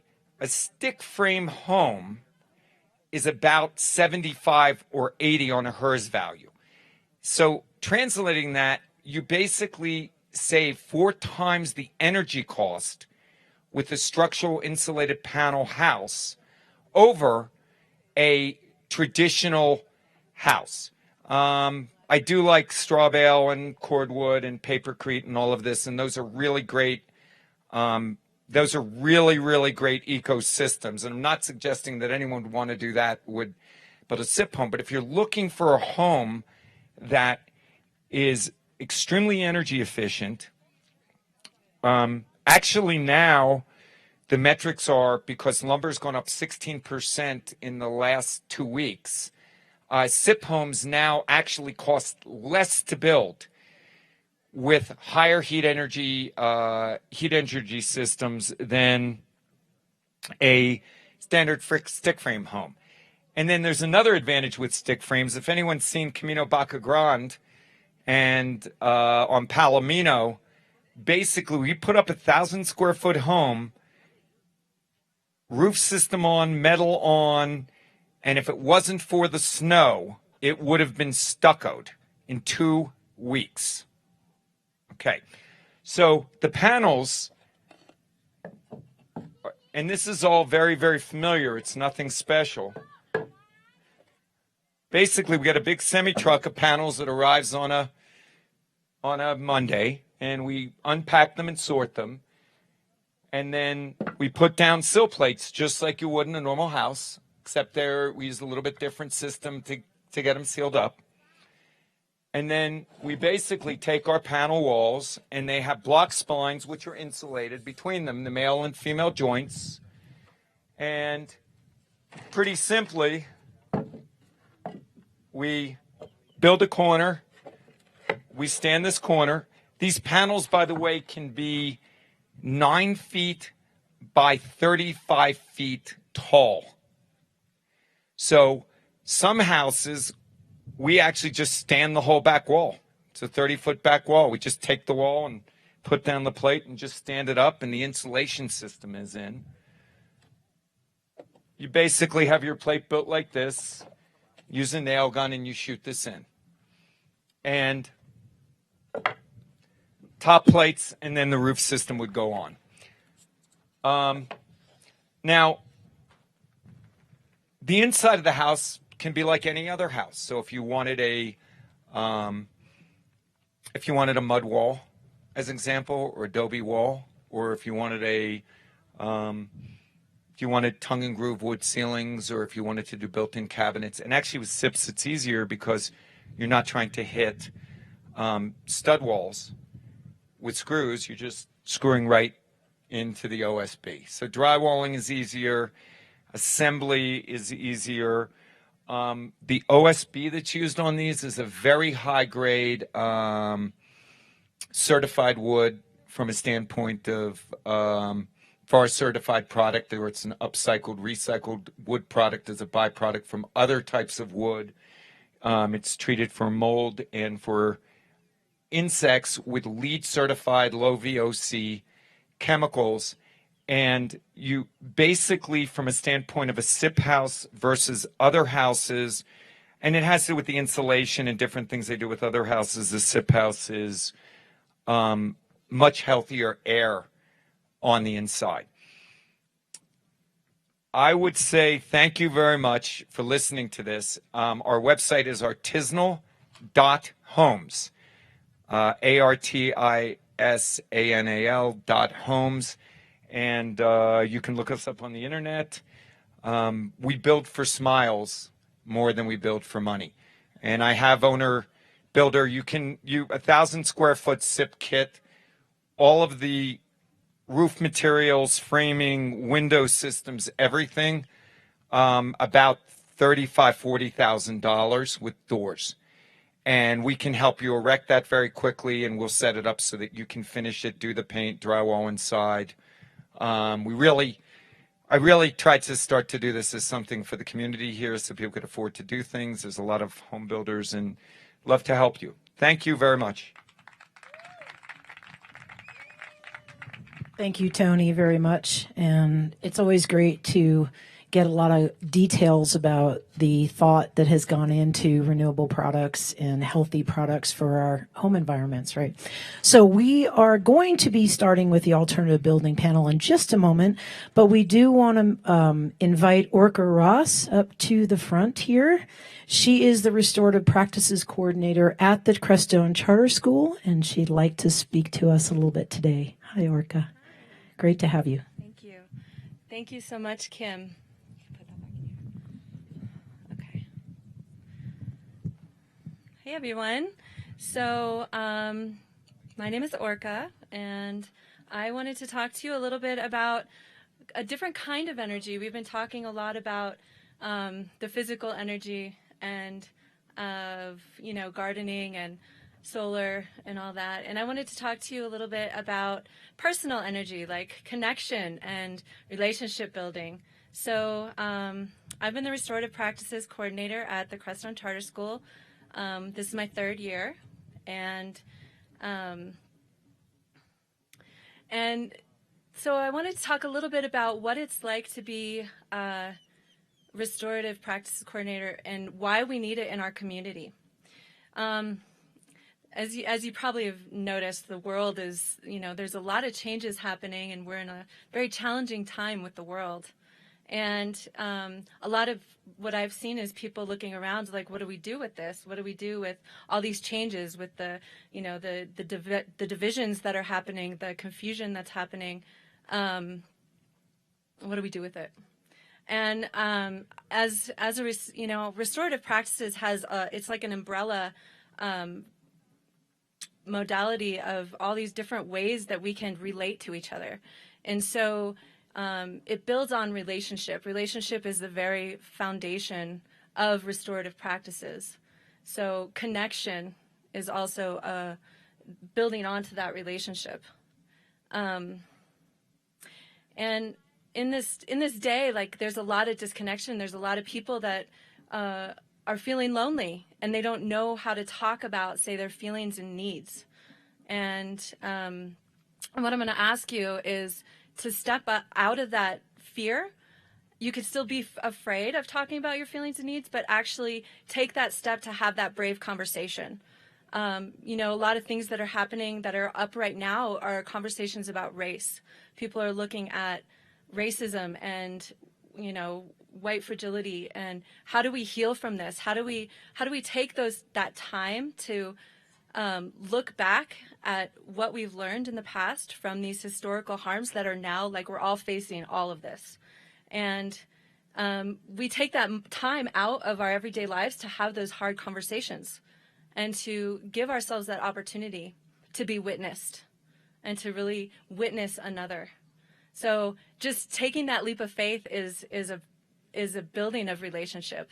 So whether you start small or start, even you with somebody that you already know and have been doing that work for years, it's super important to do that work to really face those challenges that we're facing today. Another part of restorative practices is the responsibility to and the responsibility for. So it's time, like, now we need each other. We need to step up and we need to say, hey, I'm going to be responsible. I'm going to be responsible to my people and my community and I'm going to be responsible for this healing that needs to take place. And responsibility is it's a personal thing, how you take responsibility. And every once in a while you have to say, I'm going to take responsibility for this. I'm going to own this as if it's mine, and I'm going to nurture it, and I'm going to help it to grow in a way that feeds and nourishes the next generations. Another thing is coming to an understanding of what respect means. To really look at our relationships as a way of respect, and to come to a definition, a personal definition of what does respect mean to you. And it takes a lot of dismantling of what that word means. We've been told a lot of different things about what the word respect means, and not all of those things are healthy. And so it's time to kind of look at that and to say, what does respect really mean to me? And how am I going to live into that in this world? And take that time every day to step into that respect of yourself first, and then respect of other, and of course respect of the earth, and whatever sacred practices you do as far as like spirituality or religion. And then the next thing would be repairing harm. So everybody hurts everybody. Like usually on a daily basis, we hurt each other. It's not something that we mean to do. It's just we're humans, and sometimes we step on each other's toes, or whatever. But taking that time to like really see that we've caused some hurt in some place, in somewhere, and to repair it, do the work that repairs it. So sometimes it might look like having that hard conversation, like I was just talking about, saying, hey, the other day when I got a little annoyed with you, and I said some things that weren't so nice, apologizing for that. And, and then hearing how that was for that other person, receiving that. So that's, repairing that harm. And it can look like within our interpersonal relationships with people. It can also look like within our personal relationships with the earth, or with, other things of the earth, like the trees, or whatever our relationships are with the air we breathe, stuff like that. And then the last foundation of restorative practices is the reintegration aspect. So after we look at all those areas, the relationship, the respect, the responsibility, the repairing of the harm, we're ready to like reintegrate our relationship into what we want it to be when we move forward. So yeah, asking that person, or asking, what do you want to move forward, and how can we move forward in a way that is good for both of us, so that it's a win-win. Because just that witnessing of that other person creates a healing environment, and it creates a way for a person to actually let go of some of those things that they might have been holding on to, like past grudges or whatever. So then you're reintegrating it, and then you can move forward, and each other, and it builds that relationship. So restorative practices is also about creating a circle. Circle continues, it doesn't end. And when you're building relationship, it's a continuation, and it doesn't end. And it's a sacred responsibility that we all have, and that we all carry. So so I've been a circle keeper. I would also like to say that restorative practices has come from Indigenous foundation. It has come from Indigenous practices of the past. And I really want to acknowledge that, because what our ancestors had was beautiful and brilliant. And we can take that into the now and use it to grow, and use it to heal our world and all the chaos that we're in today. And it's not a one size fits all, and there's no right or wrong. It's a way. It's a thread that we can take and we can carry. So I have a few more minutes. So does anybody have any questions about restorative practices, or anything that it might look like at the school, or what it might look like in the community? Yes, Kim.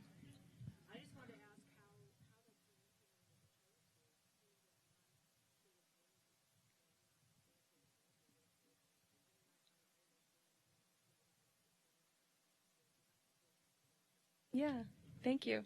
So her question was what it might look like in the school environment. So one of the things that I do and that our staff does is we work a lot with feelings and needs and emotional support. And so, you know, another kid hits another kid, you know, and we didn't see the whole story that happened, you know, 2 hours earlier or even that morning. So we sit the children down and we talk to them and we say, what happened? And that's, you know, we don't accuse them. We're not like, hey, what happened? It was like, what happened? Tell us what happened. Tell us the story about what happened. And then how did you feel about that?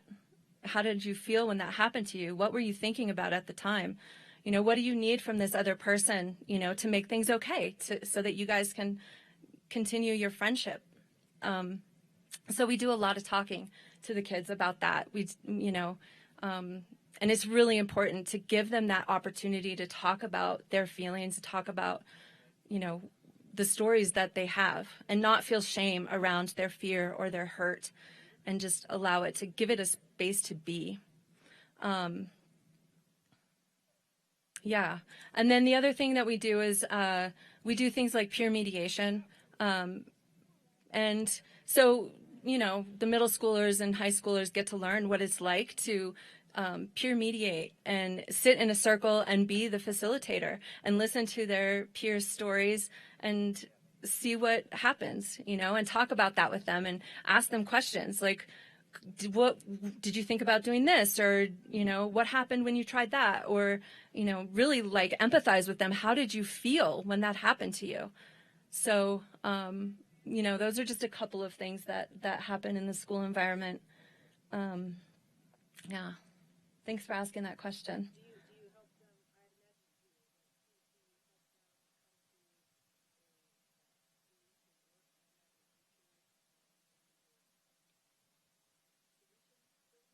Absolutely. Yeah, absolutely. And a lot of times it ends in like a mutual agreement, and then there's follow-up, you know, like checking in a week later, checking in 2 weeks later, checking in, you know, just making sure that their relationship is okay. Yeah, yeah. Somebody else said they had a question. No? Okay. All right. Well, thank you all so much for your time. And if you have any questions, I'll be around all day to talk about restorative practices, restorative justice. I'd love to support this community as much as I can. And I'm here for you, truly. Thank you.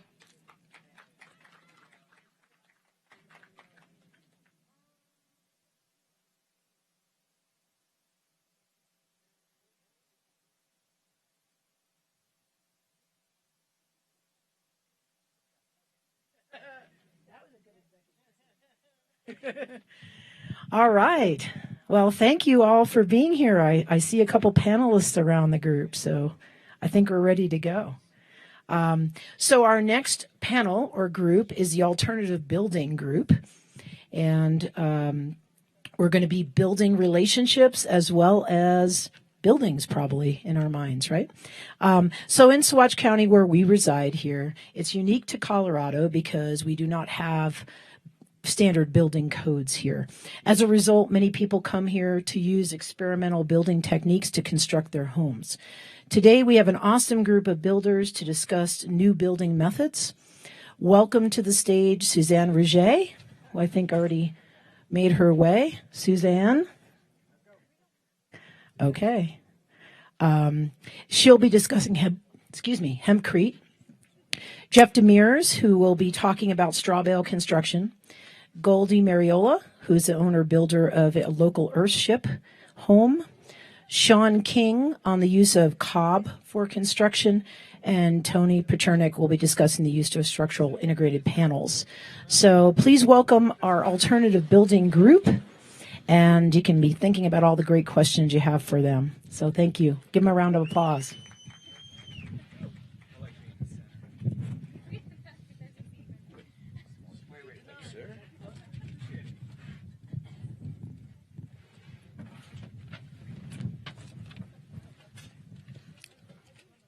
Back on? We are back on. Okay, this one's a little bit more my speed. Playing in the dirt, digging holes. So this is the building panel. Welcome, everybody. And let's see. Bear with me for a second. I'm going to pass this over to Eric. So, something on a follow-up to Saguache County's unique situation in regards to building codes. We have fought like mad to keep UBC, Uniform Building Codes, out of here because we want the freedom to build our homes how we want, out of the materials that we want, out of trash if we feel like it, which is recycling in another word. The idea that we should be able to choose these things and not have it imposed on us, I think, is really important. And I just need to clarify that we have actively fought and gone to commissioners' meetings and fought against building codes because we want this freedom. And we're willing to take the risk and responsibility that comes with that. So, yeah. Go Saguache County. And also, for those of you in Colorado, know that there is a very legitimate, very well-written gray water regulation that we can all start adhering to, which hopefully we'll be making some videos about here very soon. Okay, so we have a variety of people who have done and are involved in a variety of projects. So let's just make our way around. We'll go ahead and start with Tony, since Tony already kind of gave us the highlight. So we'll start with Tony and what you're working on and what your wall systems are like. He's got a mic right there for you. Hey everyone. So I decided to build with structural insulated panels, SIPs, and I gave a little presentation on that. But they're basically an insulation system, extruded polystyrene foam or neopor foam, sandwiched between OSB, and the homes are actually all drawn and engineered. They're cut on a big CAD machine that can be any shape or size, and they have the highest energy retention system of any building system that there is. And I will say this: I use the homes I build are Energy Star, if you believe in that. They save you a lot of money on energy costs, which I'm sure you believe in. And I will succumb and say that I am very jealous of the people I'm going to pass this mic to, because if you are interested in green building from a standpoint of recycling and reusing your available resources, these are the people that can open up your eyes. So I'm going to pass the mic. Hi, my name is Jeff Demers, and I grew up with a father who worked the majority of his career as a carpenter, and did jobs ranging from his position being a superintendent to down to just a journeyman carpenter. So I grew up around straw bale building, and my first experience with it was I was probably about 12 or 13 when my dad was building a straw bale house in Guffey, Colorado. Came here to Crestone to build my own straw bale house, and had a great experience with it. And yeah, part of the beauty of living here and building here is not having that universal building code, even though straw bale has gained more acceptance. So with that, I'll pass. Hey, Jeff. Yes. You did something a little unique with that straw bale structure you built. It was round. And it was 2 stories. And it was 2 stories. And load bearing. And so load actually bearing. three unique properties. Yeah. Minor details. Minor details, but we'll get into that later maybe. Okay, excellent. Hi, I'm Goldie, and my partner, Matt, and I have been building an earthship here in Crestone for the past 3 years. So earthships are a structure that's been perfected by the architect Mike Reynolds down out of Taos for the last 40 years.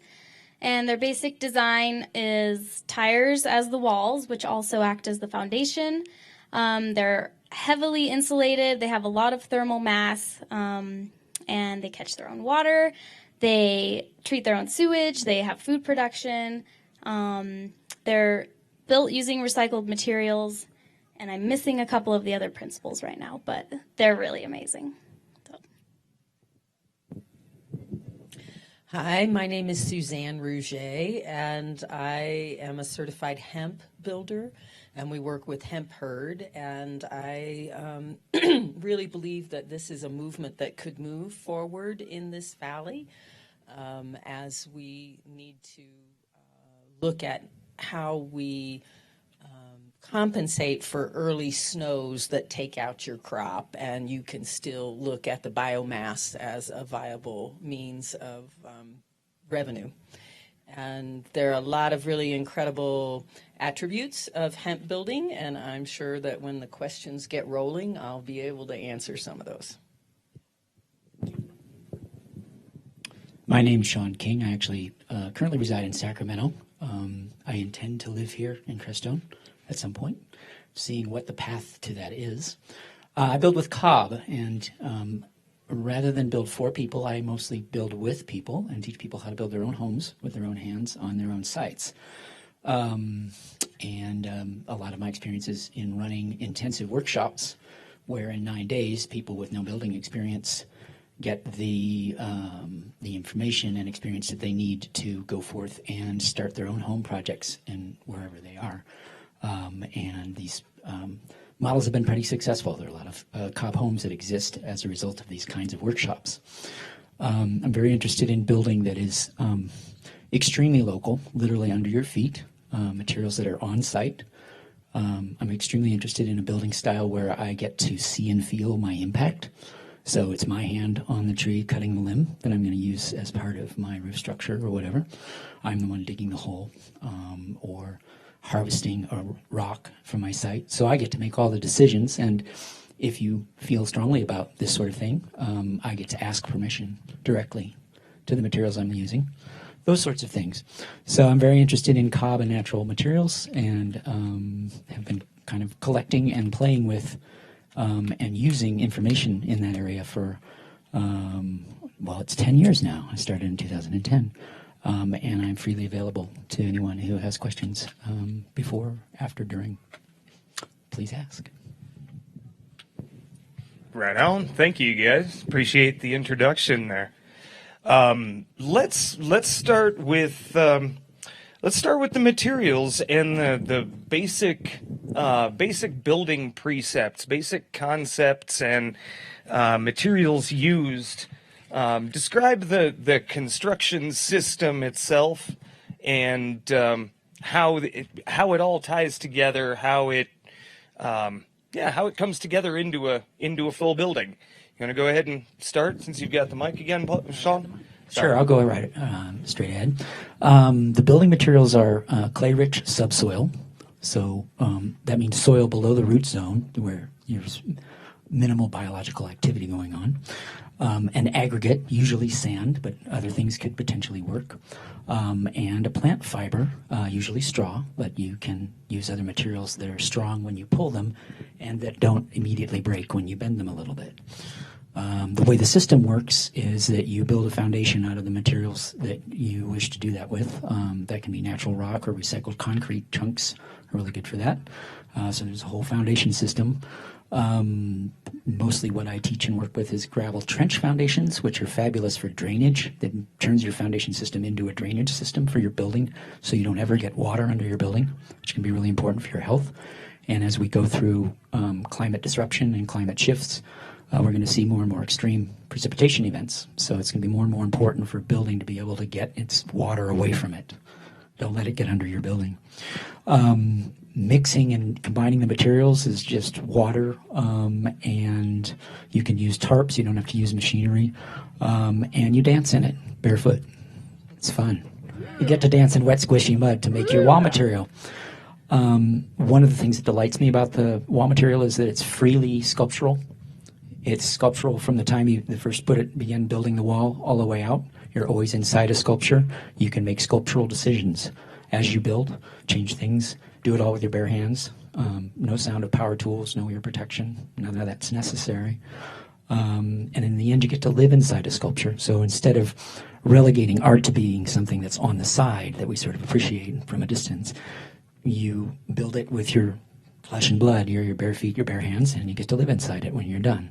It is a beautiful process. It feels great. And that's part of why I'm into it, is because it's joyful, and I'm interested in the pathway to sustainability and a more beautiful earth and a more healthier earth that is joyful and fun and gets people excited, because that's the kind of motivation that we need to really get things to happen. So anyway, I'm diverging a little bit, but it's you're basically piling up mud, but not quite so crudely. You have to integrate. The straw is a tensile strength element. So you're sewing straw from the cot that you're adding to a layer into the layer that you added before. You're building monolithically, meaning instead of making bricks and letting things dry, you have a gradation of moisture from the driest part that you started with to the fresh, wet stuff you're adding, and you're constantly connecting it so it comes out as one piece structurally. It has no slip planes in it, unlike adobe, where you have bricks and mud mortar, which it can be quite vulnerable to earthquakes. It is a re-wettable material. You do not stabilize it. And I'm very clear on that, because if you stabilize it and you walk away, well, then you can't integrate your next layer in. Stabilizing means adding something like lime or petroleum that prevents water from allowing it to reactivate. So by keeping it alive and original, you can reactivate it and reuse it indefinitely, remodel indefinitely. It's all doable. And it's quite good at load bearing. It's very good at compression loads. So the aggregate component is what helps with that. So you can build a wall system that will hold quite a heavy roof. You can go up multiple stories. All of that's very doable with the material. And as far as putting in windows and doors, it's a little bit like sticking it in the mud and mudding up around it. It's not very complicated. If you want to change a window or a door, it's re-wetting and reworking the material, pull out the wooden parts, plug the new material in, and you're good to go. So it's really, one of the other things that's really nice about this is that there are skills involved, but you can learn enough skill quickly. You can refine it for your lifetime. You can teach it easily, and anyone of any age can participate. On my cob house in Sacramento, I have work that was done by a 2.5-year-old that's finished work. It's done. So, and if you want free labor, kids love to dance in mud. So it's great material for that. So I'm not sure what else to say about it now. I'm sure we'll have more questions about it as it comes up. Thank you. So hemp hurd is the center of the hemp plant. And in order to use it as a building material, you actually need the traditional industrial hemp. So we're calling the CBD hemp industrial, and that's kind of a legal way of making it move forward. But the traditional plants grow like bamboo, and they grow to 14, 16 feet high. And that core is woody enough to be able to have a structural load component to it. They also have to be, it's called the shiv too, and it has to be cut uniformly. Because what happens is you mix it with water and lime and sometimes sand or cement, depending, like the snow line, it's good to use a little bit of cement just to make sure that you're fortifying the foundational pieces of it. But that only has to be 18 inches high. So most of the building is not done with anything other than the hemp hurd and the lime and the water. And you frame out your building as you want it to be, and then you do shuttering is a simple way of doing it, and that's basically taking a plywood against the back, and you can, there's a machine, there's one called a canablaster, and you can actually use plastic framing, put it all together with screws, and then you just blow it on. It's really very efficient, but fairly expensive. So it can also be mixed in a masonry mixer, or you can do it in tubs. So it's very lightweight. It's 1/6 the weight of cement, and it's what they call hygroscopic. So the building continues to breathe, and it continues to sequester carbon from the environment. So growing the plant is a carbon capture, and your building is a carbon capture as well. So hemp buildings are water resistant, fireproof, they're earthquake proof. It takes about 10 years to reach that status. They're also mold, mildew, and pest resistant or proof. And that's because your building becomes a limestone monolith. That lime eats up all of the wood and all of the untreated. You can't use galvanized screws. You have to use the traditional screws. But over time, instead of having joints in that building, it is one stone monolith. So if you have an earthquake, the whole building is moving. It's not coming apart at the joints. And the hygroscopic piece also is it regulates the moisture inside the building, so it can hold on to moisture when you need it, and it can release moisture. And it's also antimicrobial. So let's say you're sick, the family's sick inside the house. If you cough all this stuff out, the walls breathe it in, purify it, and send it back to you. It's an incredibly healthy environment to be in, and fairly inexpensive to put together. It has an R factor of 25 or higher, depending on how thick your walls are. So 12 inches is where that game begins, and you can go up to 18, which is what most straw bale ends up being. So 18 inches thick, you get an even higher R factor. And the buildings stay at about 60 degrees year round, so it makes heating and cooling much easier, and radiant floor heat pretty much takes care of the heating needs. So I think I'll stop there, and I'm sure we'll have questions that are more specific later. Okay, so earthships, like I said, tires are the main feature of an earthship. So ours, at least, kind of looks like, if you imagine a rectangle where 3 of the sides are tires, those are our walls. And so, you know, a tire is pretty much 2 feet wide, and we have 10 courses of tires stacked as if the tires are laying down on themselves, stacked up on top of each other. They're also battered backwards just a couple inches as you go up in the layers to prevent or to stabilize them. And so behind the tires, we have 4 feet of earth, which supports a higher R value of the insulation that's behind that. So altogether, we have about a R40 for the walls. Behind the insulation is a plastic 6 mil vapor barrier to prevent any moisture from coming in. And so that's the basic wall system. And then earthships, one of their main features is the south face. So the other wall that's not tires is south facing to allow all of the sun to come in and heat up that thermal mass that I was talking about, which is anything like sand, earth, rock, anything that gets warm when the sun touches it is thermal mass. So we have an adobe floor that Eric helped us pour, which is a huge thermal brick. It's like a giant adobe brick that gets warmed up by the sun during the day and releases that heat at night when it cools off in the winter. And then we have, earthships used to do a south-faced slope roof also, but now the model that they're doing, the roof faces north so that any of the snow melt can melt slowly into the cistern that's behind the home. And another big feature of the earthships is their water system and water treatment, which it's a brilliant system of reusing water multiple times, and it gets used in the planter cells that's part of the greenhouse, which is inside the home, and gets used again and again, flushing toilets out. I think we'll talk more about that later, but yeah, that's the basic idea of an earthship. With straw bale construction, there's basically 2 schools of thought or ways of building.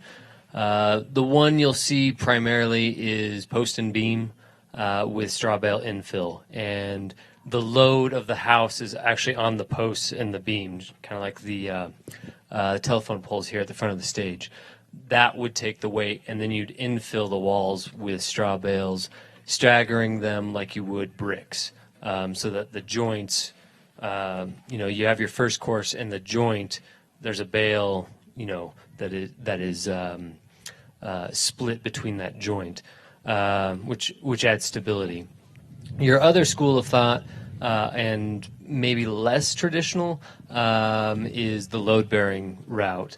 I believe it was about 20 years, maybe even more, that the University of Arizona did a weight and compression test on straw bales. And I don't remember the specific figures, but a single straw bale can... 72,000 PSI. Thank you, Robin. That's a lot of pressure. So PSI, was that pounds per square inch?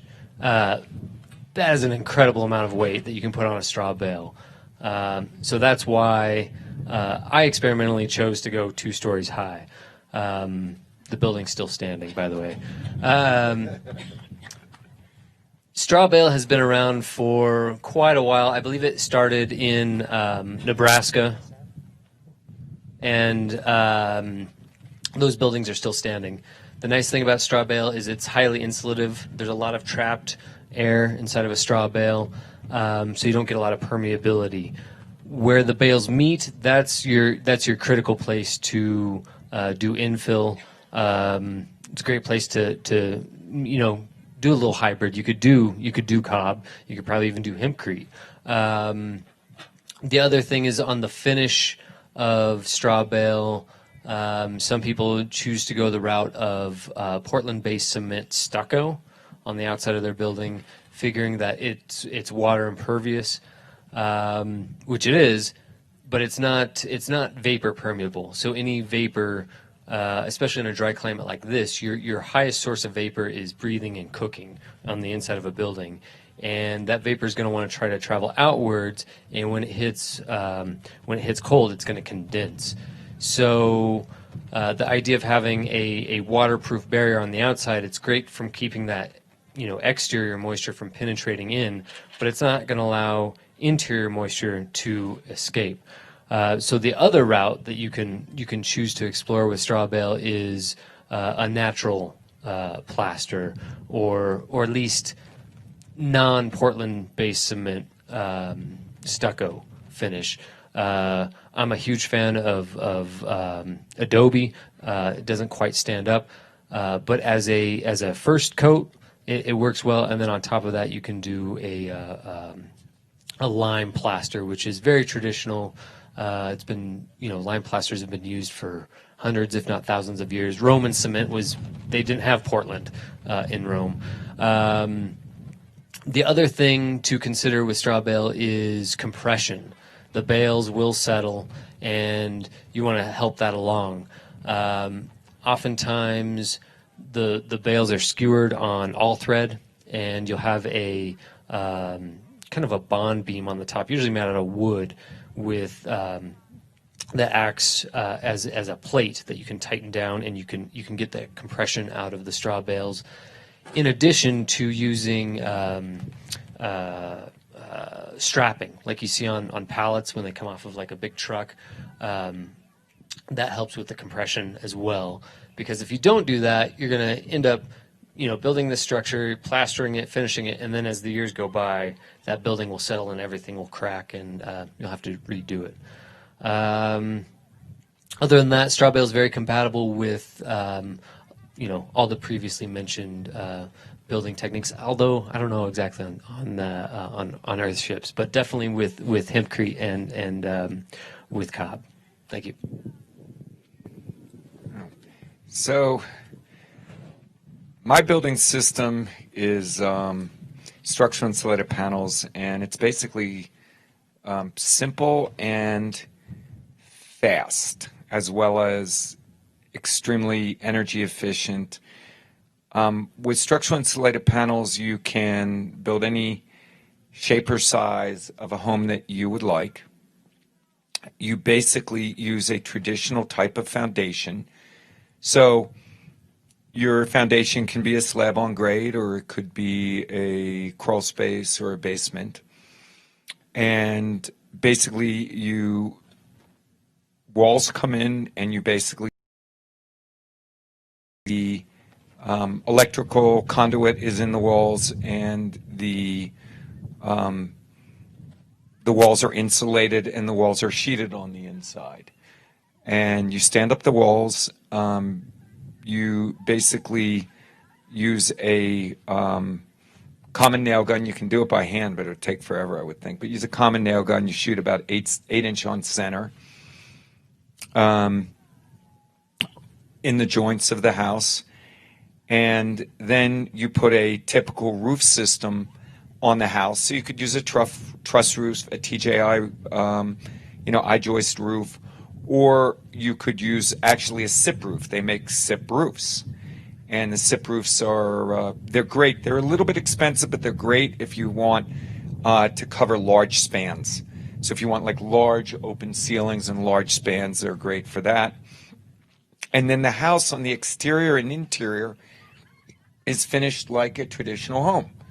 Or in Saguache County, industrial building materials are becoming more and more in vogue. And I know there's a lot of people, including me, that still have some OSB showing in their house. And the SIPs come with OSB, so you can really, you're supposed to sheet them with drywall to get a quote, UBC fire rating. But the OSB, the sheeting that's inside, basically already comes with that fire rating and standard. So you can basically stand up a home and have a roof on it with some friends or with some help from us in a few weeks and move in and then do your framing and fight with your plumber and electrician to get a toilet and a heat in there, like everyone else has to do. So we're all the same. We're all the same. We might save more energy. We might not. I'm gonna actually defer and be very, very supportive of all the true alternative builders that are here and their systems, especially if you want to build your own home and do something crafty and creative. I've been to the homes these guys have done. It's absolutely worth visiting. They're really, really phenomenal builders. Or we're crazy, one of the two. 10 years later. Absolutely.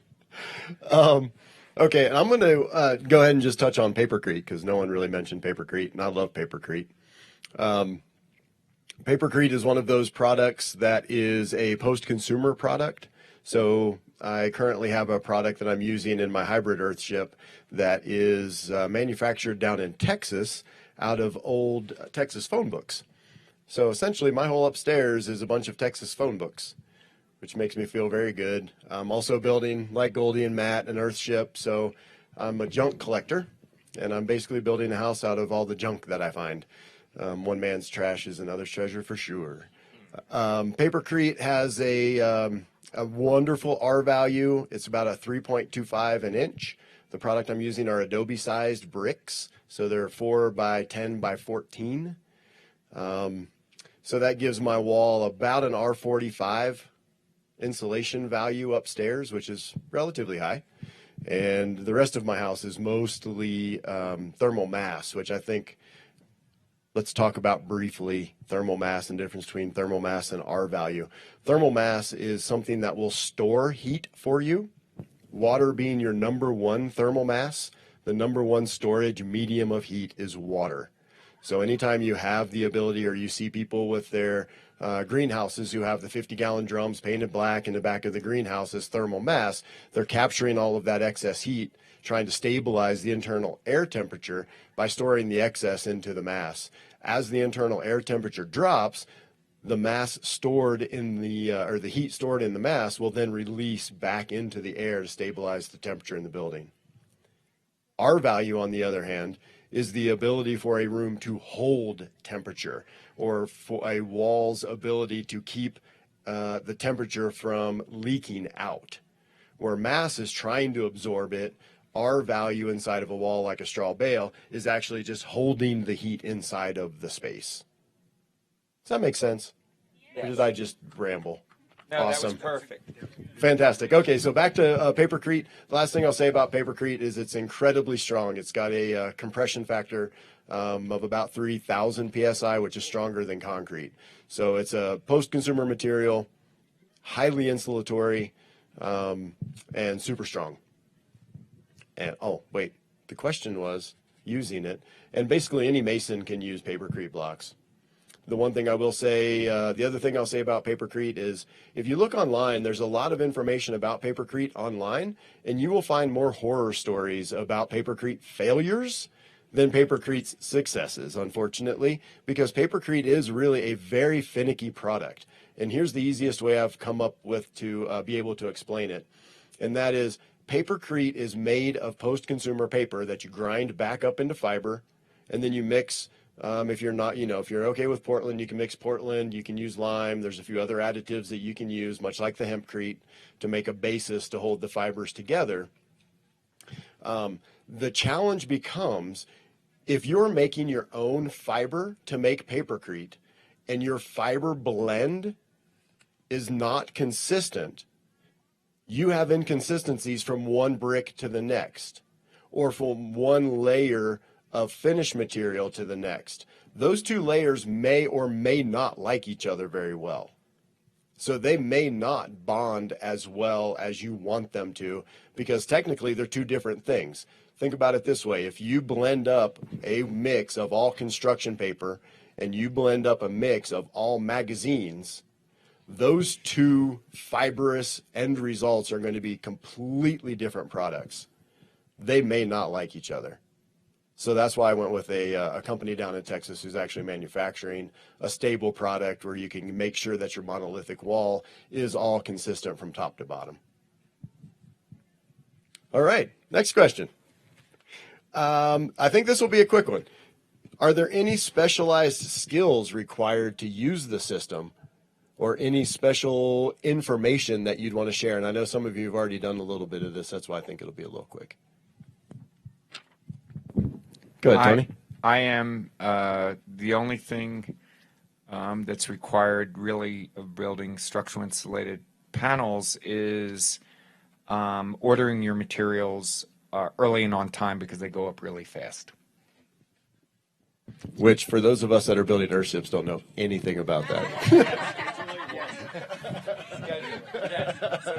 That's the only thing. Yeah. So that basically, get all your materials. You will not believe how fast they go up.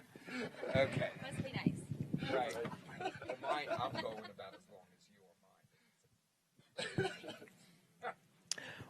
you With straw bale, I mean, it helps if you have experience with earth and plasters in the finish, but as far as just putting the bales, stacking them up one by one, I would suggest a set of bale hooks, which are, a tool that ranchers know about, but most builders don't. I think that's one of the best things about earth chips is, before I started building one, I had zero building experience at all. And there's just so much information out there, YouTube videos and the Earthship website that can help anyone do it. So you don't really need, sure, experience is nice. And it's nice when you have a lot of friends that have experience, but I would not say it's required. I would definitely encourage anyone to just go for it. And I would say with hemp building, there is some subtle nuances that it's really helpful to have someone with experience in terms of mixing the batches.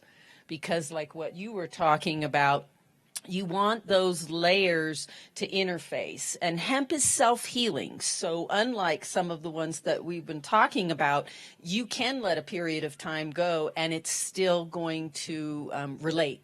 And you can also poke out a hole if you need to and refill it if you had to do some work in that regard. And the other thing is I've done these projects with groups of people, and this is more like the divine feminine.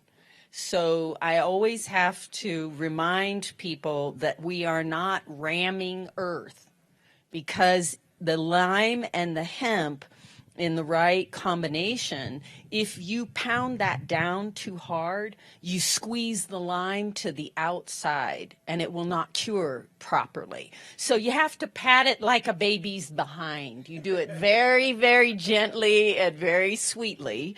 And the other thing is that the mixes in a single day, like we would be working maybe over a weekend, and the temperature, the moisture in the air, the angle of the sun, all of those things dramatically affect the final product. So what you do is you make a ball and you toss that up in the air. And you're supposed to toss it 3 times, and on the 3rd time is when it doesn't crumble, but it'll crack a little bit. And then you know you've got the right consistency. So every single batch, you can't just take a recipe and say, okay, I'm putting this much water, this much lime, this much herd.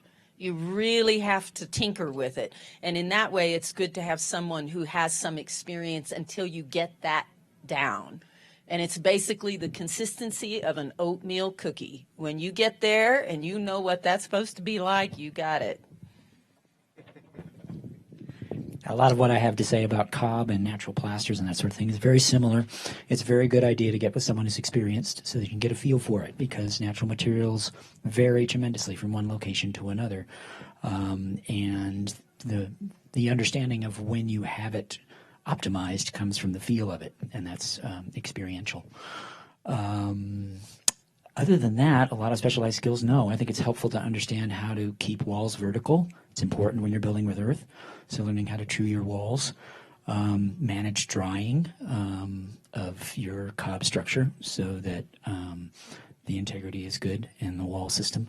It's not drying, you're not making a brownie that's completely wet on the inside and crusty and cracking on the outside, and that you're not allowing it to over dry or be rained upon or something in some way where you're going to take a step backwards when you're building. So finding someone who's experienced to work with is really important, but that experience passes quickly if you're in person with it. It's not that hard to learn. And once you know it in your body, you know it, period. Awesome. Thank you, all of you. Let's move on to the actual costs, money outlay. Let's talk about a dried-in structure and what that means. We have foundation, your wall system, the roof is on and waterproof, and your windows and doors are in. You're ready to start exterior and interior finishing. Give the audience a relative, not necessarily perfectly accurate, but give them a good idea of what it's going to cost to have a dried-in structure. Are we dealing with labor component, or how are we? Yeah, let's talk about money and labor, maybe. Yeah, money and hours. Let's talk about it in terms of materials for now, and because some, as you've said, your building goes up really fast, Tony, so your labor component isn't as high. So let's just stick with materials for now, and then we can go back and talk a little more about the immense energy that goes into, say, pounding tires and stacking straw bales and that sort of stuff. Does that work? Yeah. Cool. Yeah, go for it, John. I'll go ahead and start since I've got the mic. Cob, it can be pretty close to free if you're sourcing your own material. You're using salvaged windows and doors, and that's what we're like a recycled tin roofing, for example. If you're really thrifty, clever, and avid about finding your materials, it can be close to free. I knew some people that used to run a $1,000 house workshop where you basically get a dried-in house constructed for $1,000 in materials. It's not big, but it's done. So yeah, there you go. And it can actually wind up going all the way up to conventional house pricing, depending on how you're doing it. Most of what I work with is I'm interested in people who are building their own homes. They want their hands in the material. They want to be completely involved with it. So they're the source of labor. And also I'm very interested in the use of on-site materials, not just local, but actual on-site under your feet. From my backyard in Sacramento, I can point and say, well, there's the hole in the ground and here's the house. And my ridge beam was that tree right there, part of it. And those pieces of wood were over there. And the recycled fencing was salvaged from up the street there, and that I used for glued together to make rafters, and et cetera. So it's very widely variable and hard to say, but the potential there is for the cost to be extremely low. Yeah, I guess I'll leave it at that. So again, I echo that. It depends on what you're trying to build and how fancy you want that to be. So I was involved as a volunteer in the first permitted owner-occupied home, hemp home in Colorado. That's a 1,500 square foot house, and it's in a burn area up Risk Canyon behind Fort Collins. And so we felled all the trees and rolled them down the hill and stripped them and had them checked for the, I've forgotten what the word is for it, but the density of the wood was purified by the fire itself, so they were all certified to be used. And that building is absolutely stunning and gorgeous on the inside, all beetle kill on the wall coverings that had coverings. And the whole thing was about $45,000 to $50,000 for that building, and that's with a lot of amenities. So 1,500, and it's very posh. It's really a nice place. We also built a 20-foot in diameter geodesic hemp dome, and that was a non-permanent building. So we built a foundation like this that we built it on, and it was actually taking the place of a yurt that had blown away. And that cost a total for everything that was under $10,000. And we did buy some materials, like all the windows were new, and there are things that you could repurpose to bring that down even more. And that's used as a sacred space, a meditation and classroom space. So it doesn't have electrical, it doesn't have plumbing, it's just a shell of a building. So all of those things would be up costs in that regard. And then the other one that we did was a tiny house, and that was framed out, and there's a man named Steve Allen who came from Ireland, and he travels all over the world teaching people how to build hemp structures. And that one was, I think, maybe $6,000 or $8,000 in materials. And again, labor, we did it as a workshop. So we were making money off of the students to pay for the materials that it costs to build that space. And we did most of the work. We were able to experience all the different phases, because when you're building with hemp, you can put in the floor, you can put in the walls, you can put the insulation, you can build the roof, all out of hemp. But it's different mixtures that make that happen. That, again, the size of the building would make a big difference in how much material you're actually going to take. We did 9 tons of hemp hurd that we shipped from Canada to do the first house. We had 11 tons, but we only used 9 to build a 1,500 square foot house. And they say if you're building your own, it takes about 2.5 hectares, which is a different kind of measurement, but it's about 3 acres of land to build a 1,500 square foot house if you were growing your own hemp to build it. So if you had a 5-acre land, you could build your house from the land. So our house cost $38 per square foot to dry in. I keep really good notes on what we've spent.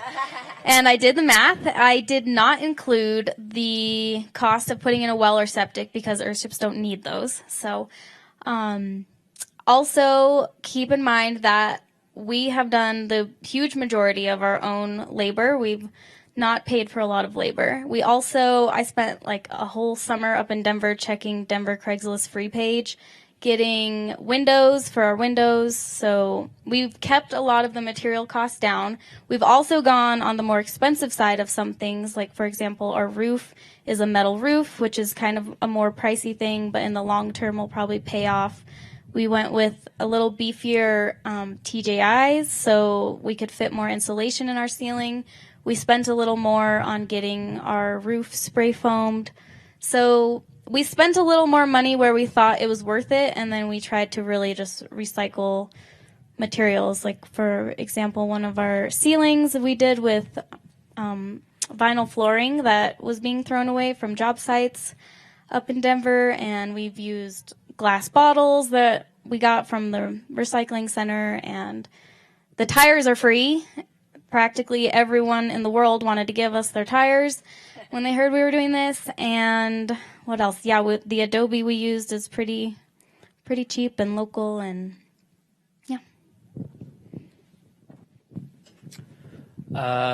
To echo what others have said, it comes down to design and size. I would dare say that a simple square rectangular shaped building with a shed roof would be less expensive than getting fancy with it with round or any other way. I am not a meticulous note taker, so I can't give you figures on what it cost me to get to dry in, and it's been years since I built a straw bale house. But I will say, yes, there's a labor intensive aspect to building with a straw bale. If you can just imagine the bales out here and picking those up and building a wall 8 foot, by the time you get up there, obviously you're going to be on scaffolding or something, but it takes so much energy to get that from ground level up. I don't have specific figures, though, to give you. So, wow. Okay. So here, once again, you can build SIP homes. You can build SIP homes by yourself, and they can still have a warranty. And we come in and do some owner assist if you'd like to do that.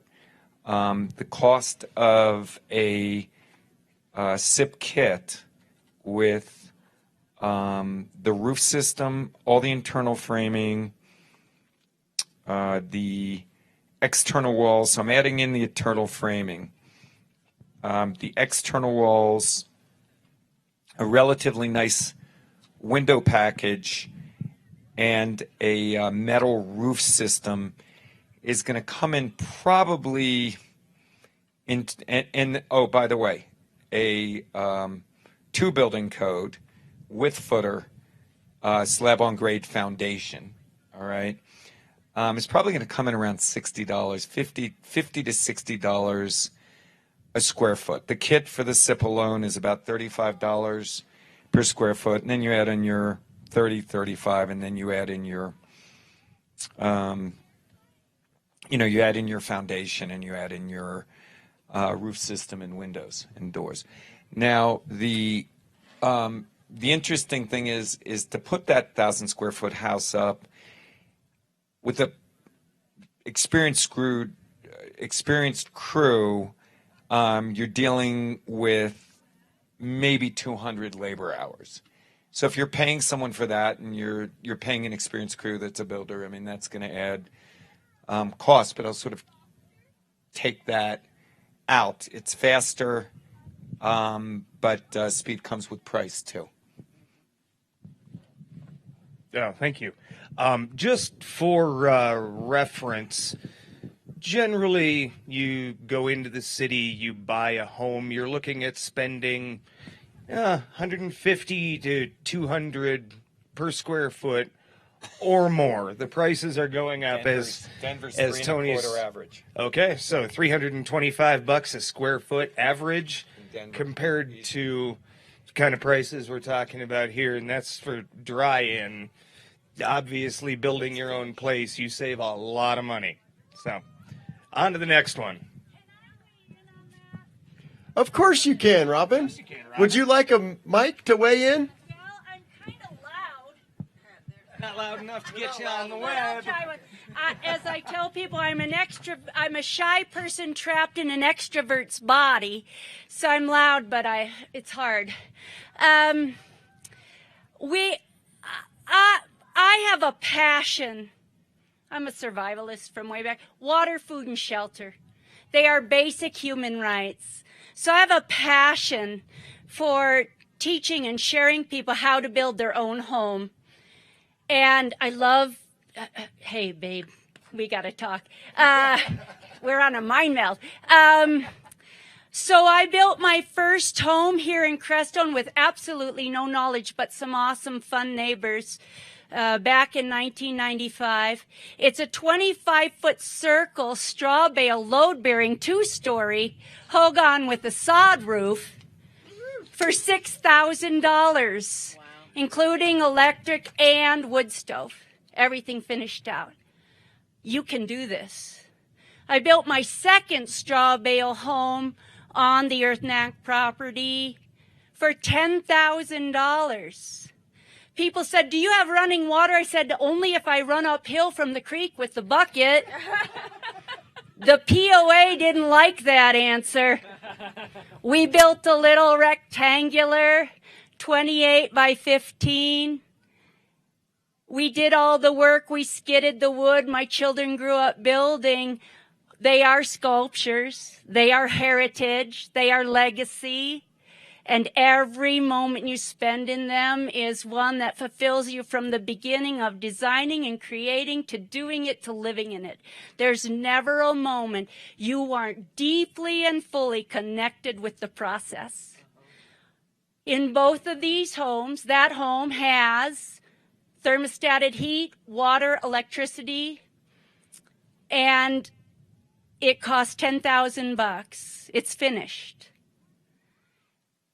Unless the materials were sourced, like windows or doors, from recycled places, everything in these homes came from within a 100-mile radius of this place.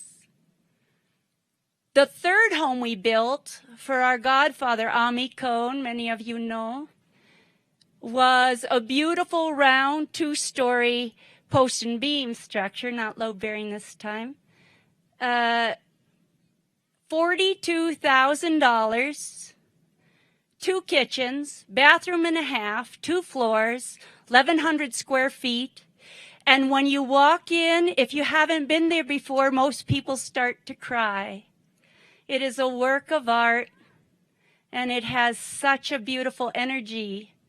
You can do this. You can build an incredible home from local materials for very little money. So I wanted to share that because I heard some higher prices. And for me, my husband and I, my kids, we came here with $500 in our pocket in 1994. That's all we had. And we have been able to thrive, not just survive. Thank you, Robin. So I'll just talk about Papercrete for a quick second. Those Papercrete blocks, 10 by 14 by 4, these days are running, I believe, about $350 a brick. So based on what size you want to build, you can kind of do the math yourself. It is probably about as cost effective as most traditional building systems, with the exception of you're getting a monolithic wall structure with built-in insulation. You don't have to net it, stucco sticks straight to it, plasters stick straight to it. Okay, what's next? Oh, let's see. How about, yeah, I think that's a good one, Eric. Or that one or that one. We're going to do them both anyway. It don't matter. Let's go. We'll go with lifespan. So let's talk about lifespan of structures, things like that. How long to expect once you build one of these? A lot of people, especially stick frames, are looking at 50-year roofs, thinking that's going to be significant, which for a stick frame home is definitely significant. But I'm an earthship freak, and a 50-year roof isn't anywhere near going to cover the structure that us earthshippers are building. So there's some other things to take into consideration. So what type of lifespans do you guys expect out of these types of homes? The homes that we build with EPS structural insulated panels come with a warranty, and I think that you can talk about your traditional building lifespan and or longer. And I will say that the only homes that survived some of the early on California, not this year, but California, I don't know about this year, but California and Arizona fires were SIP homes basically because they're so tight and sealed so well. So they actually, the lifespan and performance of them is generally, I would say, long. Long works. As I alluded to earlier, there are homes, straw bale homes that are over 100 years old that are still standing in Nebraska. I would warrant 100 years or more, depending on watershed, foundation, and your exterior finish. But yeah, I think if you did everything right, 100 years or more, it could be a heritage home that you pass down along in the family. And I'm just going to talk about that for just a second, Jeff, because I think there's a lot of us that are focused on that, realizing that debt is not our friend. And that's why a lot of us are building our own homes out of pocket, out of recycled materials. There's an economic long term where being able to set the future generations up for no debt load on their living space is inspiring to us. To think about my nieces and nephews and cousins, that they will potentially have a place to go that does not cost them to be. It actually is going to give them resources by being there. It's just an inspiring way to look at the future versus the potential debt load that we're about to put the future generations under, which I think is going to be a little astronomical and unbearable. Thanks, Jeff. Of course. I enjoy dissecting words. I guess it's entomology. But mortgage, gauge. Mort means it derives from death, mortuary, and gauge is pledge. So a mortgage is a death pledge. Just want to throw that out there. Thanks, Jeff.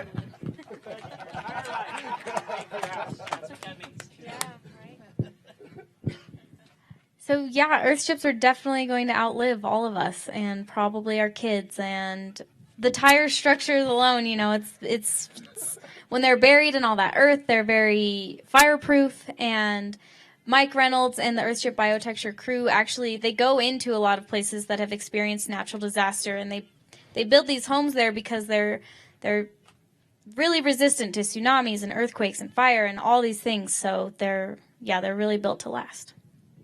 The Anasazi are going to be jealous. And hempcrete is kind of new, back on the scenes, but there is a 5th century bridge in France that's still standing, and water likes to erode things, so that's a pretty good testimony. And what they're saying is that a home should last 300 years. Is what they're estimating, and that's because it becomes a limestone monolith.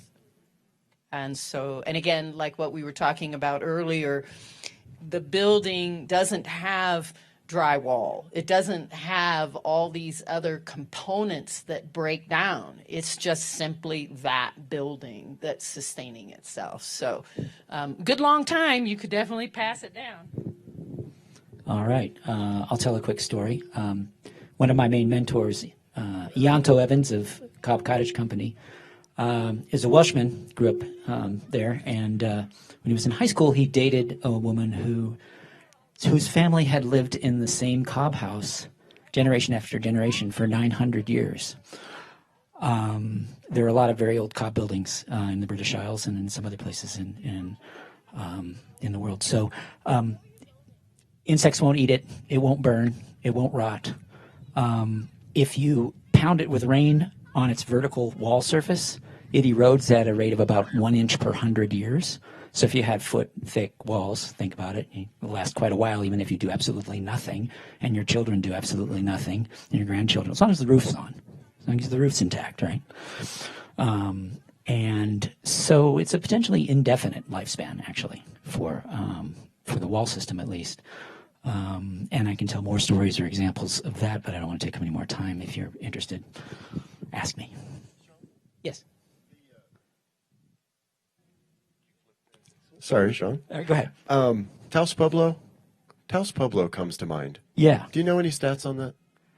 I don't. Is it monolithic or is it more like an adobe where it's bricked and It's mortared? it's all adobe, but I believe it's one of the longest inhabited structures. Anyone?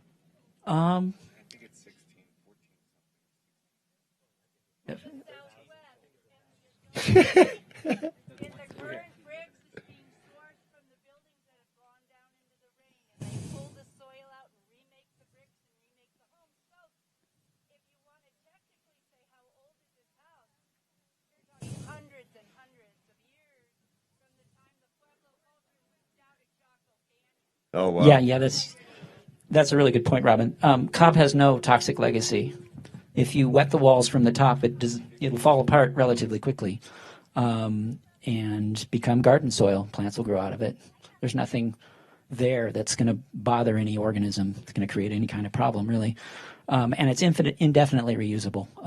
Both in Japan and the traditional earthen buildings there, they'll very carefully reuse material that's been in a building for 150 years, and then who knows how many times it's been reused. You just get it wet, dance on it, add a little bit of fresh straw for new tensile strength, and put it back together again, and good for another 150 years. Thank you very much. So it could have an indefinable, not only lifespan, but rebirth span is potentially indefinite. Brilliant. Thanks. That's true of hemp also. And Suzanne just said the same thing about hemp, that it has the same qualities. Well, all right. So after we've got a house built, you've been living in it 5 years, you want to throw a guest bedroom on it. Tell the folks here, how hard is it to retrofit or put an addition on to your various different styles of building? Again, go back and I'd rate it as somewhat challenging, but definitely doable. A lot of cases in workshops and situations where I'm advising people, I say, plan for it. Put in an arched doorway in your wall mass and then fill that in with something that's easy to remove, because going through Cobb, I've done it in my own house. I found out how strong my house was when I had to pickaxe my way into the wall very laboriously to change some aspect of it. I subsequently found that a hammer drill is actually, with a chisel bit, is pretty good if you want to add electrical back or whatever. But that's it's a tiny amount removed at a time. It can be quite arduous. The other thing that's an issue is getting a wall to attach to an older dry wall is somewhat tricky. You have to basically hollow into the wall a little bit to create almost like a dovetail joint, for those who are familiar with that sort of thing, and then wet that down really well to activate the clay that's in there. Pack your new cob in there, or stick a stick in with nails in it, so that you have basically a member that the old cob that allows grip. Otherwise, they'll pull apart because cob will shrink away from an older surface that you try to attach to. It's tricky, but it's doable. And as far as replacing windows and that sort of thing, that's actually relatively easy as long as your cob is reworkable by re-wetting. You want to keep it that way. So that's what I'll say about it. So I haven't actually had that experience, so I'm speaking just from what I've learned about hemp, and it's called self-healing. So very much like working with the cob or pottery, you have to have like a slip that's going to bond those two structures together. And that can be easily done provided you use similar materials as you did the first time. So there's a specific kind of lime that is only found in France, and they really recommend that because it has the elasticity that you need.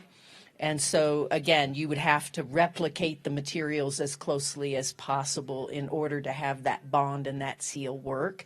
And then you also have to create, and you can do this. I failed to mention the other half of the, when you're doing shuttering, how we did it was we put PVC pipe in between. So we put in a bolt so that we could make sure that the walls stayed consistently 12 inches wide.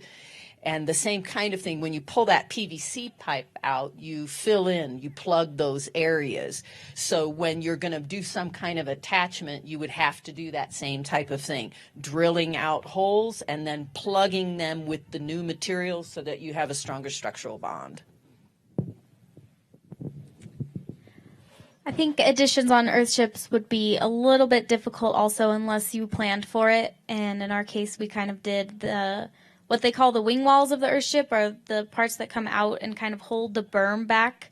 And so we have the option to continue that tire wall and do another U if we wanted to.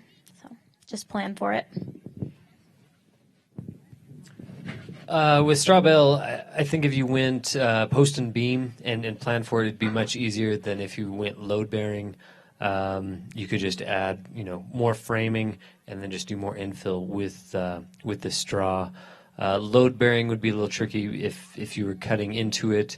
It'd have to be almost like a cold joint, because if the bricks, it'd be hard to key in additional straw bales to extend a wall. Fast and easy. But in listening, just because a lot of what I do, it's the business is called artisanal buildings, and it's like everything for me is sort of an art study and experiment. And I love what they do, and we start talking about additions, and I would love to, try a hempcrete as like an addition or a root cellar or like a separate room. And the same thing with the cob. I don't know the straw bales. I just think are great. I've been watching a bunch go up, and I think that they're really, really super. And I've seen that earthship since Goldie's earthship since inception, and what they've done there is just beauty. So again, we are fast and easy. We are absolutely more money than getting into the dirt, than building on your own, building on your own with alternative methods. But we enable you to live surreptitiously through these people in Crestone. And right, and if you wanted to do this on your own and wanted to learn how to do it, we'd sell you, we'd get you a SIP kit and all the plans and everything. And help you do that too, just like they do. Nice. Excellent. And as far as papercrete goes, papercrete's pretty easy to cut back apart once it's in. So if you wanted to extend a portion of your house out in a direction because, I don't know, your dad retired and moved in with you, you could pretty easily drill a hole through the wall and just cut that section out and extend on, and it should be just fine. Same issues as the others. You just have to figure out a way to key the new structure to the old structure so that you have some stability in there. Okay. Next one. How about any home maintenance? When you're actually talking about as anyone who owns a home knows, it's a never-ending list of things to do. And so as these homes are completed and you start living in them for a while, what maintenance issues do you have? And is that something that as a homeowner you can handle? Or are those things that you'll need a contractor to come in for? So the maintenance on the homes that we build would be similar to traditional homes, and maybe in some ways similar to some of the building techniques that they're all using, because I think the first thing we think about maintenance is maybe the leaky roof, and we use metal roofs or different types of roof structures that are maybe similar. And if the roof's done right, I mean, I think you're looking at maybe 10, 15 years. Maybe you need to get up there every few years having a roofing contractor on a metal roof look at how the screws are in. Our homes are stuccoed, or we use like a wood product or composite type of board on the outside, and they do some of the similar types of things with the finishing of their house. The core of the house isn't, unfortunately, it's not recycling into the earth, and unfortunately, it's, it is what it is, but I think the core of our home and the walls of our home are going to require very little, if any, maintenance. We're pretty fast and easy.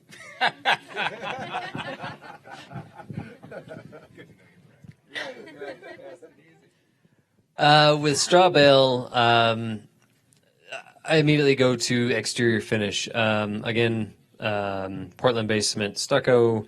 Yeah, you might have to redo that if it cracks. The beauty of lime plaster, and I'm imagining these two will agree with me, is that it may crack, but rainwater will dissolve the lime and it'll reseal. Sometimes you might get out there with a lime wash and wash it down, which is a very traditional thing in England where they did a lot of lime plaster.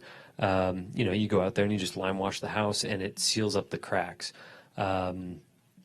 Otherwise, maintenance, again, making sure your roof and your watershed is good so the bales aren't getting wet.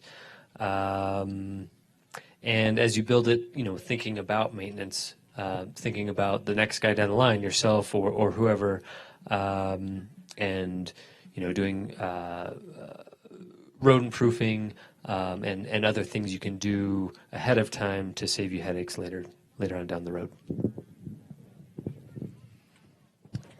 So earth chips are basically like buried on 3 sides on the outside. So if you have a solid roof, then there shouldn't be a lot of maintenance on the exterior. Otherwise, we do have a cement plaster on the exterior of the south face of our home, so that might need maintenance. But the cool thing about building your own home is that we know our home really well. So I think as far as maintaining it, there's no one more capable of doing that than the people that are living in it and have built it. So that feels really good. And then also, the beauty of an earthship is that it is this symbiotic relationship between who's living in it and the home, because the home is providing a lot of basic needs for who's living in there as far as food and water and shelter and heat and energy and even beauty. And so as the homeowner, there's this responsibility to be more aware of the environment that you're in, and being aware of when the sun's out and how much energy you can use on your solar system that day, or how full your cistern is and how often you're flushing your toilet. It's kind of just like this very interactive dance that happens in the home. And I think that's a positive aspect of it, is you really have a responsibility to live and care for your home as it cares for you. The dome that we built, I learned a very significant lesson. We did not tarp very well. And if I were to do that again, I would actually build a structure that was going to shelter the building.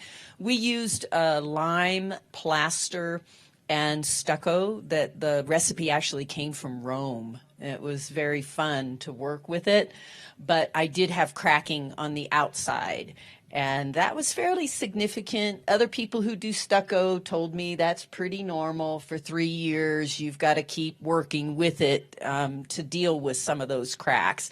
But that was definitely a maintenance piece. As far as the inside, all of the electrical, all the wiring and plumbing and all that really has to be in sleeves of PVC pipe, so that if you do have to get in there, you know exactly where it is and how to access it. That would be the only other nuance on that. Just like building with cob, if you're the builder, you have access to repairing it fairly easily. And that includes not necessarily even going somewhere to get your materials other than where you got them in the first place on your land or very nearby, which is a benefit of that. Like a conventional building, finishes degrade over time. Somewhat unlike a conventional building, a lot of cob construction involves curved surfaces, highly variable surfaces, uneven surfaces. And what happens when such a thing ages is that the exceptions to your intention become a field of relationships, kind of like artwork, and so they don't bother you. It's quite different than having a flat wall that's 10 feet wide and 8 feet tall, and there's one little chip out of one corner. Oh, I gotta change that chip. It bugs me. That doesn't quite happen. It's more like, oh, there's some wear and tear there, and that color's uneven or whatever, and look at the light moving across it, and the light's kind of doing this. Oh, that's very nice. I'm sipping my tea and enjoying this. So there's a difference in how the actual experience of needs maintenance. What does it needs maintenance mean? It might not actually need maintenance. You might be enjoying its aging process. And in some cases, you have an opportunity for renewal, which, painting your house is kind of like that. Hey, I'm going to put in a new color. I'm going to do something different. Earth and plasters are really fun to play with. No power tools needed. You get to play with mucky stuff and put it up on the walls. It looks good. You get an opportunity for renewal. So you can think of maintenance instead of a burden as an opportunity potentially when you're using materials that you really enjoy using and having on your hands and dealing with. So, and you can make natural paints as well. If you were interested in painting surfaces rather than plastering them, there's a variety of natural paints you can make that are non-toxic and very low cost and easy to work with. Here's Robin again. Hey, of course, Robin. Robin's our guest panelist for the day. Hi. So, exterior plasters and trying to be a purist before I sort of gave it up. And we had, as many of you out in the Baca or the Chalets know, lots and lots of prickly pear cactus. And so I've been a primitive skills teacher for many years, and we did a lot of pottery. And I had used prickly pear cactuses when I made my natural pigments in paints or pottery. I'd use prickly pear cactus juice as a fixative for my paints. And if you mix the prickly pear juice with the paint or the pot, it would actually be waterproof. So I thought, hey, there's a whole lot of cactus on this property. So my husband and I got two 55-gallon barrels, and we set them on the fire, and we boiled a lot of prickly pear cactus for 2 weeks. It was really very fun. And we strained it all off, and we mixed it in our top coat of adobe for a 10.5-foot high adobe wall exterior, and plastered it that way. And it worked. It worked beautifully. The other house I told you for $10,000, I didn't get to the adobe plaster, and we had one of our classic July monsoon rains, or they used to be July monsoon rains. And the coolest thing happened. I had spent actually a lot of time using the trowel, and the rain came and it hit hard, and I had this amazingly gorgeous pebbled wall, so I grabbed the prickly pear and I coated that over. When I was in high school, I read a book called The Good Earth by Pearl S. Buck, and she talked about the peasant families breaking the eggs and using the egg white and rubbing them and getting heat from their hand into the dirt floors, and that would last for 3 or 4 years, and then they'd just do it again. So I was like, hey, that sounds cool. I have this part of my Hogan that came out, so I did egg whites because we raised chickens. And it worked for 2 years. I had a beautiful water seal on a sloped lower exterior of my building. So do something weird and creative. Try it. It might work. Right? Yep, that's great. If you're making earthen plasters, you can get all the stinky stuff out of your fridge, the scary things from the back of your fridge that you want to leave there because you don't want to deal with them. We'll take them out and put them in some kind of bucket or something as part of your plaster mix, and it helps make them stronger and more water resistant. So it's valuable. That nasty stuff is valuable. Yeah, don't get creative. Talk about zero waste. Yeah, that's where we're getting to it. So out here in the desert, I mean, I think building out here in general is pretty easy. You know, it's dry, got really consistent weather. There are other places, there are other climates, there are other folks living in different conditions.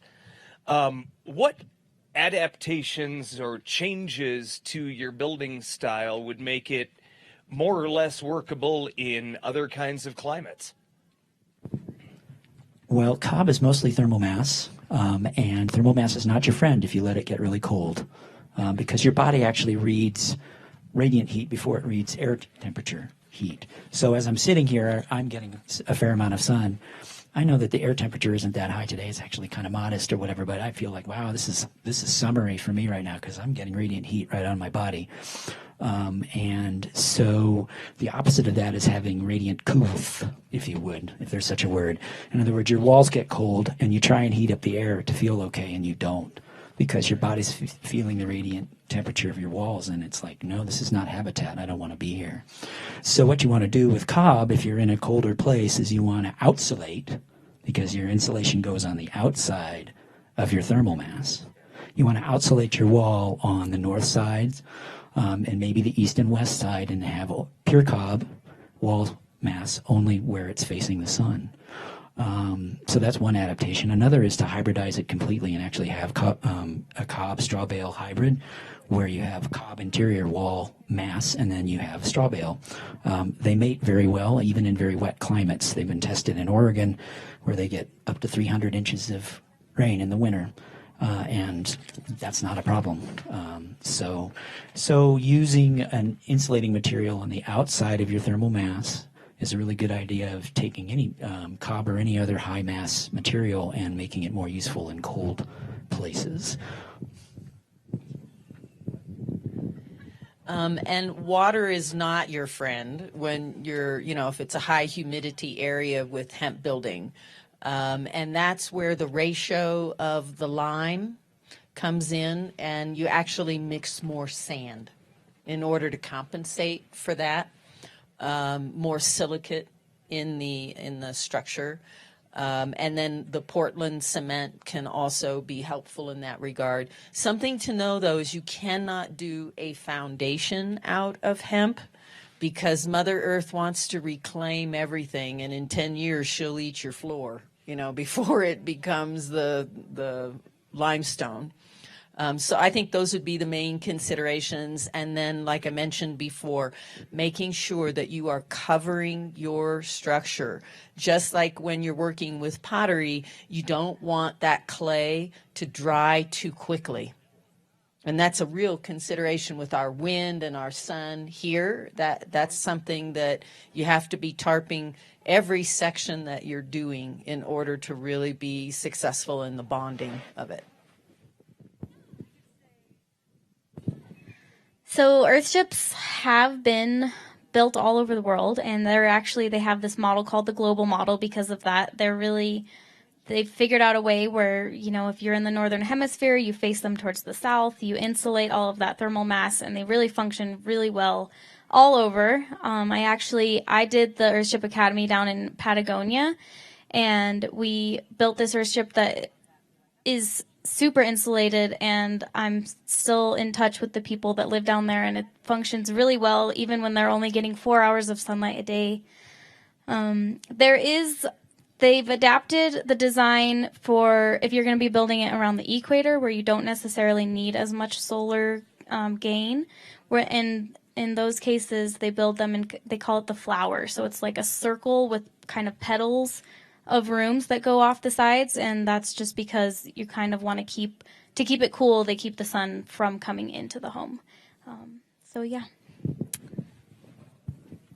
With straw bale, it's paramount that you do keep it dry and draped, especially in a more moist climate. If I were to do it again, I've toyed around with the idea of taking each bale and dunking it in like a lime slip before I would stack it, just to the lime it acts as a fire retardant and also as a yes. Mayori has something to share. Yeah, here, take the mic. Yeah, that exact technique right there, my dad made something called straub, or at least that's what we called it, and probably the cheapest way you can insulate a standard framed wall with a clay mixture. And essentially any long straw like that, you could take any of these straw bales and you mix it in a decently thick but still runny clay lime mixture. And then on the inside of your walls, you're going to take rusty nails, screws, whatever it is. Like, as long as you have something to attach to, you run it up the inside of your frames and you run baling twine back and forth. And you can get baling twine from any farmer that runs a farm. You will get plenty free baling twine. And then you can just drape that straw mixture across the baling twine and stack it up the walls and insulate walls for like 50 cents a square foot or something less than that. You know, if you're not paying for your materials, it's free. And so that's exactly what you were saying. I was like, oh my God, that's 3 of the walls on our house are all insulated with straub, as we call it. So passing the secret on. All right. Thanks, Maori. Thanks, Maori. And I've seen that house in the straub, and it is spectacular what Maori's family and father built. Structural insulated panels are used in Antarctica. They're used at the equator, and they're used on the highest mountains. They're used for weather systems because they're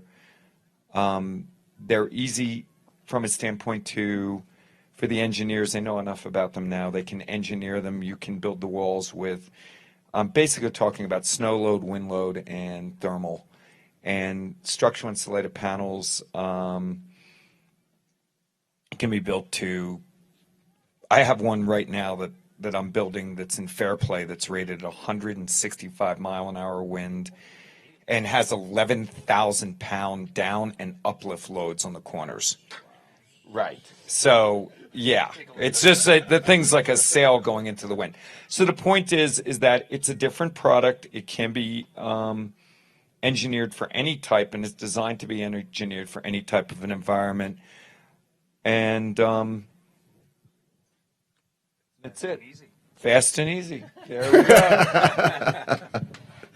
And let's see, the papercrete is just similar to the straw bales, super insulatory. So your passive solar design is actually what's going to shift with that versus what you might actually do with the product. It'll perform just as well in a moist, humid climate as it does up here in the high altitude desert. Again, it's just a matter of whether you're trying to bring heat in to hold or whether you're trying to keep it out. All right, we are rounding the bend, y'all. So this is the last one. The big question, here it comes. Permitting and code issues with the system. Like, if I lived in Aurora, can I build with what you guys are doing? Well, how's that work out? So, structural insulated panels, as well as straw bale, and I'm not sure about the other methods, but SIPs have their own section in the ICC code book, as do straw bales, and then there's local regulations that might surpass that. But I'll say this. So Breckenridge and Aspen, which are probably the antithesis of Crestone, but Breckenridge and Aspen have basically adapted building codes that are extremely green and basically extremely energy efficient. And in those communities where cost isn't necessarily an object, okay, a lot of the builders are converting over to SIPs and SIP structures and using them because you're dealing with a wall that has integrated insulation versus insulation that would cost for a stick frame house that actually would cost more than the entire SIP wall structure. So SIPs are fast and easy for code. There we go. It just keeps working, doesn't it, Tony? If you want to go the slower route, straw bale. I know there's a few in El Paso County where I used to live. There's tons here. Otherwise, yeah, it's gaining more in acceptability. Yeah, so. So I actually started out wanting to build an earthship in Jefferson County, which is outside of Denver. And besides the fact that no one even knew what I was trying to show them, what I wanted to build, no one knew what an earthship was. Finally, the answer that I got was that it wasn't allowed because it was made out of recycled materials. So that just proves to me, I like to always say that building codes are making dollars and not cents, because really, it's 2020 and we're not allowed to build things out of recycled materials. That is just stupid. So, yeah, earthships are not thank you. Yeah. They're not widely accepted, and one of the reasons that I ended up in Crestone was because it is considered a pocket of freedom, where there's no building codes. And yeah, I think that they're statewide permitted in New Mexico, which I think means, there's a lot of possibility for that happening all over, but it's a slow process. So, yeah. And again, with hemp, because it's a new industry, that's pushing out those boundaries. And we had a man, and I'm having trouble remembering his name, who actually had the first permitted cob, first straw bale, first hemp. I mean, that was his thing, was to push this agenda forward. So without him, I think it would have been really a challenge for us. But with his clout and his ability to champion these alternative forms of building, that was relatively easy.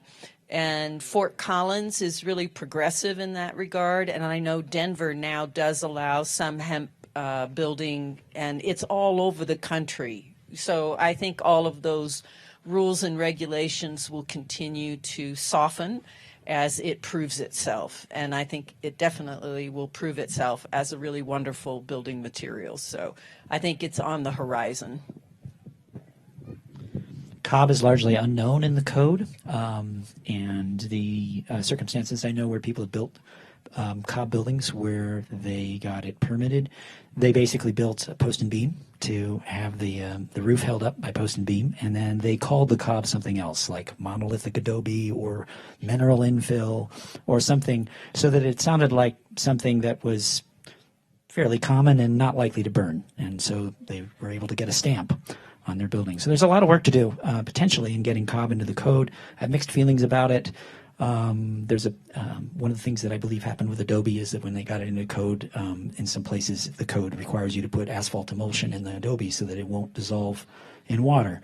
And that kills cob. If you stabilize it, it becomes a different building material.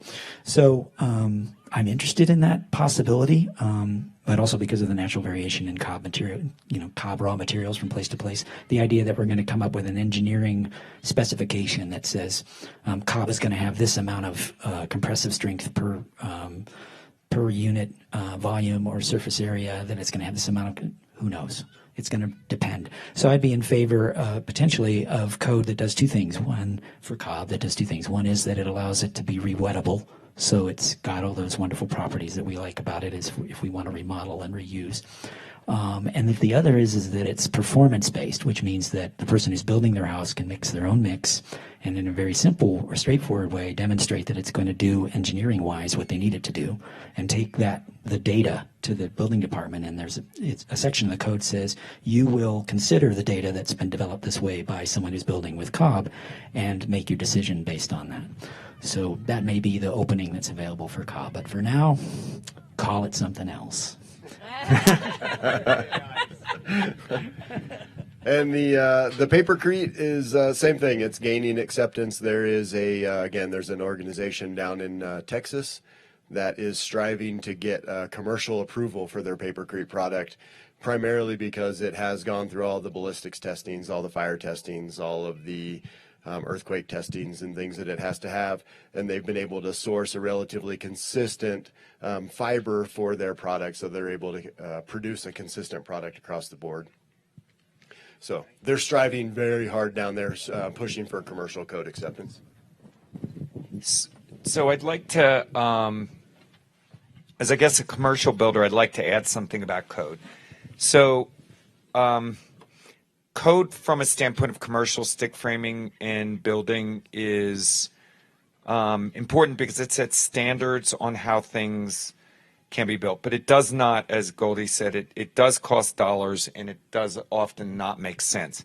What makes great sense, especially here in Crestone, is you have a wonderful community that supports you, that will teach you how and help you to build what you want and how you want and build it so it doesn't fall down. Okay? So thank you. I'm just going to say, you guys, especially Robin, thank you for your energy and everything that you've done to pathfind this alternative building. All right.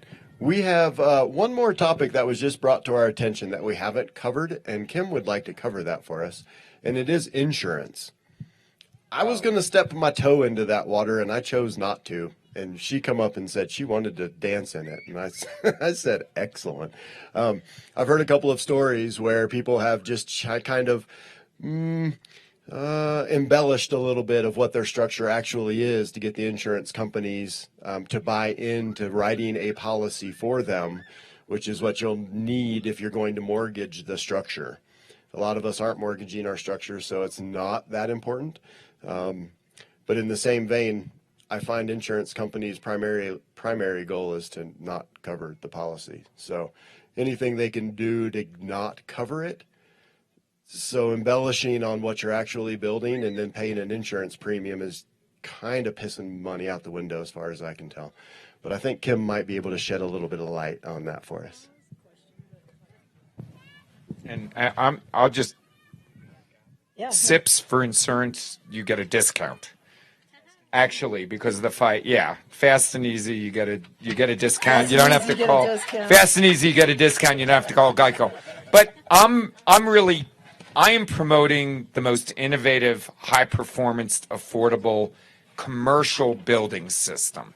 I'm not promoting what they do.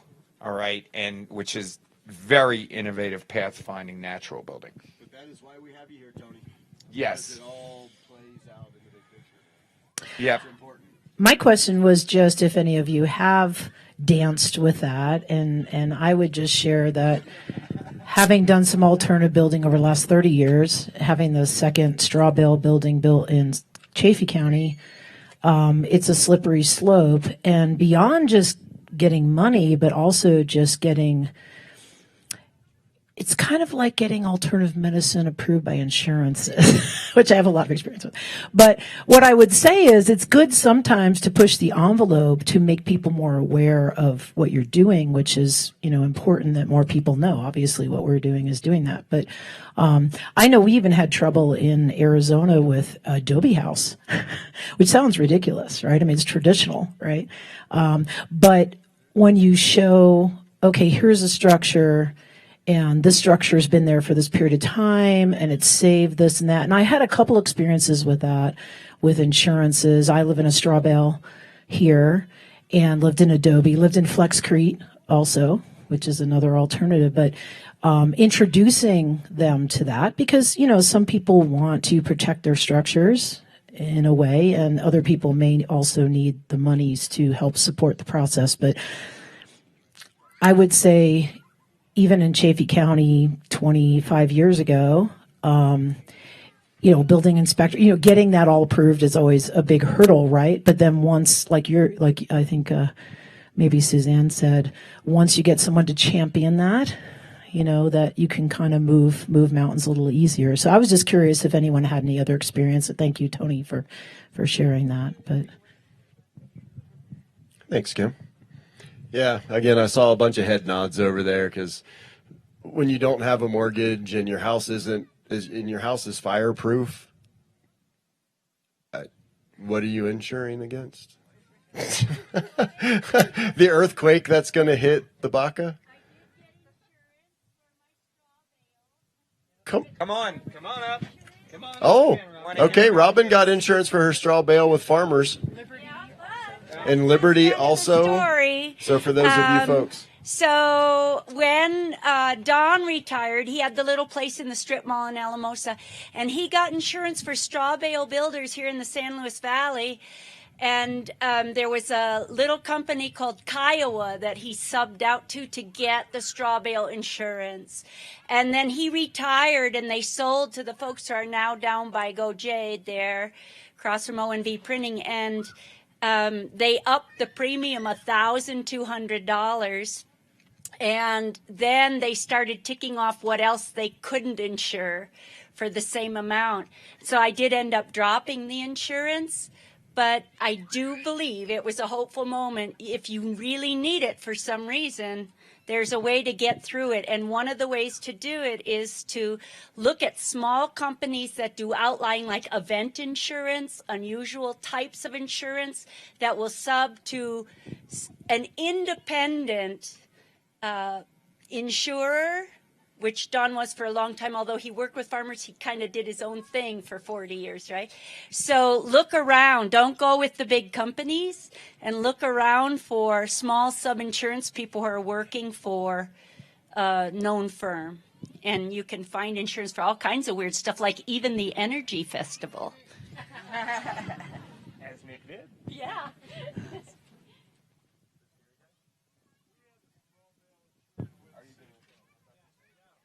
Cool. All right.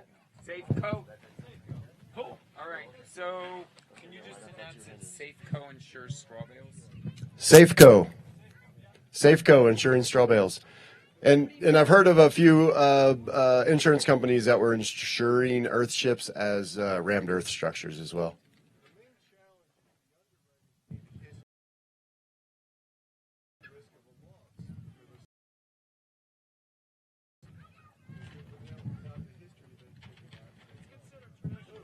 Yeah, and so basically the comment was that they have no historical data on how these products and how these systems are performing. Hopefully we're building that over the last few decades with a lot of the folks that came before us pioneering these movements. And I think we have some pretty solid data coming. Hopefully they'll start buying in soon.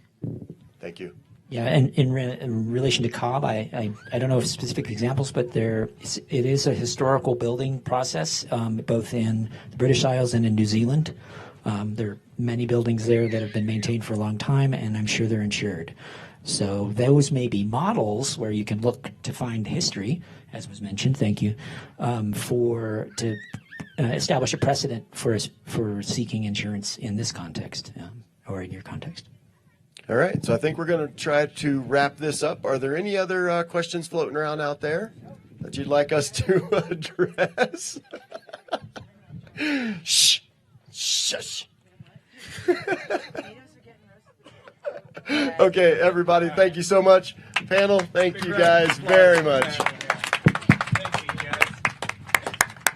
All right, looks like we're passing back to Kim. So I think we're going to shut this mic down for a second. I'm looking for Tree Fort. There he is. You good?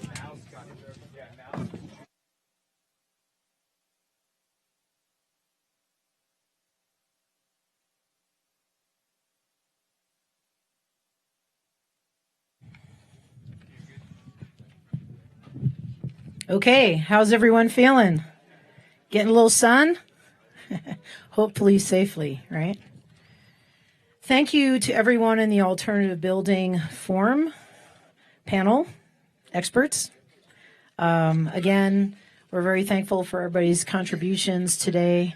And it's really nice to, I think, for all of us to be communicating our questions and the masters communicating their experiences. And I hope you're enjoying it as much as I am.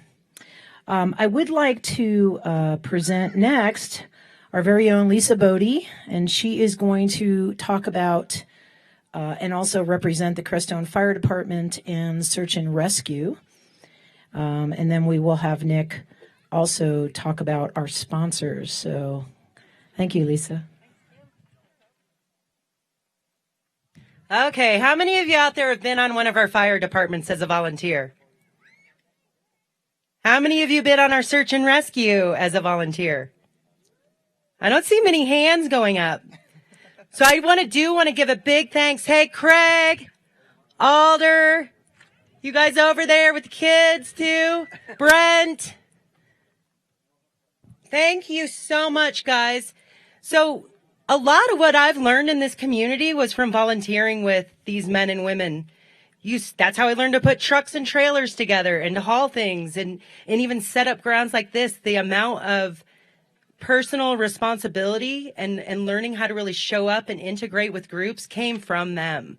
And so I just really want to encourage Jeff Demers and Paul Grice. You guys are out there with search and rescue too somewhere. They're on call. They're volunteers too. They're leaving their jobs. They're on the radio 24/7 to respond to our community's needs. So it's just I've been on the departments. I'm not currently, but a big plug to that group. So if we can give a big round of applause for our EMS and fire and search and rescue. And the latest with Crestone Fire Department is, if you've seen their 2 stalls that they have in Crestone, they want to expand. So they're going to be doing a fundraising project so they can expand for more of their trucks. Although we love the composting toilets, I do too, they need a restroom facility and an area for search and rescue and to do practice and to do ropes and do tying. So that's going to be another community project going on. And I'm going to let Nick take over to tell you a little bit more about our sponsors for the day. Hey everyone. Me again. So one quick note, we have Nathan Good over here in the black van who is currently selling 315 new watt solar panels, and the proceeds are all going to the Crestone Energy Fair. So if you need new solar panels, please go and see Nathan Good. All right. And Nathan's been on our fire departments for years too. Yeah. Okay. So a huge thank you to our sponsors, without whom we could not have done anything here today. First of all, the Saguache County Commissioners, who gave us a great grant that we were able to begin our work on this. Artisanal Boards Buildings, Tony Pachenik, thank you again. Hemp Lucid as well. The Colorado Trust, Succeed, our fiscal sponsor. First Southwest Bank, Rainbow Lightning, who is actually doing the kids' dome over there. Valley Roots Food Hub, Nick Chambers, who provided some of the food for us today. The Sonic Apothecary, who you'll meet later today with Peter May. Joyful Journey Hot Springs. Golden Turtle Sound, who provided our sound today. Metamyth, who you'll hear later today. Earth Body Alive. The Town of Crestone. Terra Media HD. Doug Beechwood, who is doing this live stream with us. Thank you so much. Blue Energy Solar Wind. Neighbors Helping Neighbors. Actually, you want to talk about that real quick? Okay. Come on. Okay.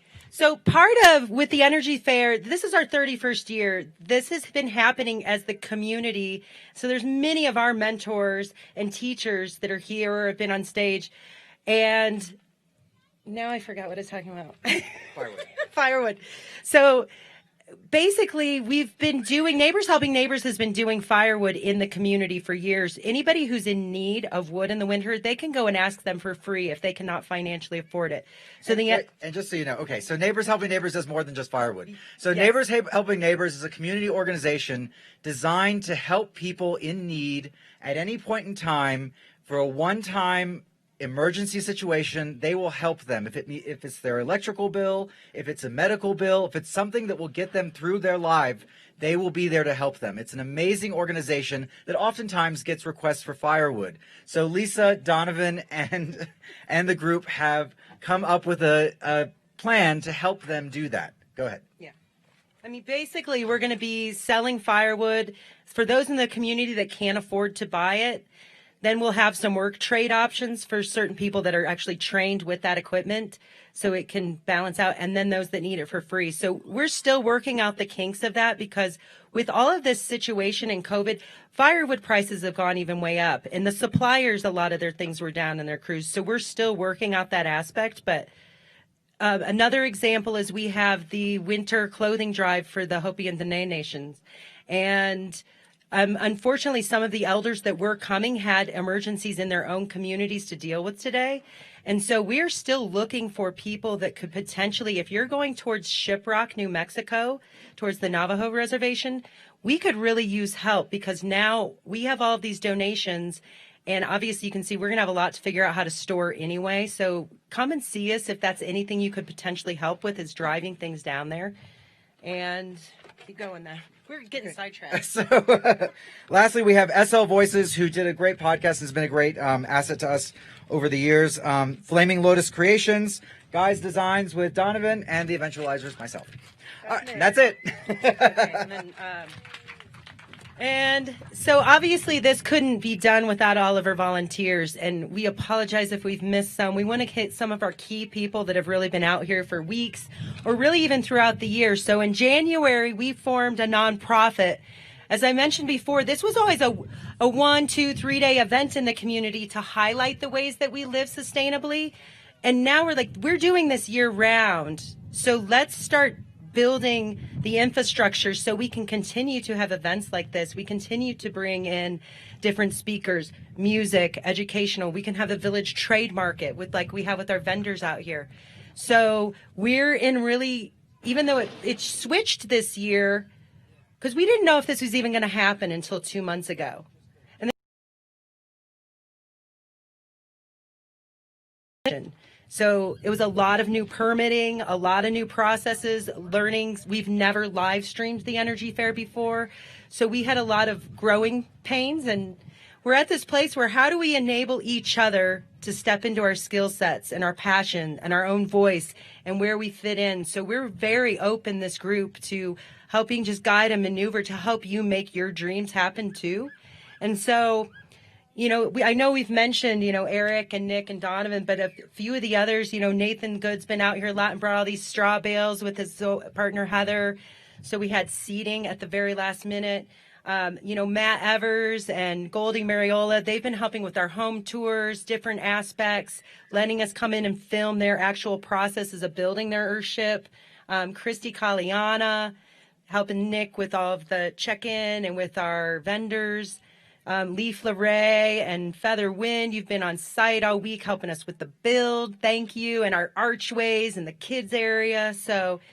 And then we've got Rita Peak. She was here for a while. She stepped in last year. We didn't have a website in 30 years for this organization.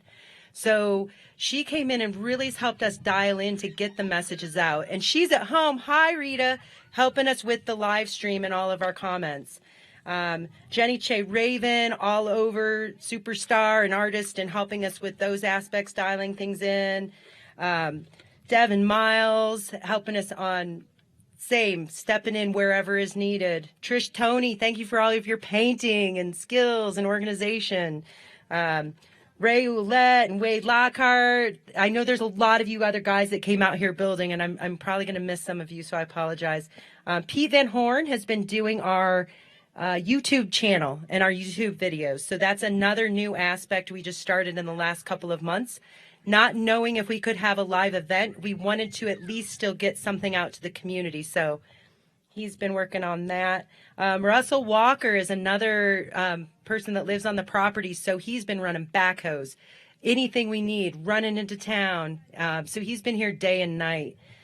Kelly Critchell, she's been coming in every weekend from Denver to help us. So we're very open to people from out of town, too, if you check in when we have work cruising days. Gabe Hubbard, he got dropped off by his parents because they were going to a Burning Man gathering.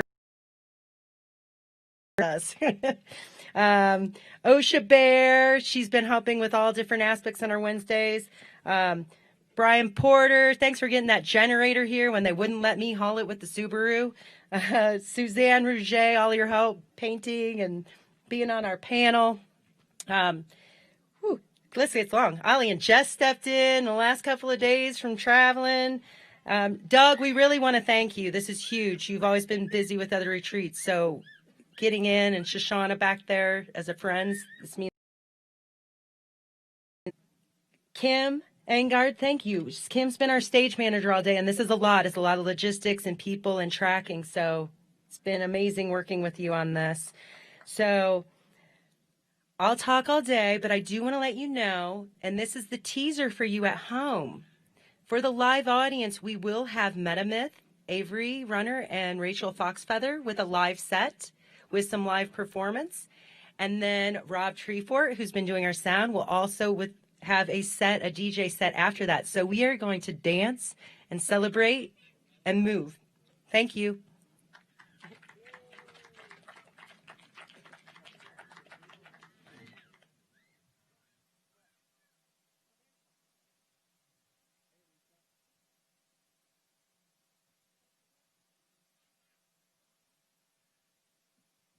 All right.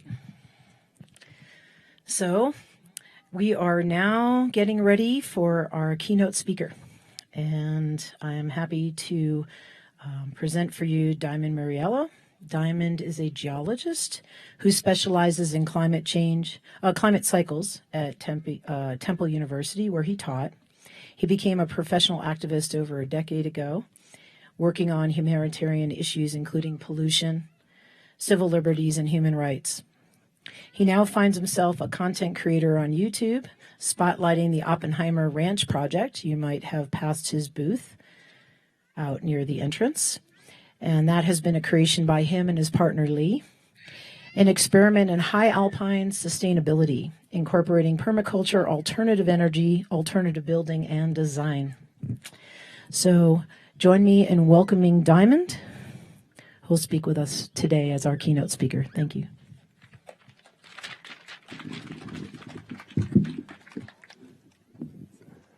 First of all, I'd like to thank the Crestone Energy Fair for inviting the Oppenheimer Ranch Project to come and speak at this event.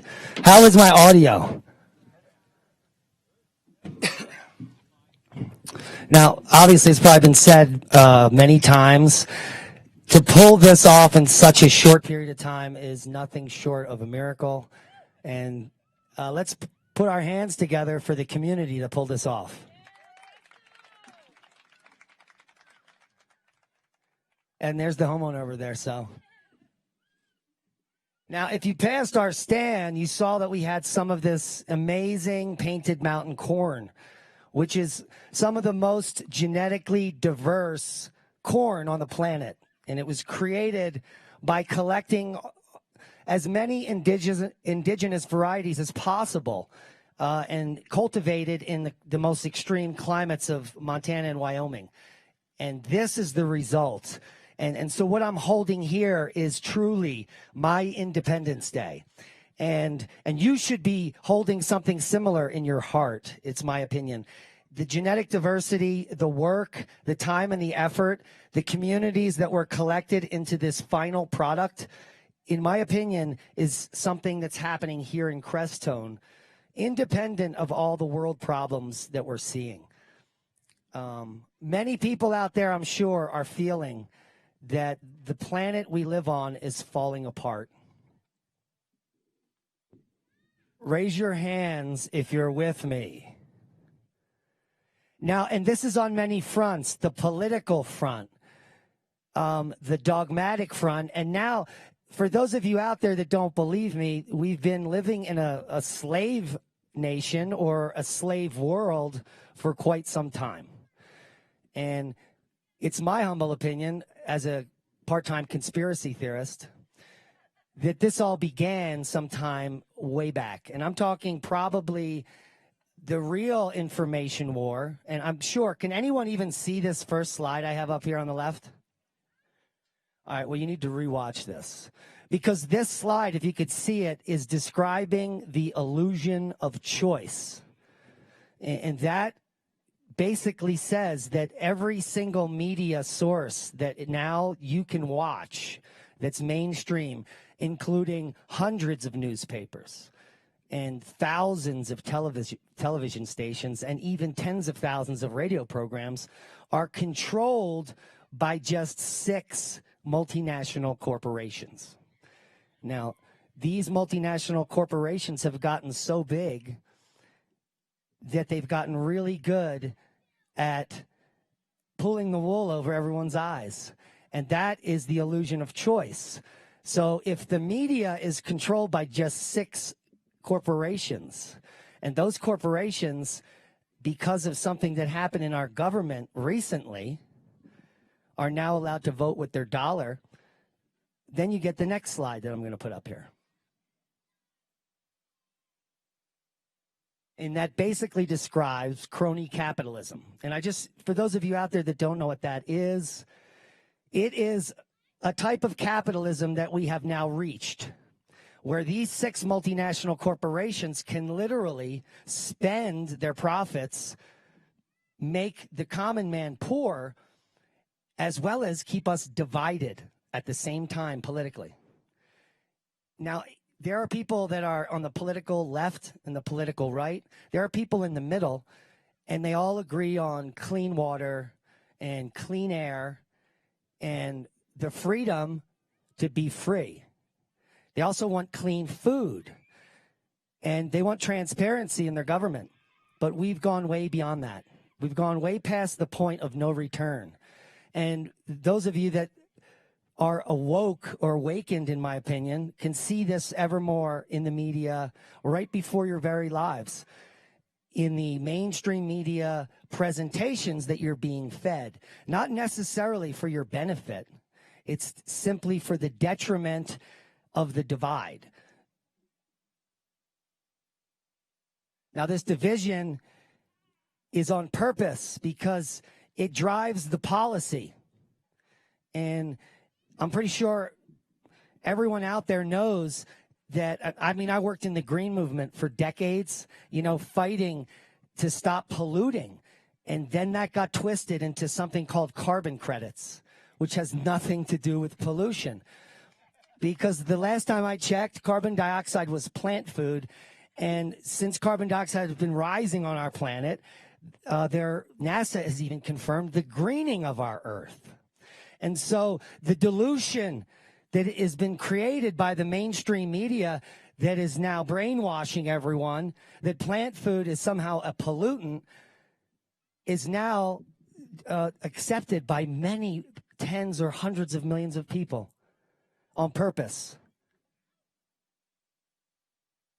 And now it's being played out because we're at an election cycle.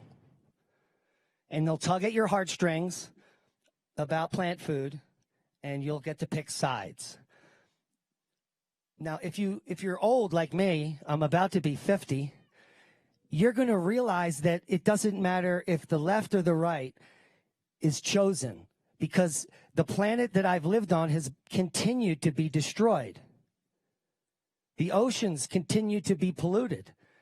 The chemical fertilizers, pesticide runoffs, destroying our ecosystems is beyond reproach. It's not going away. It's getting worse.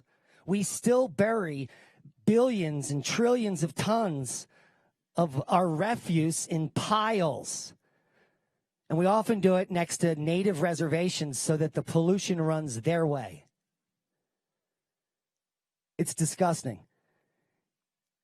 And the powers that be have humanity bickering against each other as opposed to coming together, which is what this fair is about, and which is why I'm so moved to discuss the way I feel. Because I believed the lie for a while until I dedicated my life to researching what's really happening. And so, no, that's just my rant on the politics and the nonsense. So I want to talk about the solutions and why everyone's here. And the 3 topics that were discussed prior to my discussion are the most important topics we need to be discussing as a group, as humanity. Does everyone agree with me? So where do we stand now as far as alternative energy? These politicians have divided us on what we believe about alternative energy. Decades ago, many people like myself were under the opinion that renewable energies is the way to go. Wind turbines, micro hydro, photovoltaics, all these passive systems are the future. And here we are in the future where we now have facts that they are burying wind turbines by the hundreds of thousands, soon to be millions, in fields in states like Montana and Wyoming. They're not recyclable. And they fail in a few years. So if we carry this out for a few hundred years, the entire planet is now covered in wind turbine blades, which are made of fiberglass, have no resonance time, and are unusable. Literally, we could probably be making low-income housing out of each single blade put into the ground vertically. But no one has the ability to implement that. They're now burying those blades. And photovoltaics. Oh, and don't get me started on the servos and the rare earth elements and the way that they're literally raping the planet in third world countries to mine those elements, polluting the waterways with no remediation practices. And so this is the green movement. And it includes photovoltaics, which are also unrecyclable, completely toxic. And then if everyone gets solar panels, in 100 years, the entire planet is going to be buried in fiberglass wind turbine blades and toxic solar panels. So we need another solution. And that begins with building community, starting small, like the projects in Crestone. And to continuously have discussions like this, where we're actually creating sustainable solutions using a model of resilience. Almost nothing I described in the green movement considered any of that. Have you all considered that, what I just said?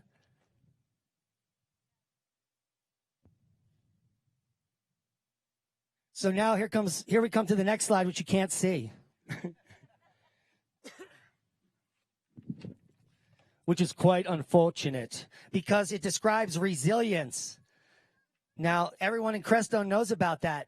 And people that have small or off-grid homes know they need redundant backup systems for getting things like energy that they need to run the things you need. The signs around the fair here, like at the food stand, say, take as much as you need. A lot of people don't even know what that means. Well, don't I need it all? So there's a new world and a new paradigm that what I like to call the sheeple really do not even comprehend. They're so brainwashed. But just some of the strong points of resilience and things that come out of Crestone. How about the idea of multiple water sources? You know, yes, our main cultures think that water comes from the tap. Because a lot of kids I meet think that eggs come from the grocery store. So there really needs to be a new paradigm, which is beginning here, 31 years later. It's still like the very first Crestone Energy Fair, where everything is relearned for the first time. We need an emphasis on passive systems. This takes ingenuity and it takes time. If you have a full-time job, many of these breakthroughs won't happen, which is why we need fairs like this Crestone Energy Fair. I hear the vision that there are going to be projects going on here utilizing gray water and these passive systems that can be experimented with.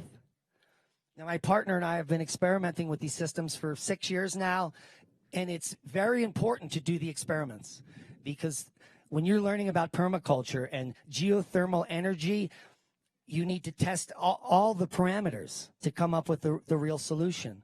Earthship technology is great, but it's so labor intensive. So do you make it out of straw bale? Do you use earth domes, aircrete, hempcrete? These are all very understudied topics. And this is probably a community that has some of the most amazing knowledge on these topics. So first of all, give yourselves all a round of applause for being awesome.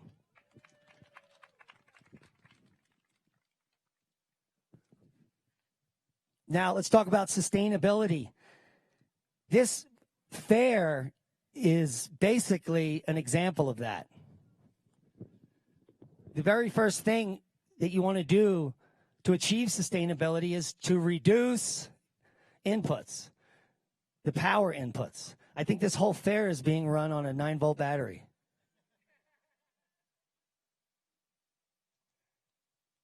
And you need renewable energy production. Unfortunately, they're using a generator back there. But it's so quiet, it's probably diesel. And biodiesel can be made as a renewable resource with waste oil. And it can be done in a 50-gallon barrel. And it's not taught in the schools. You probably have to pay a pretty penny to even find a class on that, biodiesel production. You know, what's taught in schools is that we're burning up and oil and gas production. And that's another false paradigm, a dogma that we've been living with. There are new opportunities. There is a completely new way to live when you combine sustainability with resilience. And if you go look at any of my CIA monitored social media sites, you'll see that for almost a decade, under my profile picture, it says that permaculture is the solution. And in my opinion, that it is literally the solution to everything I just bitched and moaned about. Because permaculture is an ethical design model on how to live, which includes every loophole you may run into. And many of those loopholes that in our current paradigm we consider problems are actually benefits. And many of those loopholes in our society that we consider marginal are the most important. It's a completely new way of thinking. It's a model and a design of life. And you can apply it to anything. You can apply it to your relationship. You can apply it to your business model. You can apply it to how you're building your house, how you're setting up your farm design. You could probably use permaculture principles to design a clothing line. The possibilities are endless. And it's all based on, I think, something that we've all lost touch with, and that is nature. You know, on my channel, I've been imploring everyone about a very ancient practice of forest bathing. It's called Shinrin-yoku. And it's simply the act, it's literally how you go to permaculture university. You walk out into your favorite spot in the woods where there's multiple things going on. A stream usually helps. And then you start to observe deeply what is happening. A few mushrooms help, but... And what you will find is amazing, especially if you approach it that way. Forest bathing. The forest will begin to teach you about things you've never known. If your mind is open, it will help you help yourself grow better fruits and vegetables at your house. It may even help you be less of an asshole. And I need a lot of that. I need a lot of that. The forest can teach you how to catch and store energy. It can teach you a lot. The forest can teach you how to obtain a yield, which then you replicate in your front yard. So if I was in a forest and I came across a huge patch of berries that were amazingly ripe and delicious, I would take notice of what's happening around those berries and want to replicate that in my permaculture design. And that's just, it doesn't come from a classroom. And we learn a lot about renewable resources from the forest. A lot of people are obsessed with composting. It's like turkey baking to them. It's amazing. There's special 8-foot anal thermometers you put right in the thing. Now, the most important thing that comes from forest bathing, in my opinion, is the spiritual awakening that occurs. A lot of people are looking for that moment. and they're on the cusp. They're searching for something. I was one of them. And in these times of deep reflection, especially when you're alone, it is the only and the most honest time that those things can occur, independent of self. And so I highly implore everyone to start learning about permaculture by simply walking into a forest. Now, design from patterns to details. We know that geometric patterns repeat all over in nature. And this is deeply connected to the spiritual connection to the energies in those places, which is individual for everyone. So you need to go out and experience what I'm saying yourself and come to your own conclusions. But these design elements are important to incorporate in our life, in my opinion. You can incorporate it into your architecture and your alternative building. You can even incorporate it into your alternative energy designs. So I think it's very important that we consider sacred geometry as it relates to nature. And then finally, I'd like to close on a few things.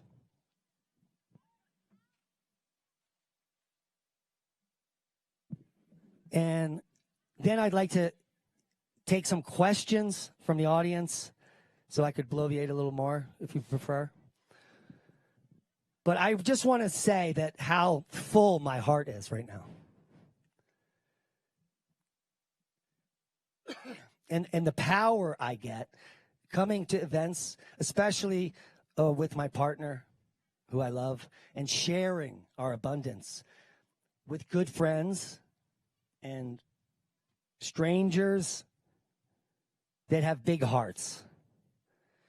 And because these are, I think, some of the lessons that we are not being taught. That the easiest thing we can do as humans is to listen, to be open-minded, and to give as much as possible for the greater good of the entire planet. And I believe that the Crestone Energy Fair is the manifestation of that ideal. And so each and every one of you that came out tonight, you're now a beacon of hope that will radiate out from this place and spread the love and the community and the ideas of how we can be more deeply connected as a community. Thank you for letting me speak. It's been a good ride. Let's start the party.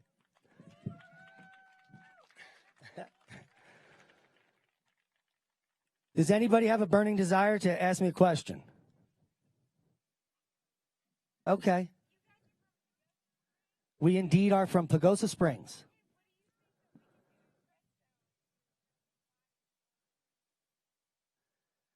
You know, we learned a lot, and you learn a lot from your neighbors and your community you're in. The road that we live on has a network of like-minded people that are really into sharing and bartering, and we all have unique skill sets. If you can get people in your community to maybe create a list of those skill sets so that everyone in the community could have access to see what people are willing to barter or share, you can then start to create an amazing economy. And a lot of people are against growing cannabis. I want to encourage everyone to take their legal rights to grow this. It's a weed. It's so simple to grow. You're allowed to have 3 flowering plants per person, per parcel, or whatever the law is. And this can be utilized as a trading device. It's literally like growing thousands of free dollars. It teaches you also how to become a better farmer. And cannabis, and one thing they're not telling you, those pricks, is one of the best nitrogen fixers on the planet. It surpasses legumes. So you keep the roots in the ground, cut your cannabis off, throw your money in the basement after you dry it, and continue. I mean, this is really a God-given right that I think everyone should be using. I tip like contractors that come to the house because they have to pay money for their weed. So it's really, I think, a benefit. You know, I'm a big advocate for weed. I gave out a lot today. Any other questions? Oh.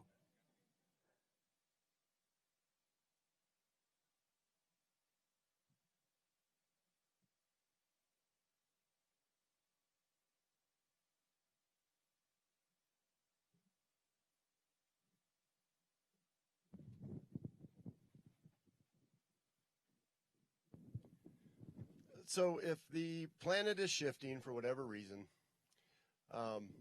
the centralized systems are destined for failure, if not already failing. So obviously, decentralization is the way to go. But there's a point I found where we decentralize so far that we're not functional, and we're then driving back towards community, tribe, village, whatever the word. You want to thoughts on that topic? That was the Armageddon question. All right, so any of you that follow my channel or just our science nerds, we're in the bottom of a solar minimum. It's an 11-year cycle. It happens to be the 4th consecutive solar cycle dropping lower and lower, less solar activity. We just came off of a solar max in 2016-ish when the temperature peaked, because there is about a 15-year lag from when the sun peaks and the heat on the earth peaks. The earth heat peak was around 2016. But prior to that, the sun had already begun shutting down. And NASA's new and NOAA's new prediction is for it to continue to reach a 0 point where there will be no sunspots for an extended period of time, which begins around 2032, where we'll be at no sunspots for decades. And the last time that happened, a huge portion of the planet died in horrible conditions, and there were plagues and other things. So that is a future we could be entering starting now. Now, at the same time, the magnetic field of our Earth is rapidly weakening.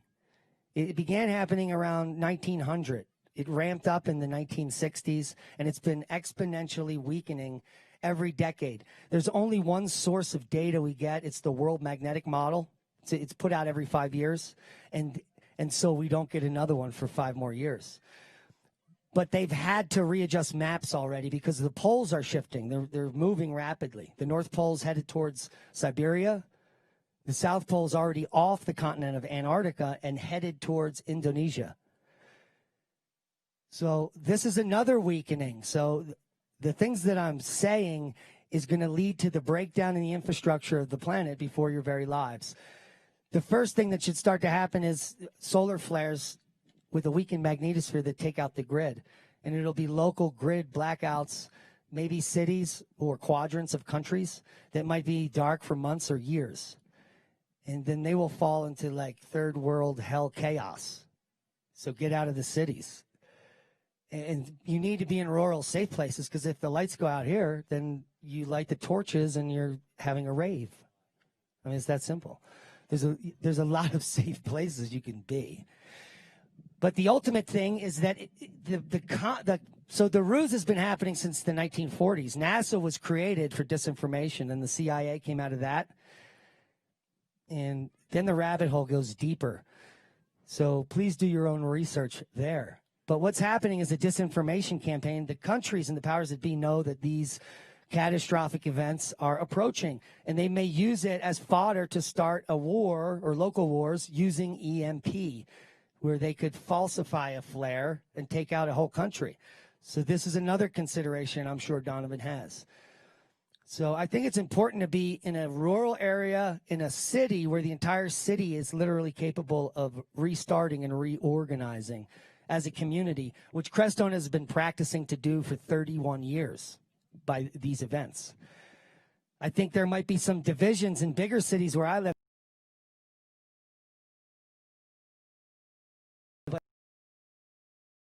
Off limits, like Mad Max shit. But like I said, Leah and I live on a dead-end road, and we already have a network and a community. We can block the road off. We can become our own Valhalla Valley. I mean, there's so many guns in Colorado. So there's that. Go ahead.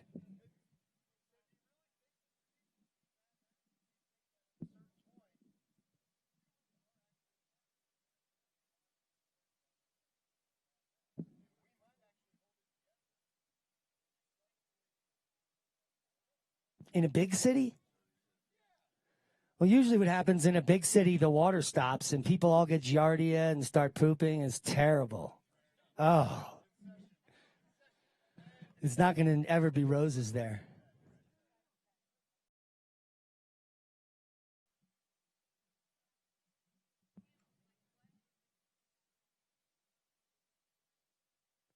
Panels is the only alternative for people like us, but not for the whole world. That's ridiculous. If we all, we've powered businesses on panels, it would be dirty quick. If you want a safe place in a rural area, I would say get an amazing solar generator like the Bluetti. This is quite an investment. You can run an entire house on a little box like this for $2,000.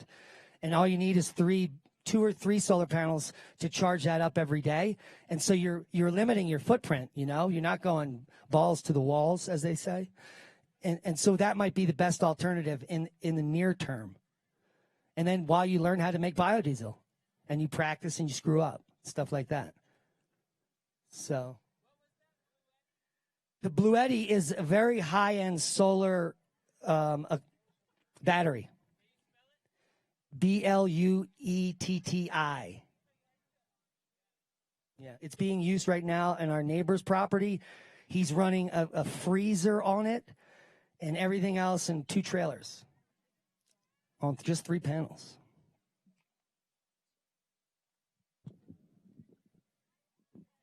Let's party. Any other questions?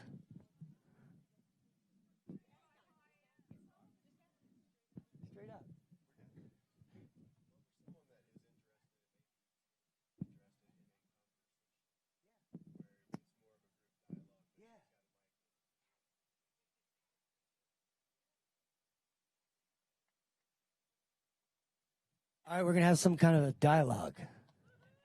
This should be interesting.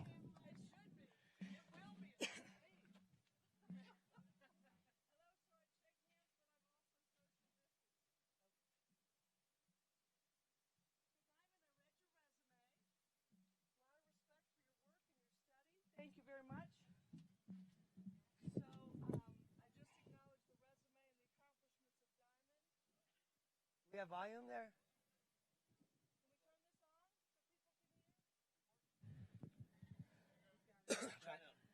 Hello. Yeah.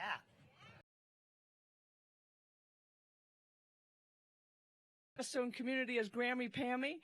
I live at the far end of the Baca in a very sustainable home that I built in '06 with the help and the assistance of many of the brilliant people who put together the Crestone Energy Fair. So thank you very much for that.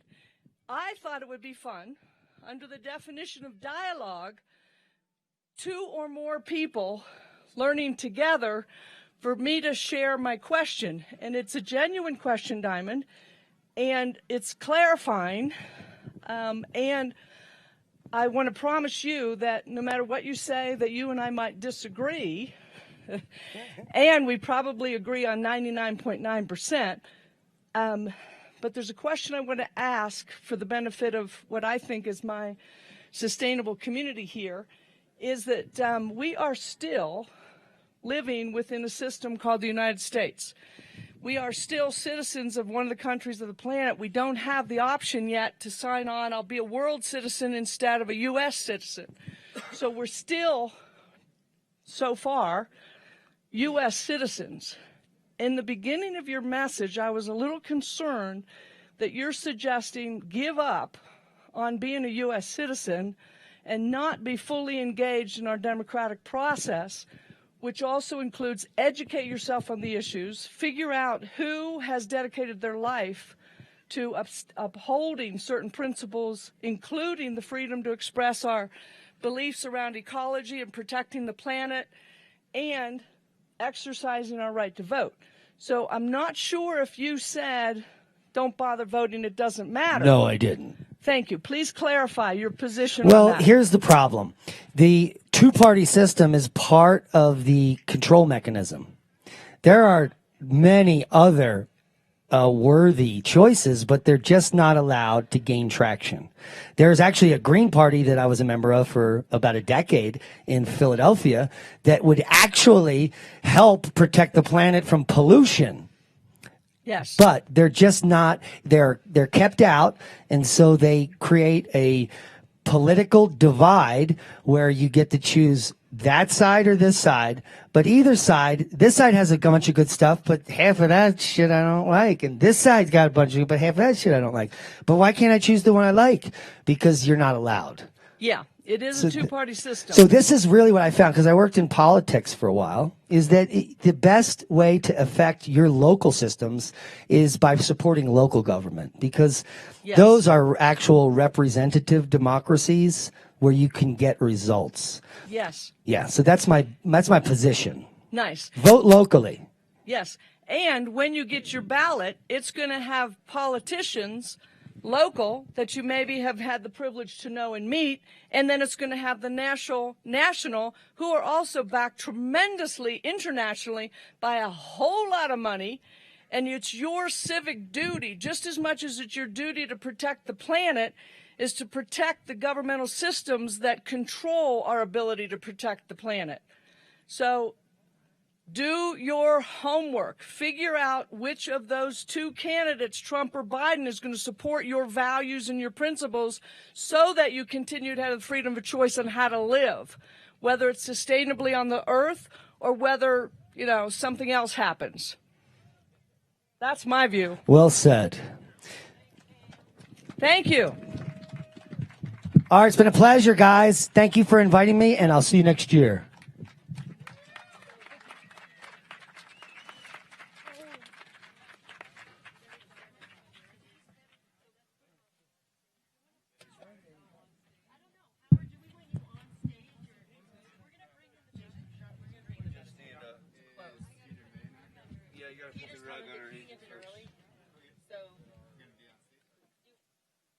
Howard, do you want to be on stage or on the ground? Okay. No, I can use it differently. Howard, man.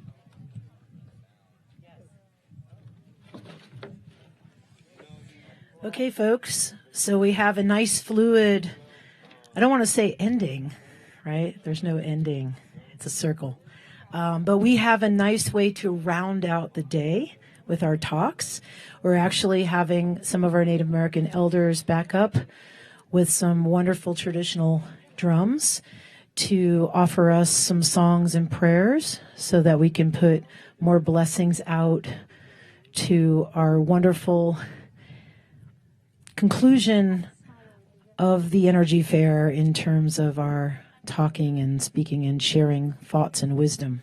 So thank you for being here, and I want to introduce Lisa Bodie, who's going to speak on what's happening next. Okay, we have another impromptu organic surprise, but not really a surprise. I think it's spirit guiding us. So if you were here this morning, I just wanted to honor Gloria and Orca and Kim and Howard as part of that opening ceremony. Some of our other elders have had to leave. But I wanted to just say, so the three of us are actually part of Howard's Sundance, the High Star Sun Eagle Sundance. So he's been a dear teacher and mentor for me, and he and John are out with his work and his songs. Howard's a fourth generation traditional singer. So thank you, Jeff and Afton, for bringing the big medicine drum. This just happened in the last hour. And so I really have asked Howard to, we've opened a circle here this morning. We're going to close this part of the educational, because after this, we're going to transition into more some sound healing, into music and dancing and our DJs. So, Howard, thank you so much for honoring us. And if you'd like to say anything, and we'll leave it to you. Thanks.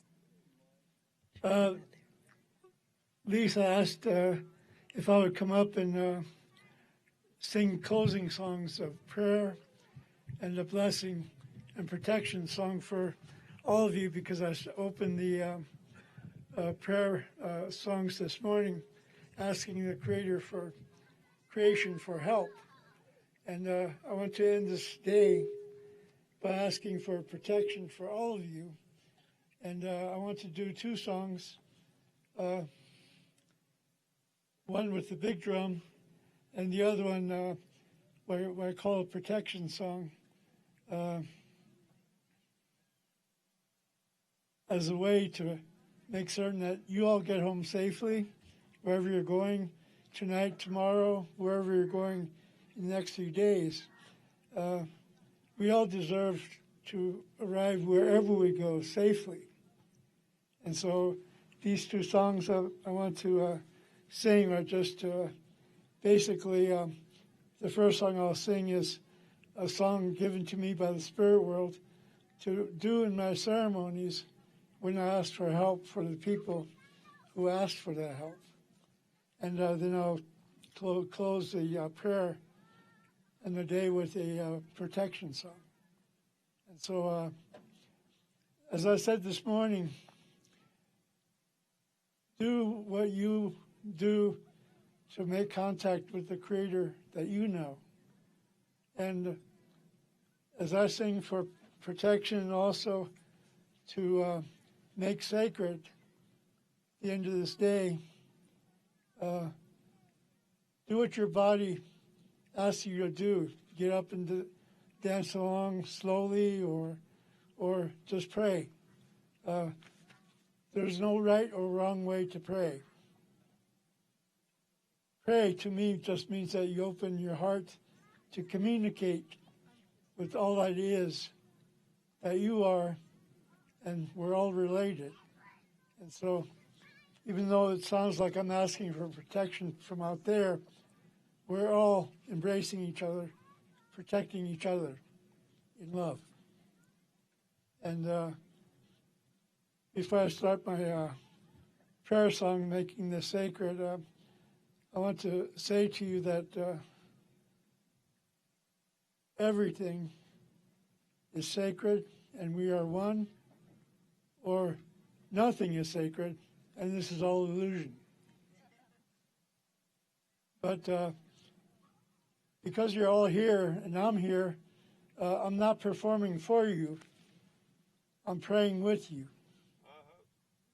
And so at this time, I'd like to do the prayer song given to me by the Spirit. So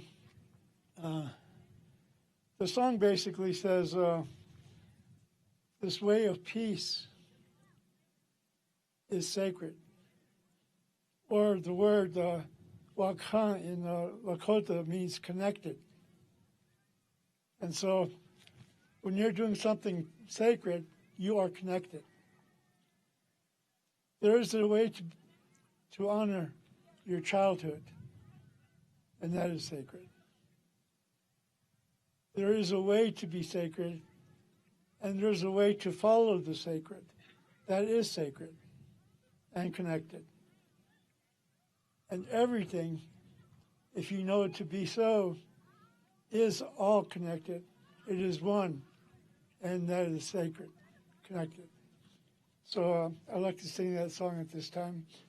You can stand up, bow your head in prayer, or whatever way you want to interact with the song is between you and Creator.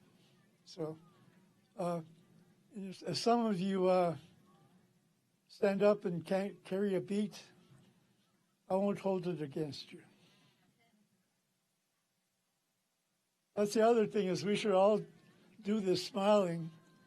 And if some of you want to laugh and have good humor with Creator, so be it. Do that. But this is a sacred song I was given by the creation to make these events sacred. Kola chana pakila wakaya lo e ko la tu yo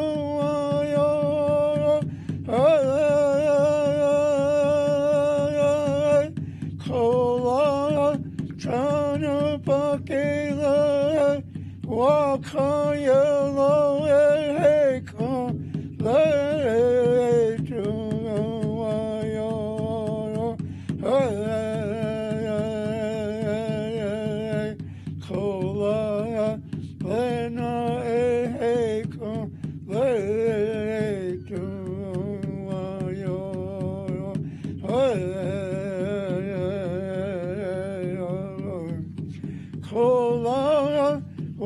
Kaya Jawa Eko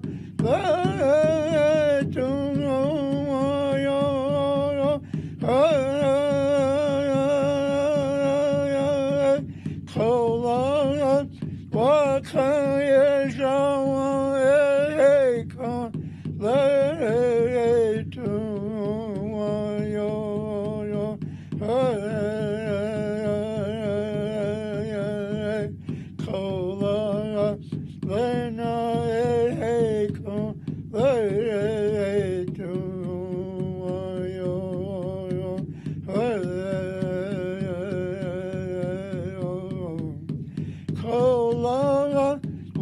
chawa kawa e ko le tu wa yo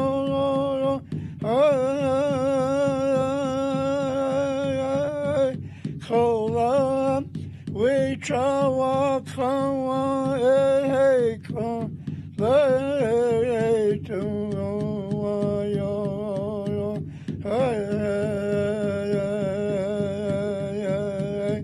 kola lena e ko le tu wa yo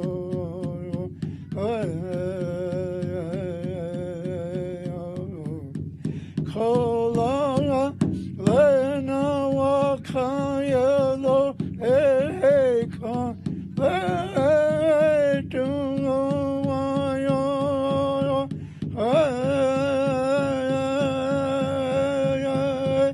kola lena wa kaya lo e ko le tu wa yo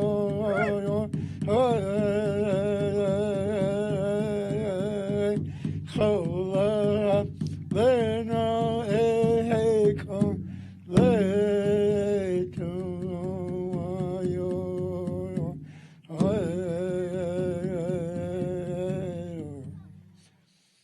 Itakwe, y'all can say all my relations. That's what that means. It's like saying amen. So that's my ceremony song. And now I'm going to sing the protection song, asking protection for all of you. And I'm asking protection for myself because I'm standing with a mask over my face, trying to breathe like crazy, standing in front of you. So I need the protection. Come on, laugh. You're supposed to. You guys gotta have some humor, you know. You can't be so serious it gets dark.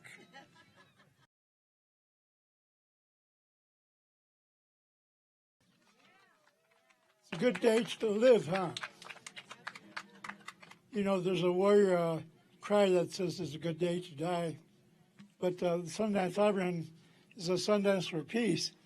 And so every day we live, we say it's a good day to live. And so I thank you.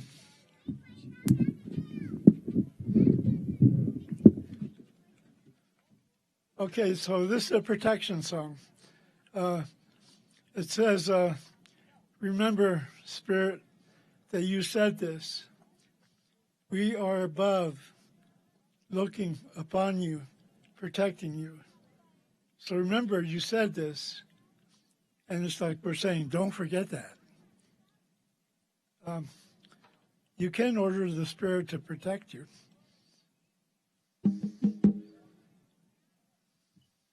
But we're not ordering the Spirit to protect us. We're just asking for that protection at this time.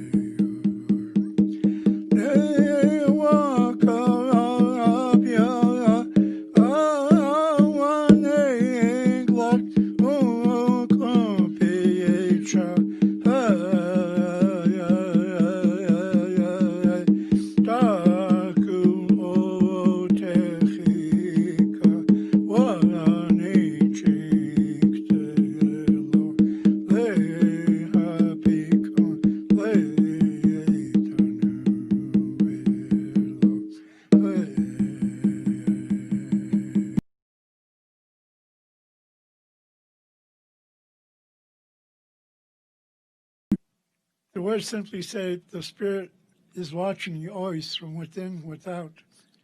And so the Spirit gave that as a word, a promise.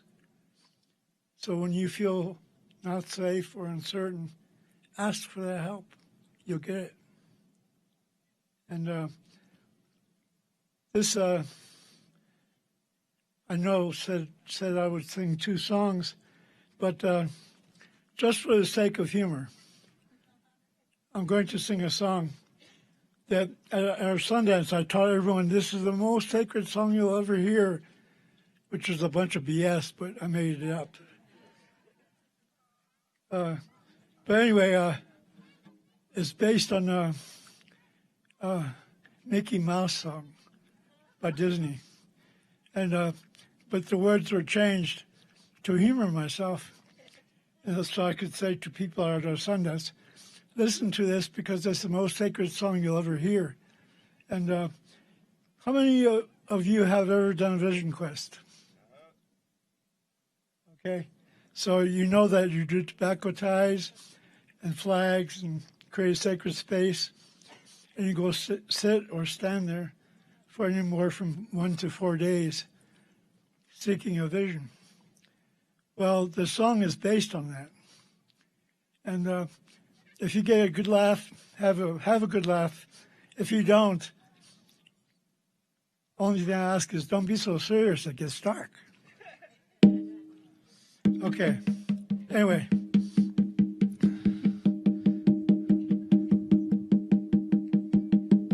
I'm having a 72-year-old moment.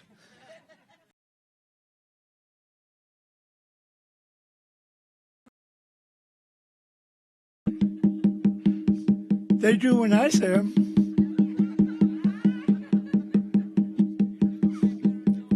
Anyway, here goes to the song. This is just for the sake of humor, okay? Don't think that you're going to get struck by thunder and lightning if you don't do what this song says, because it's not made that way. Okay, now remember the words. VISIONQUEST, Vision Quest, Vision Quest, forever wave your banners high, high, high. For all you boys and girls who are looking for yourselves, VISTONQUEST, Vision Quest.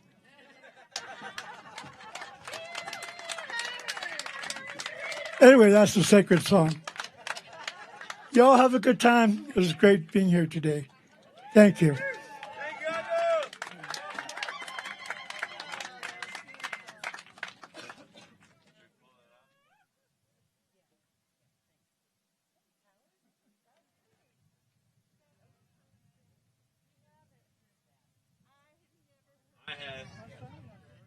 I have.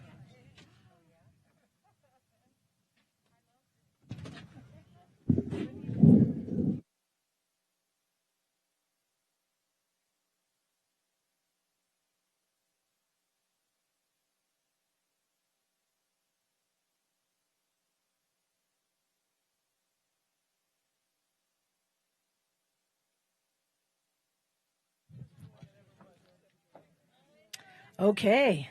Yay for us. Yay, Energy Fair. We do have Mary Lowers wants to just speak about the food and all the people that helped and donated. So we're going to let her share a few words. And then we will continue on. We have a lot of music and plant energies and sounds coming up soon. So please stick around. Thanks, Mary.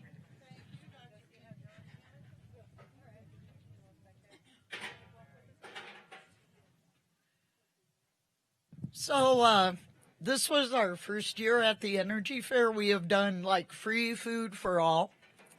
So down there on the other side of this rise, we have the free food. Come check it out. We have an amazing stir fry, almost all local veggies, and secret sauce. We have apple crisp. All of these things were made from local donations, and I really feel like I want to thank the community for feeding each other, because that's like what we need to do.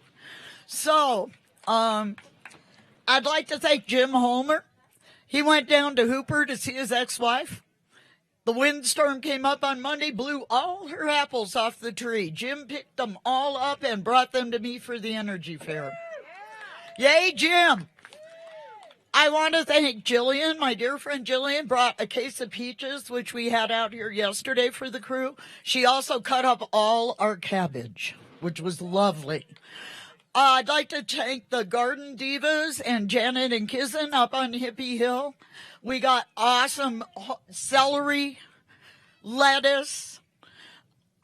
This community has given so much with this food. So I want everybody to come down and eat some of it, because it's like magic. It will make us better. It'll make us stronger. It'll keep us together. So I would really, really like to thank everyone, especially Raven and Christy and Devin and Faith, because they were all here helping me. And Brisa, God bless Brisa. She and I cut up 200 pounds of Mexican carrots. So Ram Loti at the ashram gave us 30 pounds of basmati rice. Elaine and Matt at the Mercantile gave us a big discount on watermelons, and we do have watermelon in the free kitchen, so if you're feeling you need electrolytes, come on down. And I would love to thank everybody who came here and is moving energy today for us as we need it on the planet. Thank you, Crestone Energy Fair.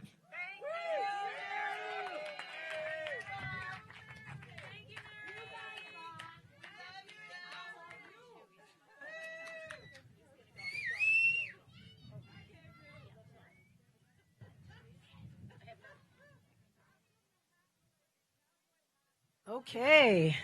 Yay for food. Yay for So, do you Okay. Yeah, so you guys are all in for a treat. We've got some great music coming up, and next up in a little bit, you get a little break to go eat something or take a break, get out of the sun. We will have Sonic Apothecary with Peter May. And if you have not experienced that, it's the singing and sound of plants and music and people and a nice energy mix. And then stay tuned for more amazing music this evening and dancing. And Suzanne wants to say something. Come on. Oh, you're going to have me say it. Just make sure everybody washes their hands before they go to the kitchen area, and the hand washing station is at the top of the Suzanne wants to share. So before you go to have your food, if you could wash your hands at the washing station, that would be great. There's a few of them in different locations, but that's one of the things that we're supposed to follow. So thank you. All right. Blessings to everyone, and please stick around and have some fun. Thank you.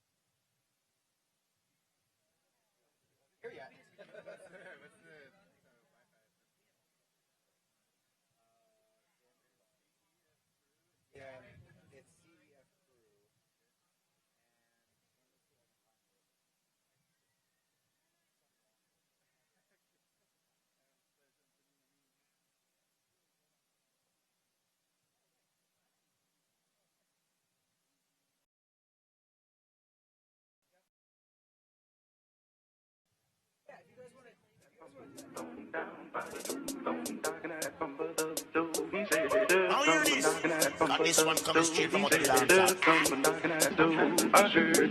Come on,